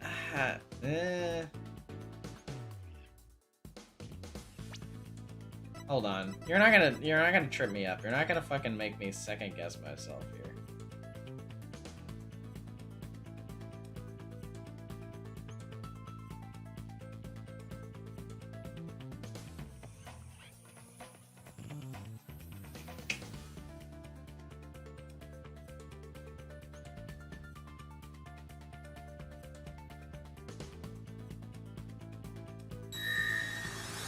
Rebellion Spark with a 2. Remember, this is the year AA4 happens. Oh, this year's... Jesus Christ, that's crazy.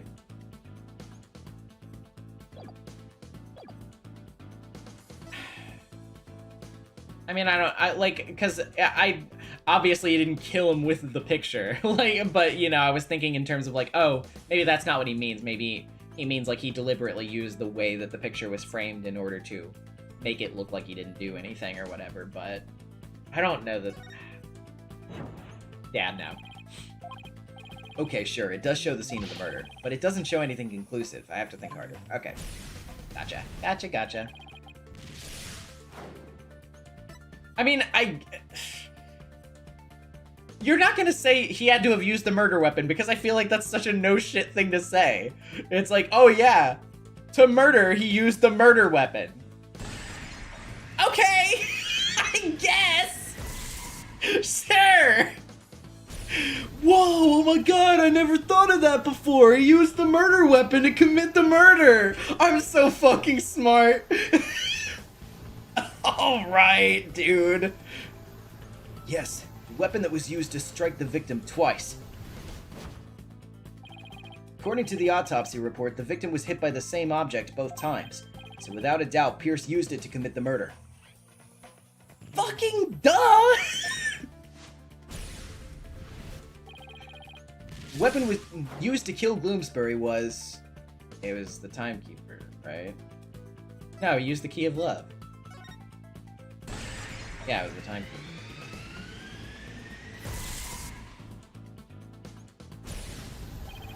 Pierce struck the victim during that one single moment.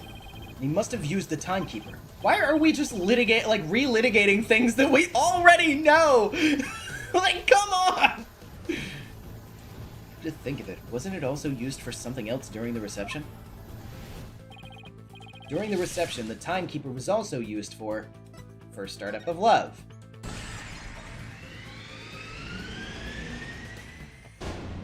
The timekeeper had been activated. Oh, had been activated. That's right! The timekeeper had been activated during the reception! If we activate the timekeeper again now, and find any trace of evidence of the murder, that would be conclusive proof that Bloomsbury was killed during the reception! Yeah. Yeah. Yeah. I'm sorry, I can't get over it. Like, yes! Oh, yes! A special ceremony took place during the reception in question. What kind of a special ceremony? It was called the first startup of love. Apparently, the couple activated the timekeeper for the first time during it. Does that mean the timekeeper here in evidence is inactivated at the moment? And what would happen if it were to activate? If we were to activate it? Why don't we see for ourselves? It would give us a chance to examine it. Y'all didn't think to do that before? Cardi and Joker with the 5. Big he used chicken to make me chicken stock energy here. Shoutouts to anyone who gets the reference. I don't get the reference, but it is applicable from the sound of it. And while we're at it, we might just find some conclusive evidence.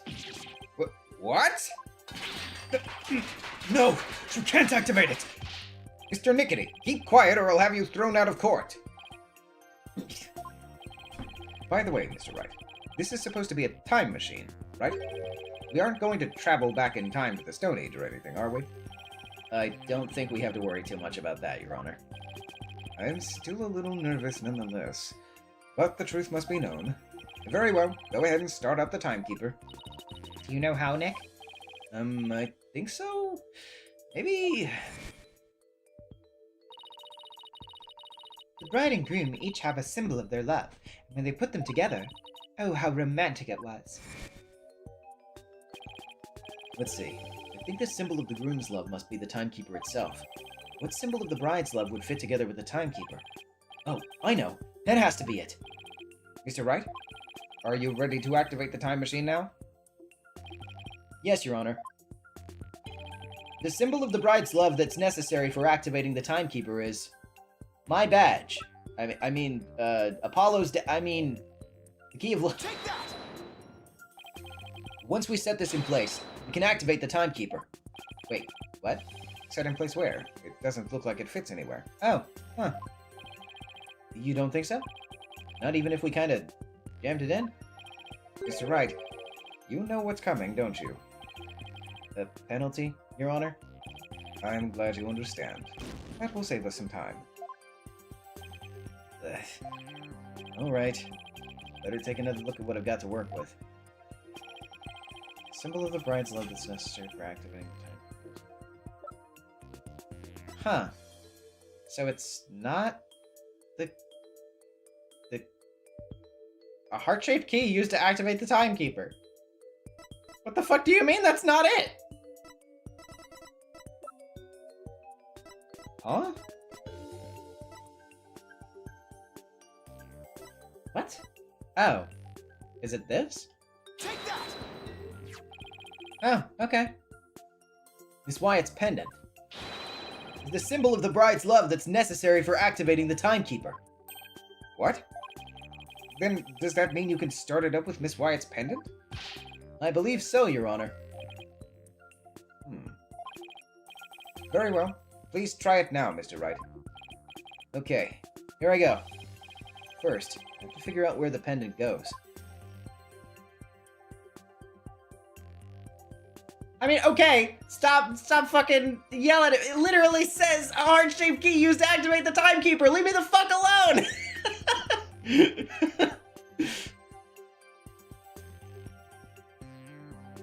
Oh, okay. Yeah. This hole looks like a good spot. I'll try setting the pendant in here.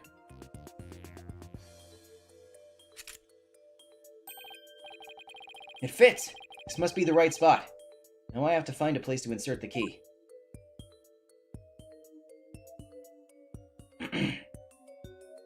Okay. Let's see. I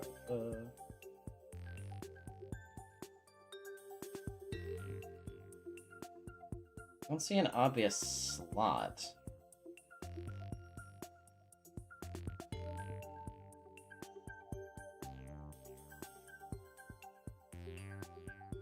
Hold on, can we zoom in here?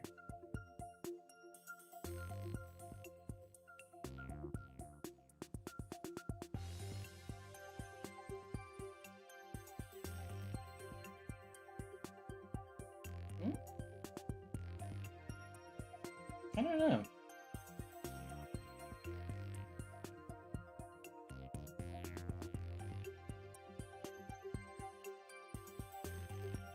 Insert the key in the propeller, please. Just jam the key in anywhere. Check the... yeah. Oh yeah, that's true. That's a good point.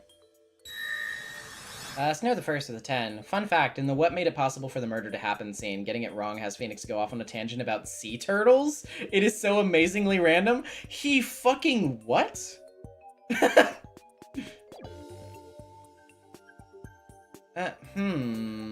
I wonder. The divots there, kinda...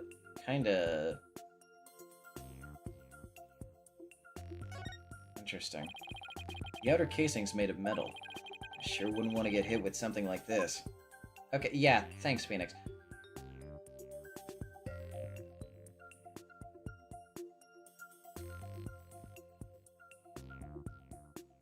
Wait, do we have to... No. We can be zoomed out.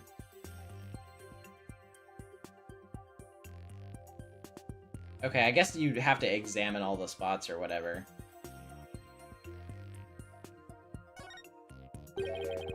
hole in the middle of the pendant. Could this be it?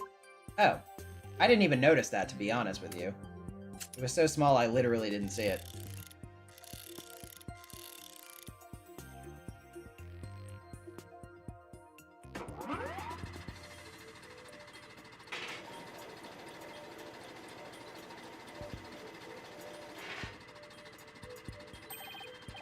It worked. The timekeeper's been activated. Now all I have to do is find proof that the crime was committed during the reception.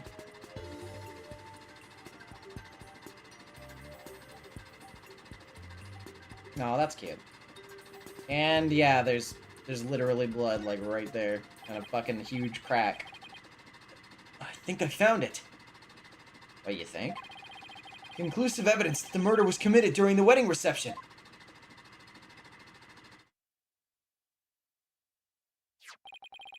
Just as I suspected, there's evidence of the murder inside the timekeeper, Mr. Nickety.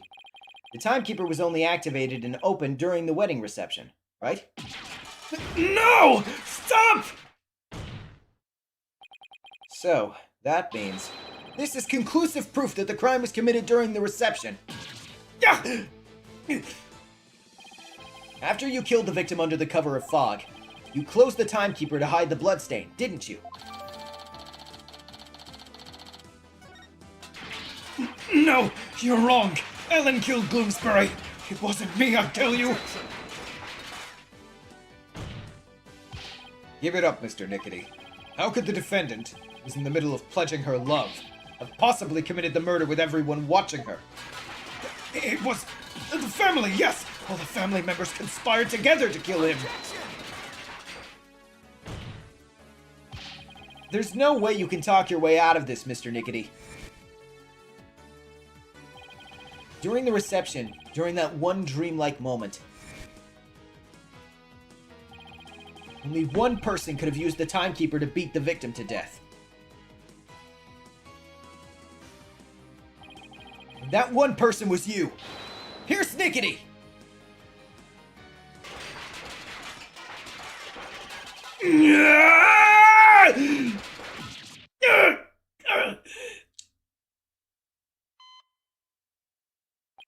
No, this isn't over yet. I won't give up. Oh no! I cut the artery! This stupid thing!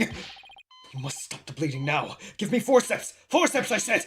Hey, where is everyone? Fine. I'll manage this alone. I'll do it all by myself. I can fix anything, repair anything. You have to get better. You have to live. You must! I would have been able to save her. If only I hadn't listened to her. If only I'd treated her first. If only that Soren hadn't been there. Selena, no.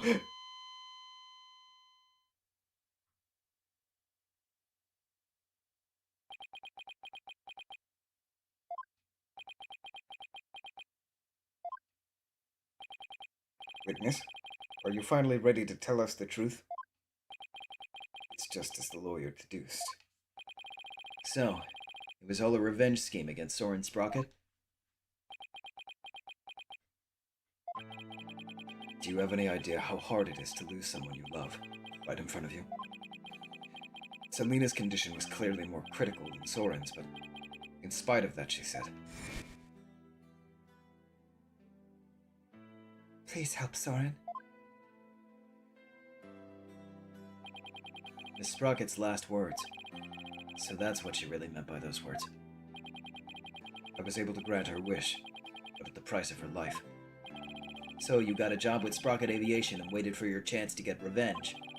You got close to Mr. Bloomsbury and hatched this plot. Is that right? Bloomsbury already bore a grudge against Soren. So when I tempted him with an even better position, he immediately took the bait. He was your accomplice, someone who shared the same goal as you. Why was it necessary for you to kill him? Astro Boy with the 5. I don't think we've ever seen a breakdown that's been both over the top and yet also tragic. Absolute cinema. Bravo, Vince Gilligan. Bravo, Vince. Peak television. I didn't expect Soren to strike Bloomsbury out of the Vista deck. and I certainly never imagined he'd make his way there along the outside wall. Soren's love is the real deal, after all. My plan had been compromised, so for the time being I hid his body in the lantern and tried to think of my next move. Also, I have to say, too, like, because Sammy said, you know, saying you don't know how it feels to lose a loved one in front of Maya is crazy. But also, I'd argue it's kind of crazy to say about Soren, too. Or in front of Soren, because it's like, I mean, yeah, you can argue he has some culpability in his sister's death, but, like, it still doesn't mean that he's not fucking heartbroken over the death of his sister. Like, he didn't mean for that to happen. Then Mr. Gloomsbury came to during the second wedding reception. As soon as I saw Gloomsbury, I instantly hit upon an idea. To pin the blame of Gloomsbury's murder on Ellen. He tried to break up the couple by making the bride out to be a murderer. How despicable. Soren was getting the company in a wedding. Both things that were supposed to be Selena's. He took every happiness from her. Hermie the Frog 21 with the 5. There's concept art of transformation and breakdown with nothing left to spoil. You're now free to peruse the art gallery. Oh yeah, that's right. We can do that after this. Who's the despicable one here? Do you think what you did would make her happy? I know it wouldn't. But I couldn't just stand by, watching Soren enjoy his happiness. I was going to have Soren taste the same pain I had, and then take over Sprocket Aviation. I would take back from him all of the happiness that was rightfully Selena's.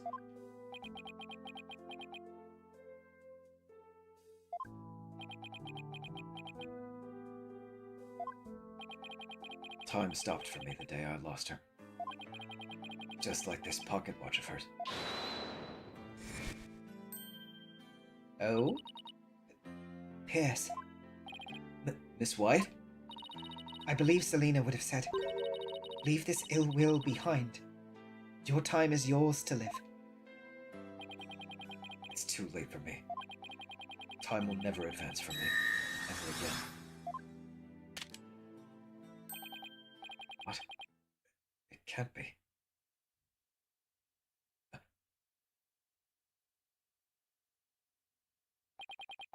I see now, Selena.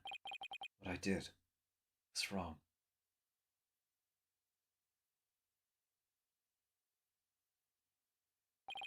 I see no further need to continue this trial. Sorry, I wanted to wait a second to go through that scene real quick because that was a pretty serious moment. Astro Boy with the 5. Literally every MF in this courtroom has lost a loved one. Edgeworth, Phoenix, Soren, Maya, etc. Bro chose the wrong crowd. Well, he doesn't know, I suppose. Well, except for Soren, but Soren isn't technically there, so. Bailiff, please take Mr. Nickety away. Pierce Nickety, another inconsolable time traveler. He lived in time that stood still.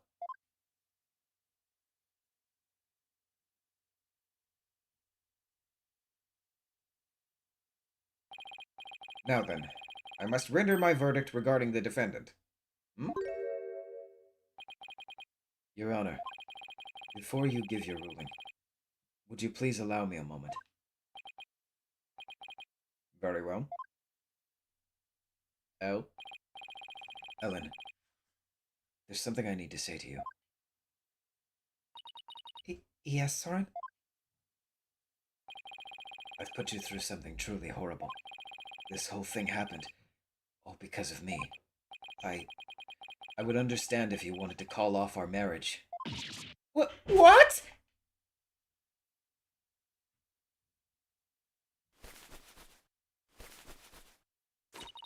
Of course not! I've never once thought that! If you stay with me, you'll only face even more trying times in the future. What do you mean? The truth of this incident, and the car accident before it. I'm going to tell the public everything.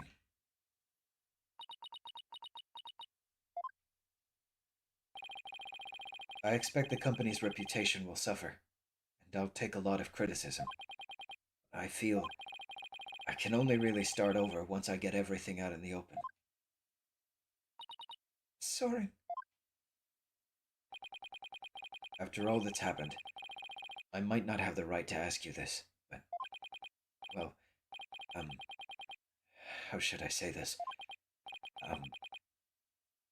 Maybe I'll just...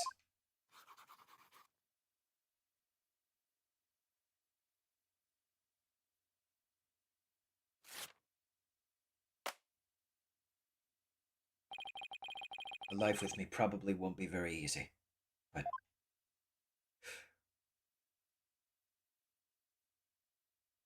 Will you marry me? Yes, of course.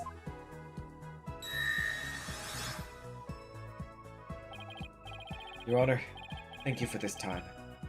Please, continue with your ruling. Aww. Bro. Cardi and Joker with the 5. So in the end, the case wasn't about the time traveler's wife, but rather the time traveling surgeon slash butler and company. Yeah, well, you know. Very well. But first, I have one question. Do the two of you pledge your eternal love for each other to the goddess of justice, Themis? I do, Your Honor. I do. Does the prosecution or the defense have any objections? Well done, Your Honor. No objections here. The defense has no objections either, Your Honor. This court finds the defendant, Ellen Wyatt. That's not right. This court finds the defendant, Ellen Sprocket. Not guilty. Ah. Bah. The Baconing 5 with the 5. Glad you had your epiphany, Pierce. Too bad somebody had to die, but the guy was easily bought into to kill someone, so whatever. True, I guess. This court is adjourned.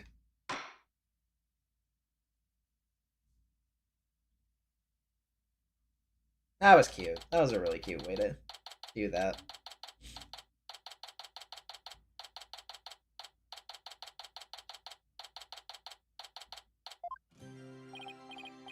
Ellen, Soren, congratulations. Mr. Wright, I can't thank you enough. Chaos 505 with the 5. Now that we've gotten past 6 games of trash, it's time to play true cinema and the best DLC known to mankind, Asinine Attorney. It's so bad, I love it. I'm not familiar, really, actually, to be completely honest with you. If you hadn't exposed the truth, Soren and I wouldn't. We wouldn't. But now you can finally start your new life together, right? Oh, thank you! Mr. Wright, we'll be holding our real wedding ceremony in the near future. Would you do us the honor of coming to it? I want you to witness our fresh start. Of course. I wouldn't miss it for the world. And Ellen, this time, it'll finally be happily ever after, right? Oh, yes. The two of you have persevered and overcome this trial together. Now, no matter what obstacles come your way, I'm sure you'll be able to handle them. There's another thing I'm sure of, too. This person will always be watching over the two of you. That's right. My dad. Okay, yeah, let's find the photo. Take that! Selena. Yes. I think you're right. And we promise to live life to the fullest. For Selena's sake, too. Right, Soren? That's right. Well, we'd better be on our way. Yes, my love. Oh, look at them! Wow, the old threshold carry, huh? Way to show off. We'll be seeing you. Goodbye for now. I'll be looking forward to that wedding. Hold on tight, Ellen. You better believe I will. I'm never letting you go. Goodbye! There they go. You're not thinking of going to that wedding by yourself, are you, boss? Yeah, I figured. Astro Boy with the 5. At this section, I presented the newspaper of her death instead of the photo and got confused as to why it didn't work. Oh my god, no. Jesus. Shows you the article about your dead sister. And Cardi and Joker with the 5. Oh, wait, I forgot to say you may kiss the bride. Maybe next wedding-related trial. You're taking S2, right? Oh boy, I bet there's gonna be all kinds of fancy food there. Athena, when'd you get here? Just now. I would have been here to cheer you guys on earlier, but Trucy never gave me a chance to slip away. You're gonna be in even bigger trouble with her later. Speaking of the wedding, maybe I should ask them to invite Edgeworth. Mr. Edgeworth? Really? But he thought Ellen was guilty all the way to the end. That may be true, but Don't even bother. His claim is dead on arrival. Victory's within your grasp, prosecutor. Quiet, witness. I have no interest in victory. All I care about is the truth. I have to clarify that for the audience so they don't think that my character's regressed. One that we can only arrive at through further deliberation. if he hadn't stood up for us when he did, the trial probably would have ended there. You mean Mr. Edgeworth gave us that chance? Maybe. Though knowing him, I doubt he'd ever tell, even if I asked. Well, if that's how you feel about it, Nick, then why not try to get him invited? Hey, Maya, have you ever tried to catch the bouquet? What? No. I never have either. Fighting over a bouquet that's been tossed by the bride, talk about a fierce competition. I'm totally stoked. I'm not sure it's really supposed to be all that competitive. I'm a pretty good jumper, so I think I've got a chance. She's definitely missing the point of the whole thing. Larry, how'd you manage to stay so quiet for so long? Shut up! Wishing the lady you fell in love with every happiness is what a real man does! I'm pretty sure that relationship was over before it even began, Larry. Darn it all. If only I was 10 years younger, things would have gone differently. Hands of time, why won't you turn back for me? Shut up, Larry. Marie the Beam with the 20. It's my birthday in a few hours, and I've been meaning to donate some as thanks for helping me focus during work with your Umineko and Higurashi streams. This is just a small piece of what you deserve. Aw, thank you so much, and happy birthday! Today is Ellen and Soren's third wedding ceremony and reception.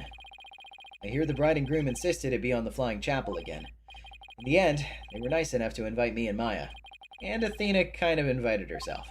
They also invited Edgeworth, Emma, and even Larry. They say third time's the charm, right?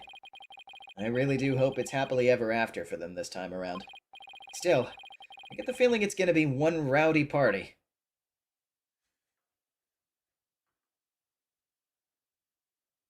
Ready when you are. Aw, cute. Okay, here we go. Huh? Oh. Eh, Oh, hey! Look who's next! Huh? no, never.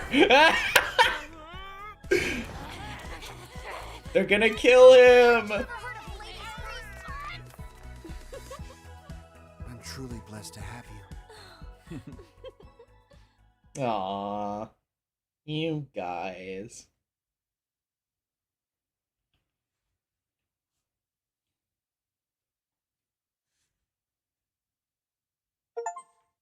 Hey, we got the special art for the menu. Let's go. That's pretty good. That's cute. That's also really good. Well, well. I guess that's Spirit of Justice done and dusted. Hold on. Let's set the... Yeah! Let's... Yeah! That's so cute! I like that. Very, very Tezuka art style. Well, yeah, I thought that case was pretty good. It wasn't like the best ever. It did really drag in that last trial, in my opinion. Like, the pacing got pretty slow. But overall, not bad. Not bad. Could have been better, but not bad. Flawless Walrus with the 5. I think it was important for a wedding case to have the best couple in Ace Attorney history, and they nailed it. Yeah, they were really cute.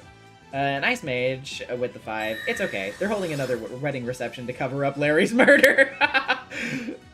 Cardian Joker with the 5. As a reminder, this is technically the end of the main timeline AA thus far. It sure is. It's sad, but what can you do? Man, what a journey it's been.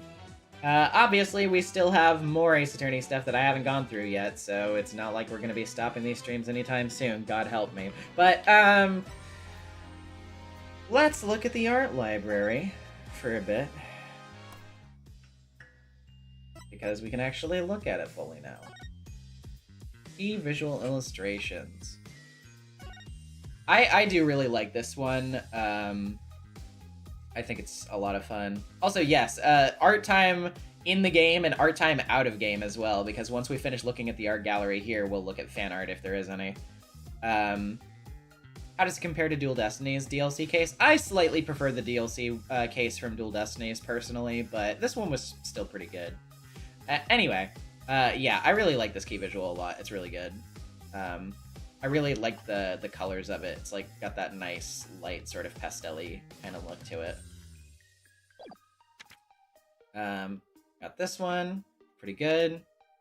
Ah, that's cute. The whole gang. Look at him. And Larry's there too. Got this one. Pretty good. I quite like this one.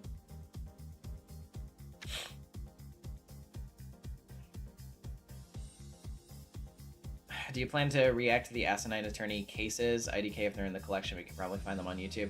To be honest with you, I don't know what they are. So, like, people have been referring to them in the chat. I'm not personally familiar with them. That's cute though. Okay, yeah. Like the case illustrations. Well, whatever they are, they're not in the collection anyway. They're non-canon bonus episodes exclusive to 3DS. Yeah, well, if they're exclusive to 3DS, then I'm probably not going to be covering them in a stream. Sorry. I might look them up on my own time later, but...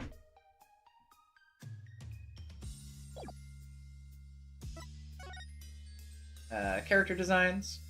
Got Phoenix, Apollo, Athena, Maya.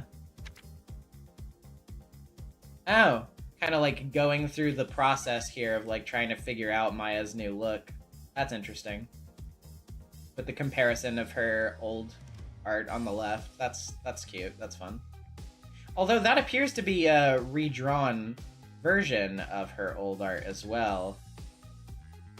More in the modern style, which I do think is pretty cool too. Yeah, I think they found a nice middle ground between like that and like the leftmost one there, which is very much trying to like evoke Mia. I think honestly it's probably like it's better to have kind of found a middle ground because I feel like that one's just it's a bit too Mia. It's getting away from Maya as a character in my opinion a little bit. We have Rafa.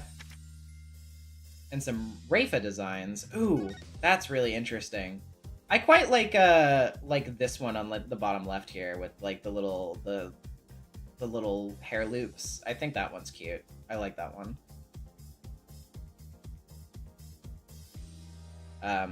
Yeah, these are very interesting. Oh, some more ones. Now these are also interesting. I can't say that any of them stick out to me as much as the final design, though. Some of them are a little generic. Interesting ideas, though. I definitely think what they landed on fits Rafa's character the best, though. Some other interesting ones here. Again, yeah, I still think what they landed on is probably the best. We have Nayuta. And some, oh man, some really interesting ones here. You can definitely see this sort of like, kind of androgyny that they were aiming for with this one in particular. This one just has the fucking, like, Satsuki Kiryuin hair, which is really interesting. Oh,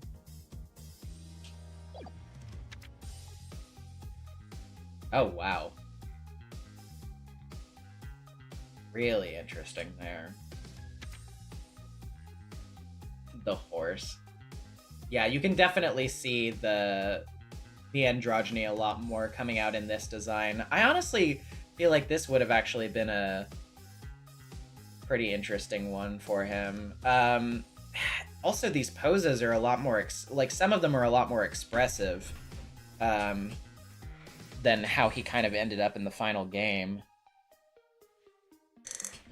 Particularly those, like, top two in the middle with, like, the hand gestures. Almost kind of doing the Reagan Arataka there in the top middle. That's interesting. I mean, yeah, I wasn't saying that he doesn't still look androgynous, Rebellion Sprite, but, like, even more so in this one, really.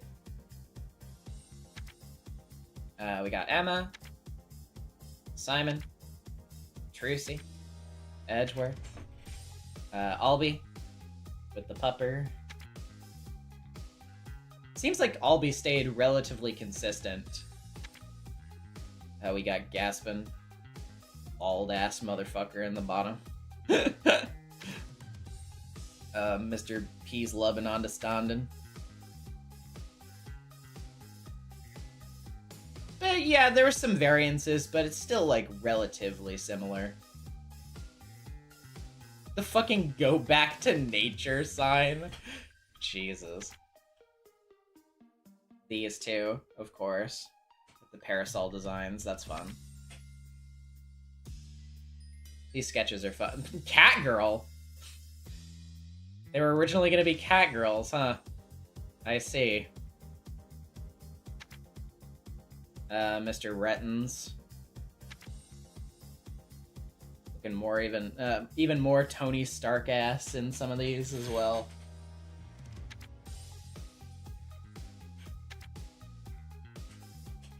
Again, relatively consistent design here.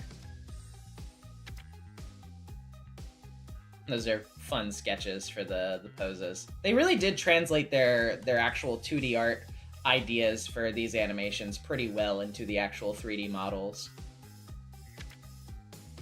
Especially with, like, the motion. Fucking Dats. Yeah, like, especially when you look at some of Dats's expressions, like, it's really obvious that they, like, really got that. Those are, like, pitch perfect to what they drew.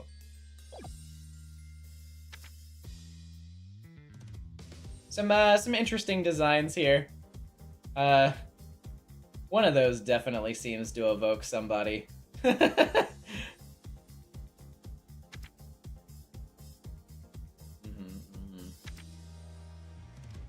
You got Geru. Again, these are pretty accurate to the actual models themselves. Oh, alternate color schemes for Geru. I think the red dress one isn't that bad. I'm not a fan of the other two, though. The yellow one is way too Ronald McDonald. And the purple one is, I don't know. Just the blonde hair doesn't really work for me with that color contrast. It's kind of weird.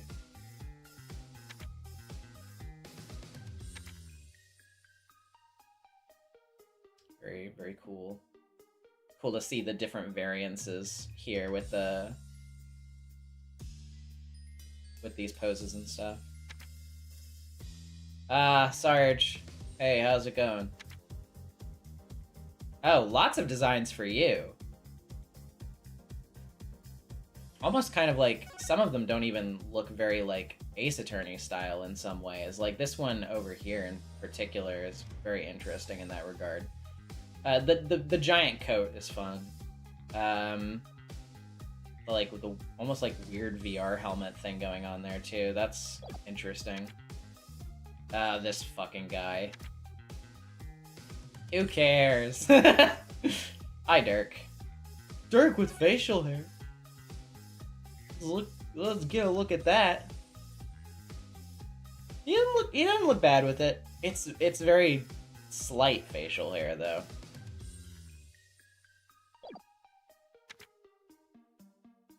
Ooh. Interesting. I don't know if I would have necessarily wanted that Dirk design, but like on the bottom left there, but it is an interesting one. The fucking aura farming going on in this middle picture, though, is fucking awesome. Yes, you. Those are some interesting alternates. That second left one is, like, kind of scary in the face.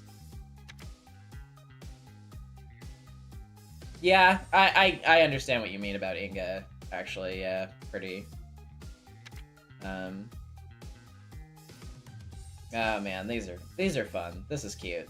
Having the concepted transformation there. With, like, the spinning. That's fun.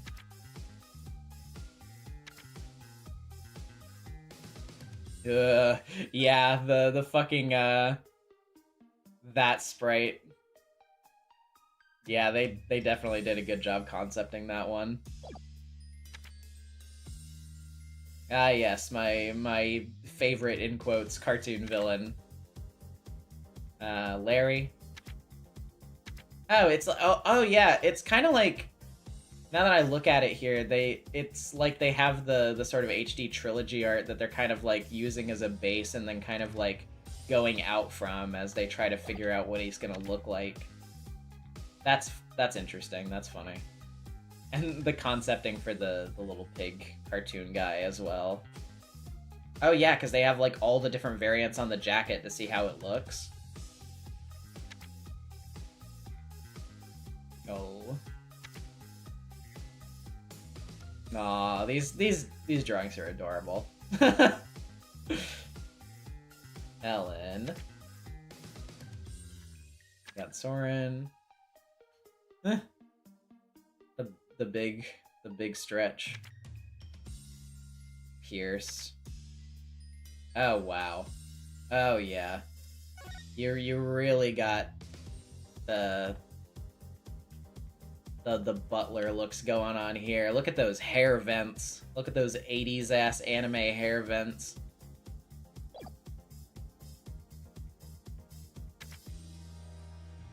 Cryony's judge. Yeah, he's a judge. Oh, they drew him with the regular judge beard to see how it would look before they went with the ties. That's interesting. We got this security guard. Mr. Rias. That, you got a real Tao Pai Pai looking one on the top there. That's interesting. Taifu. Archie Buff. Joe Justice. Bloomsbury and Selena. Holy Mother and Lady Kira. These are all pretty, like, one and done. Royal Guard. Special episode ending anime designs. Yeah, these are really cute. I really like Emma's outfit in this scene. Athena's is also pretty adorable. The DLC costumes. Super deformed character art. So, like, chibis, yeah. Apollo, Athena. Yeah, these are cute. Pixels. Yay. Okay. In-game illustrations, yeah, these are, I'm guessing, yeah, all the, like, CGs and stuff, yeah, so we don't really need to go through that.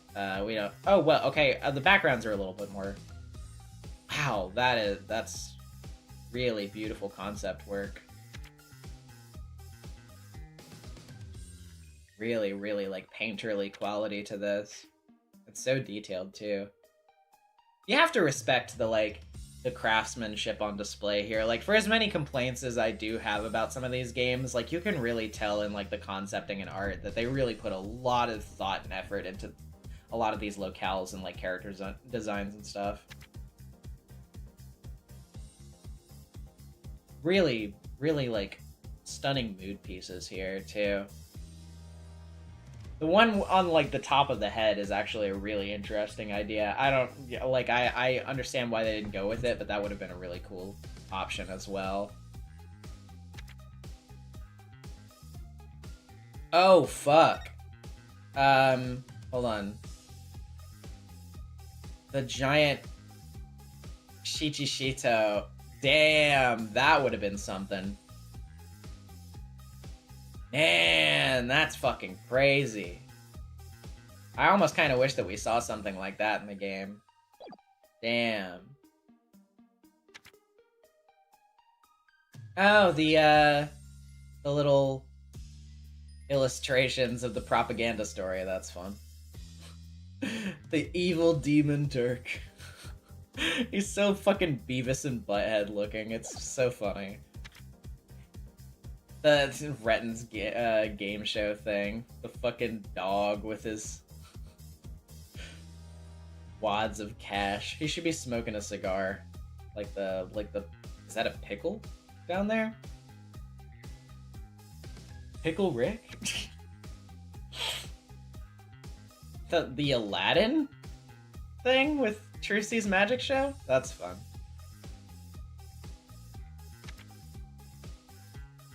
These are very fun looking. Honestly, the art style in this top right one is very almost kind of Professor Layton-y. Brick! Awesome! The lighting and mood on that second one is really, really good. I guess that was their first concept of the divination seance here, which is interesting. Got like another interpretation of the seance with like almost like with it being like a wispy vision and smoke instead of on the water surface, which that's an interesting idea. I love how even when they didn't know anything about how like the plot was gonna go, like when it looks like they were just kind of concepting out their ideas, they knew they were gonna have Maya framed for murder. They didn't know how, but they were like, by God, we're framing that girl for murder again. That's funny. The movies, which, yeah, these are just like the cutscenes and the prologue thing and the special episode cutscenes. Yeah, so we've seen all of this stuff already. Yeah, pretty cool. Well, I like it. I like it. Good stuff. Alrighty, well, that means that we can now officially move on to fan art time. So give me just a moment to pull up fan art and I will have that in just a second. Thank you for your patience.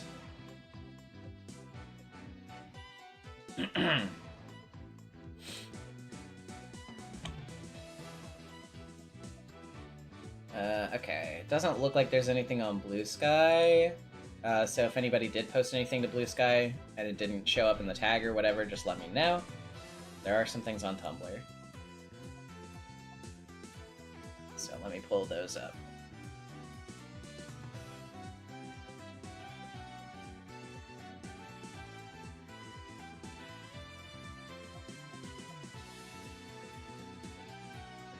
Jesus.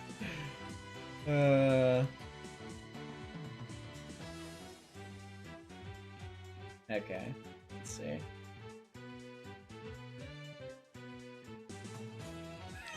So, I can't wait to show some of these. These are fantastic.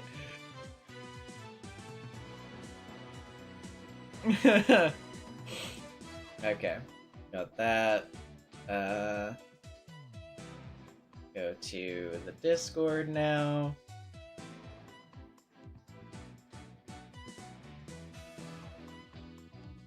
Stream art. Okay, there we go. Let's drag that over here.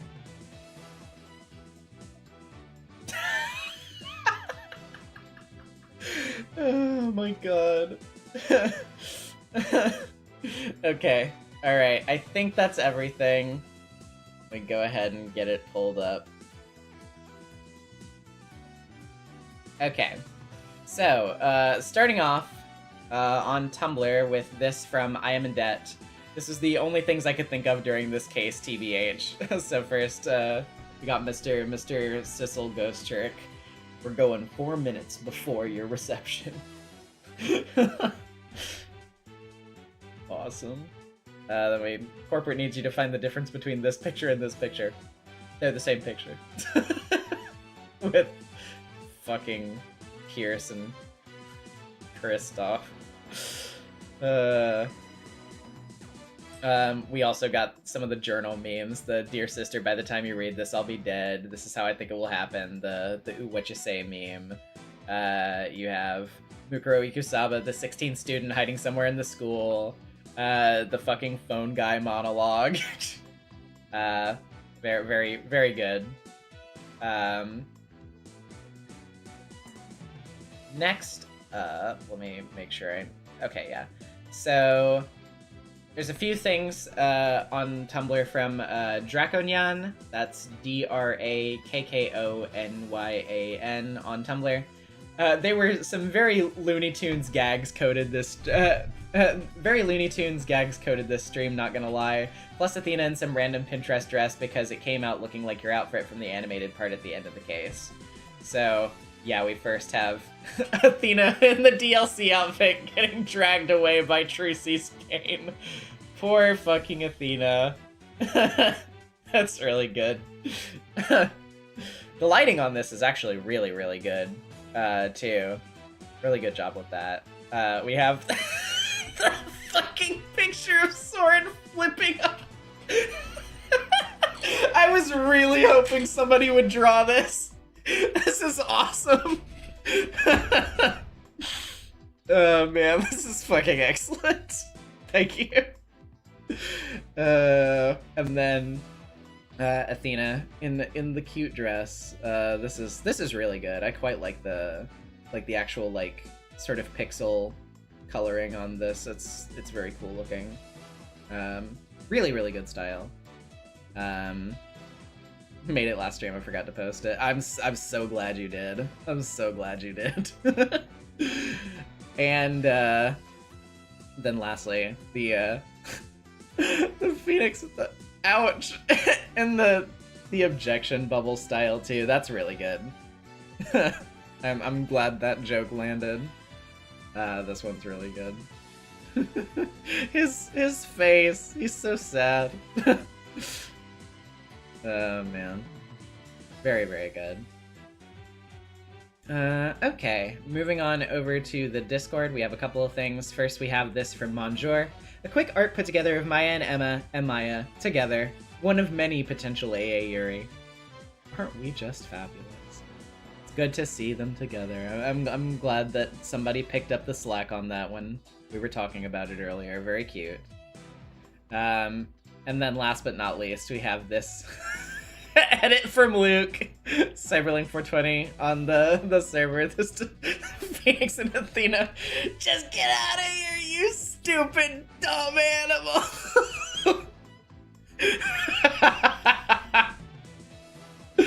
This is fucking great. Jesus. This is really, really good. Also, like, actually very well photoshopped, too. Man. Wow. Let's take a last look at everything.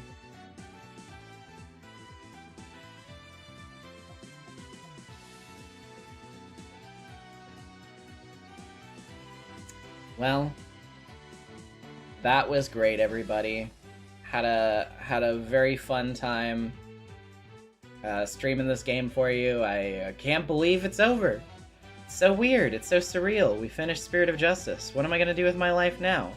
Well, in case you need the reiteration, I will tell you what we're going to be doing next. So obviously, next Tuesday is going to be an off Tuesday for me, which means that I can do whatever the fuck I want. So I am not 100% sure what we're going to be doing that for that yet. I'll figure it out. You'll find out soon enough, I'm sure. But on, let's see,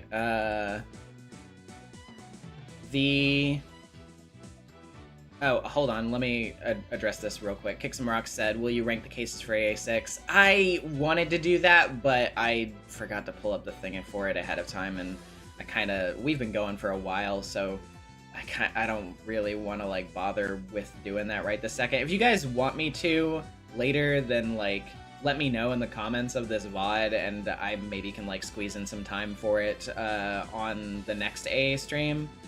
But we'll just see about it.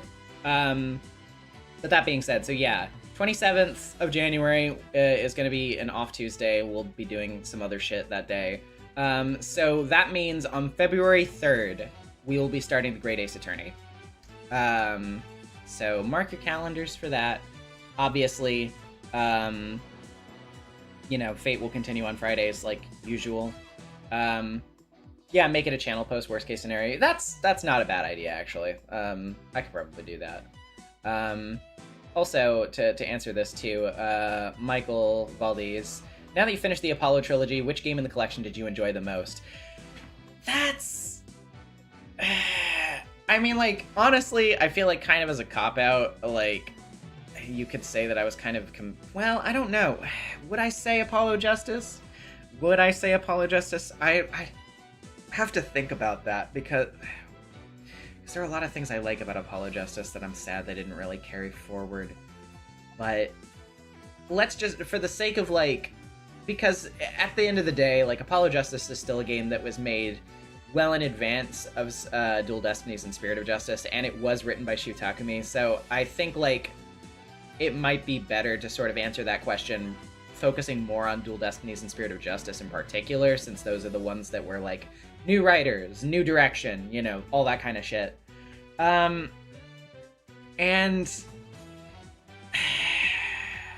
it's complicated. But, like, overall, that's tough.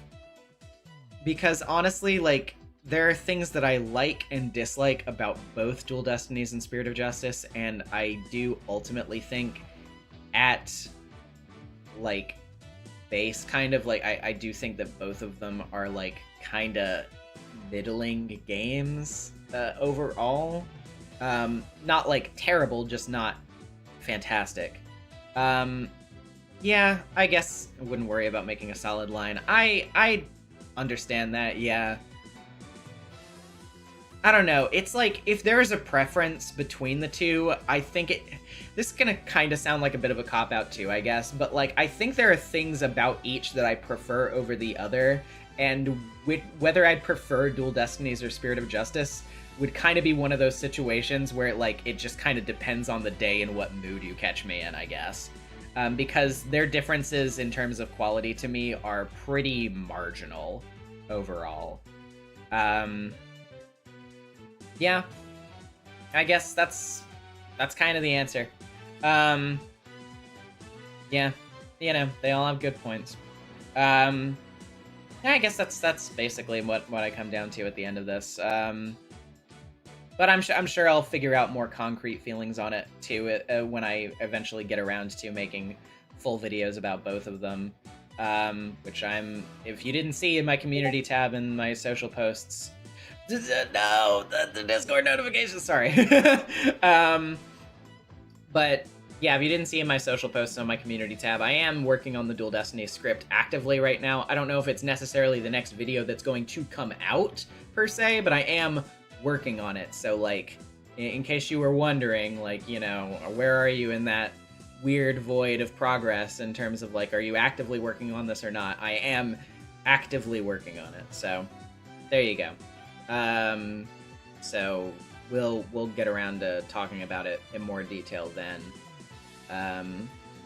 But yeah, overall, I did just finish the game, so I kind of have to sit on it for a little bit probably and figure it out. That's kind of what I had to do with Dual Destinies as well, and I'm kind of working back through my feelings on that game as I actively record for it, because that'll be my second playthrough proper of it. But yeah, you know, it'll all come out in the wash eventually, and we'll figure it out. But for now, I would say that yeah, they're both pretty comparable in terms of quality, but I still probably wouldn't say that I enjoy them more than the original trilogy, personally. Okay. We yapped for far too long. I gotta be getting out of here. Fate is always on Friday, something else on Tuesday, next Tuesday, and then Great Ace Attorney on February 3rd. So thank you guys so much for watching. Really had a lot of fun with this series. Hope you did too. And I'll be seeing you around. Bye!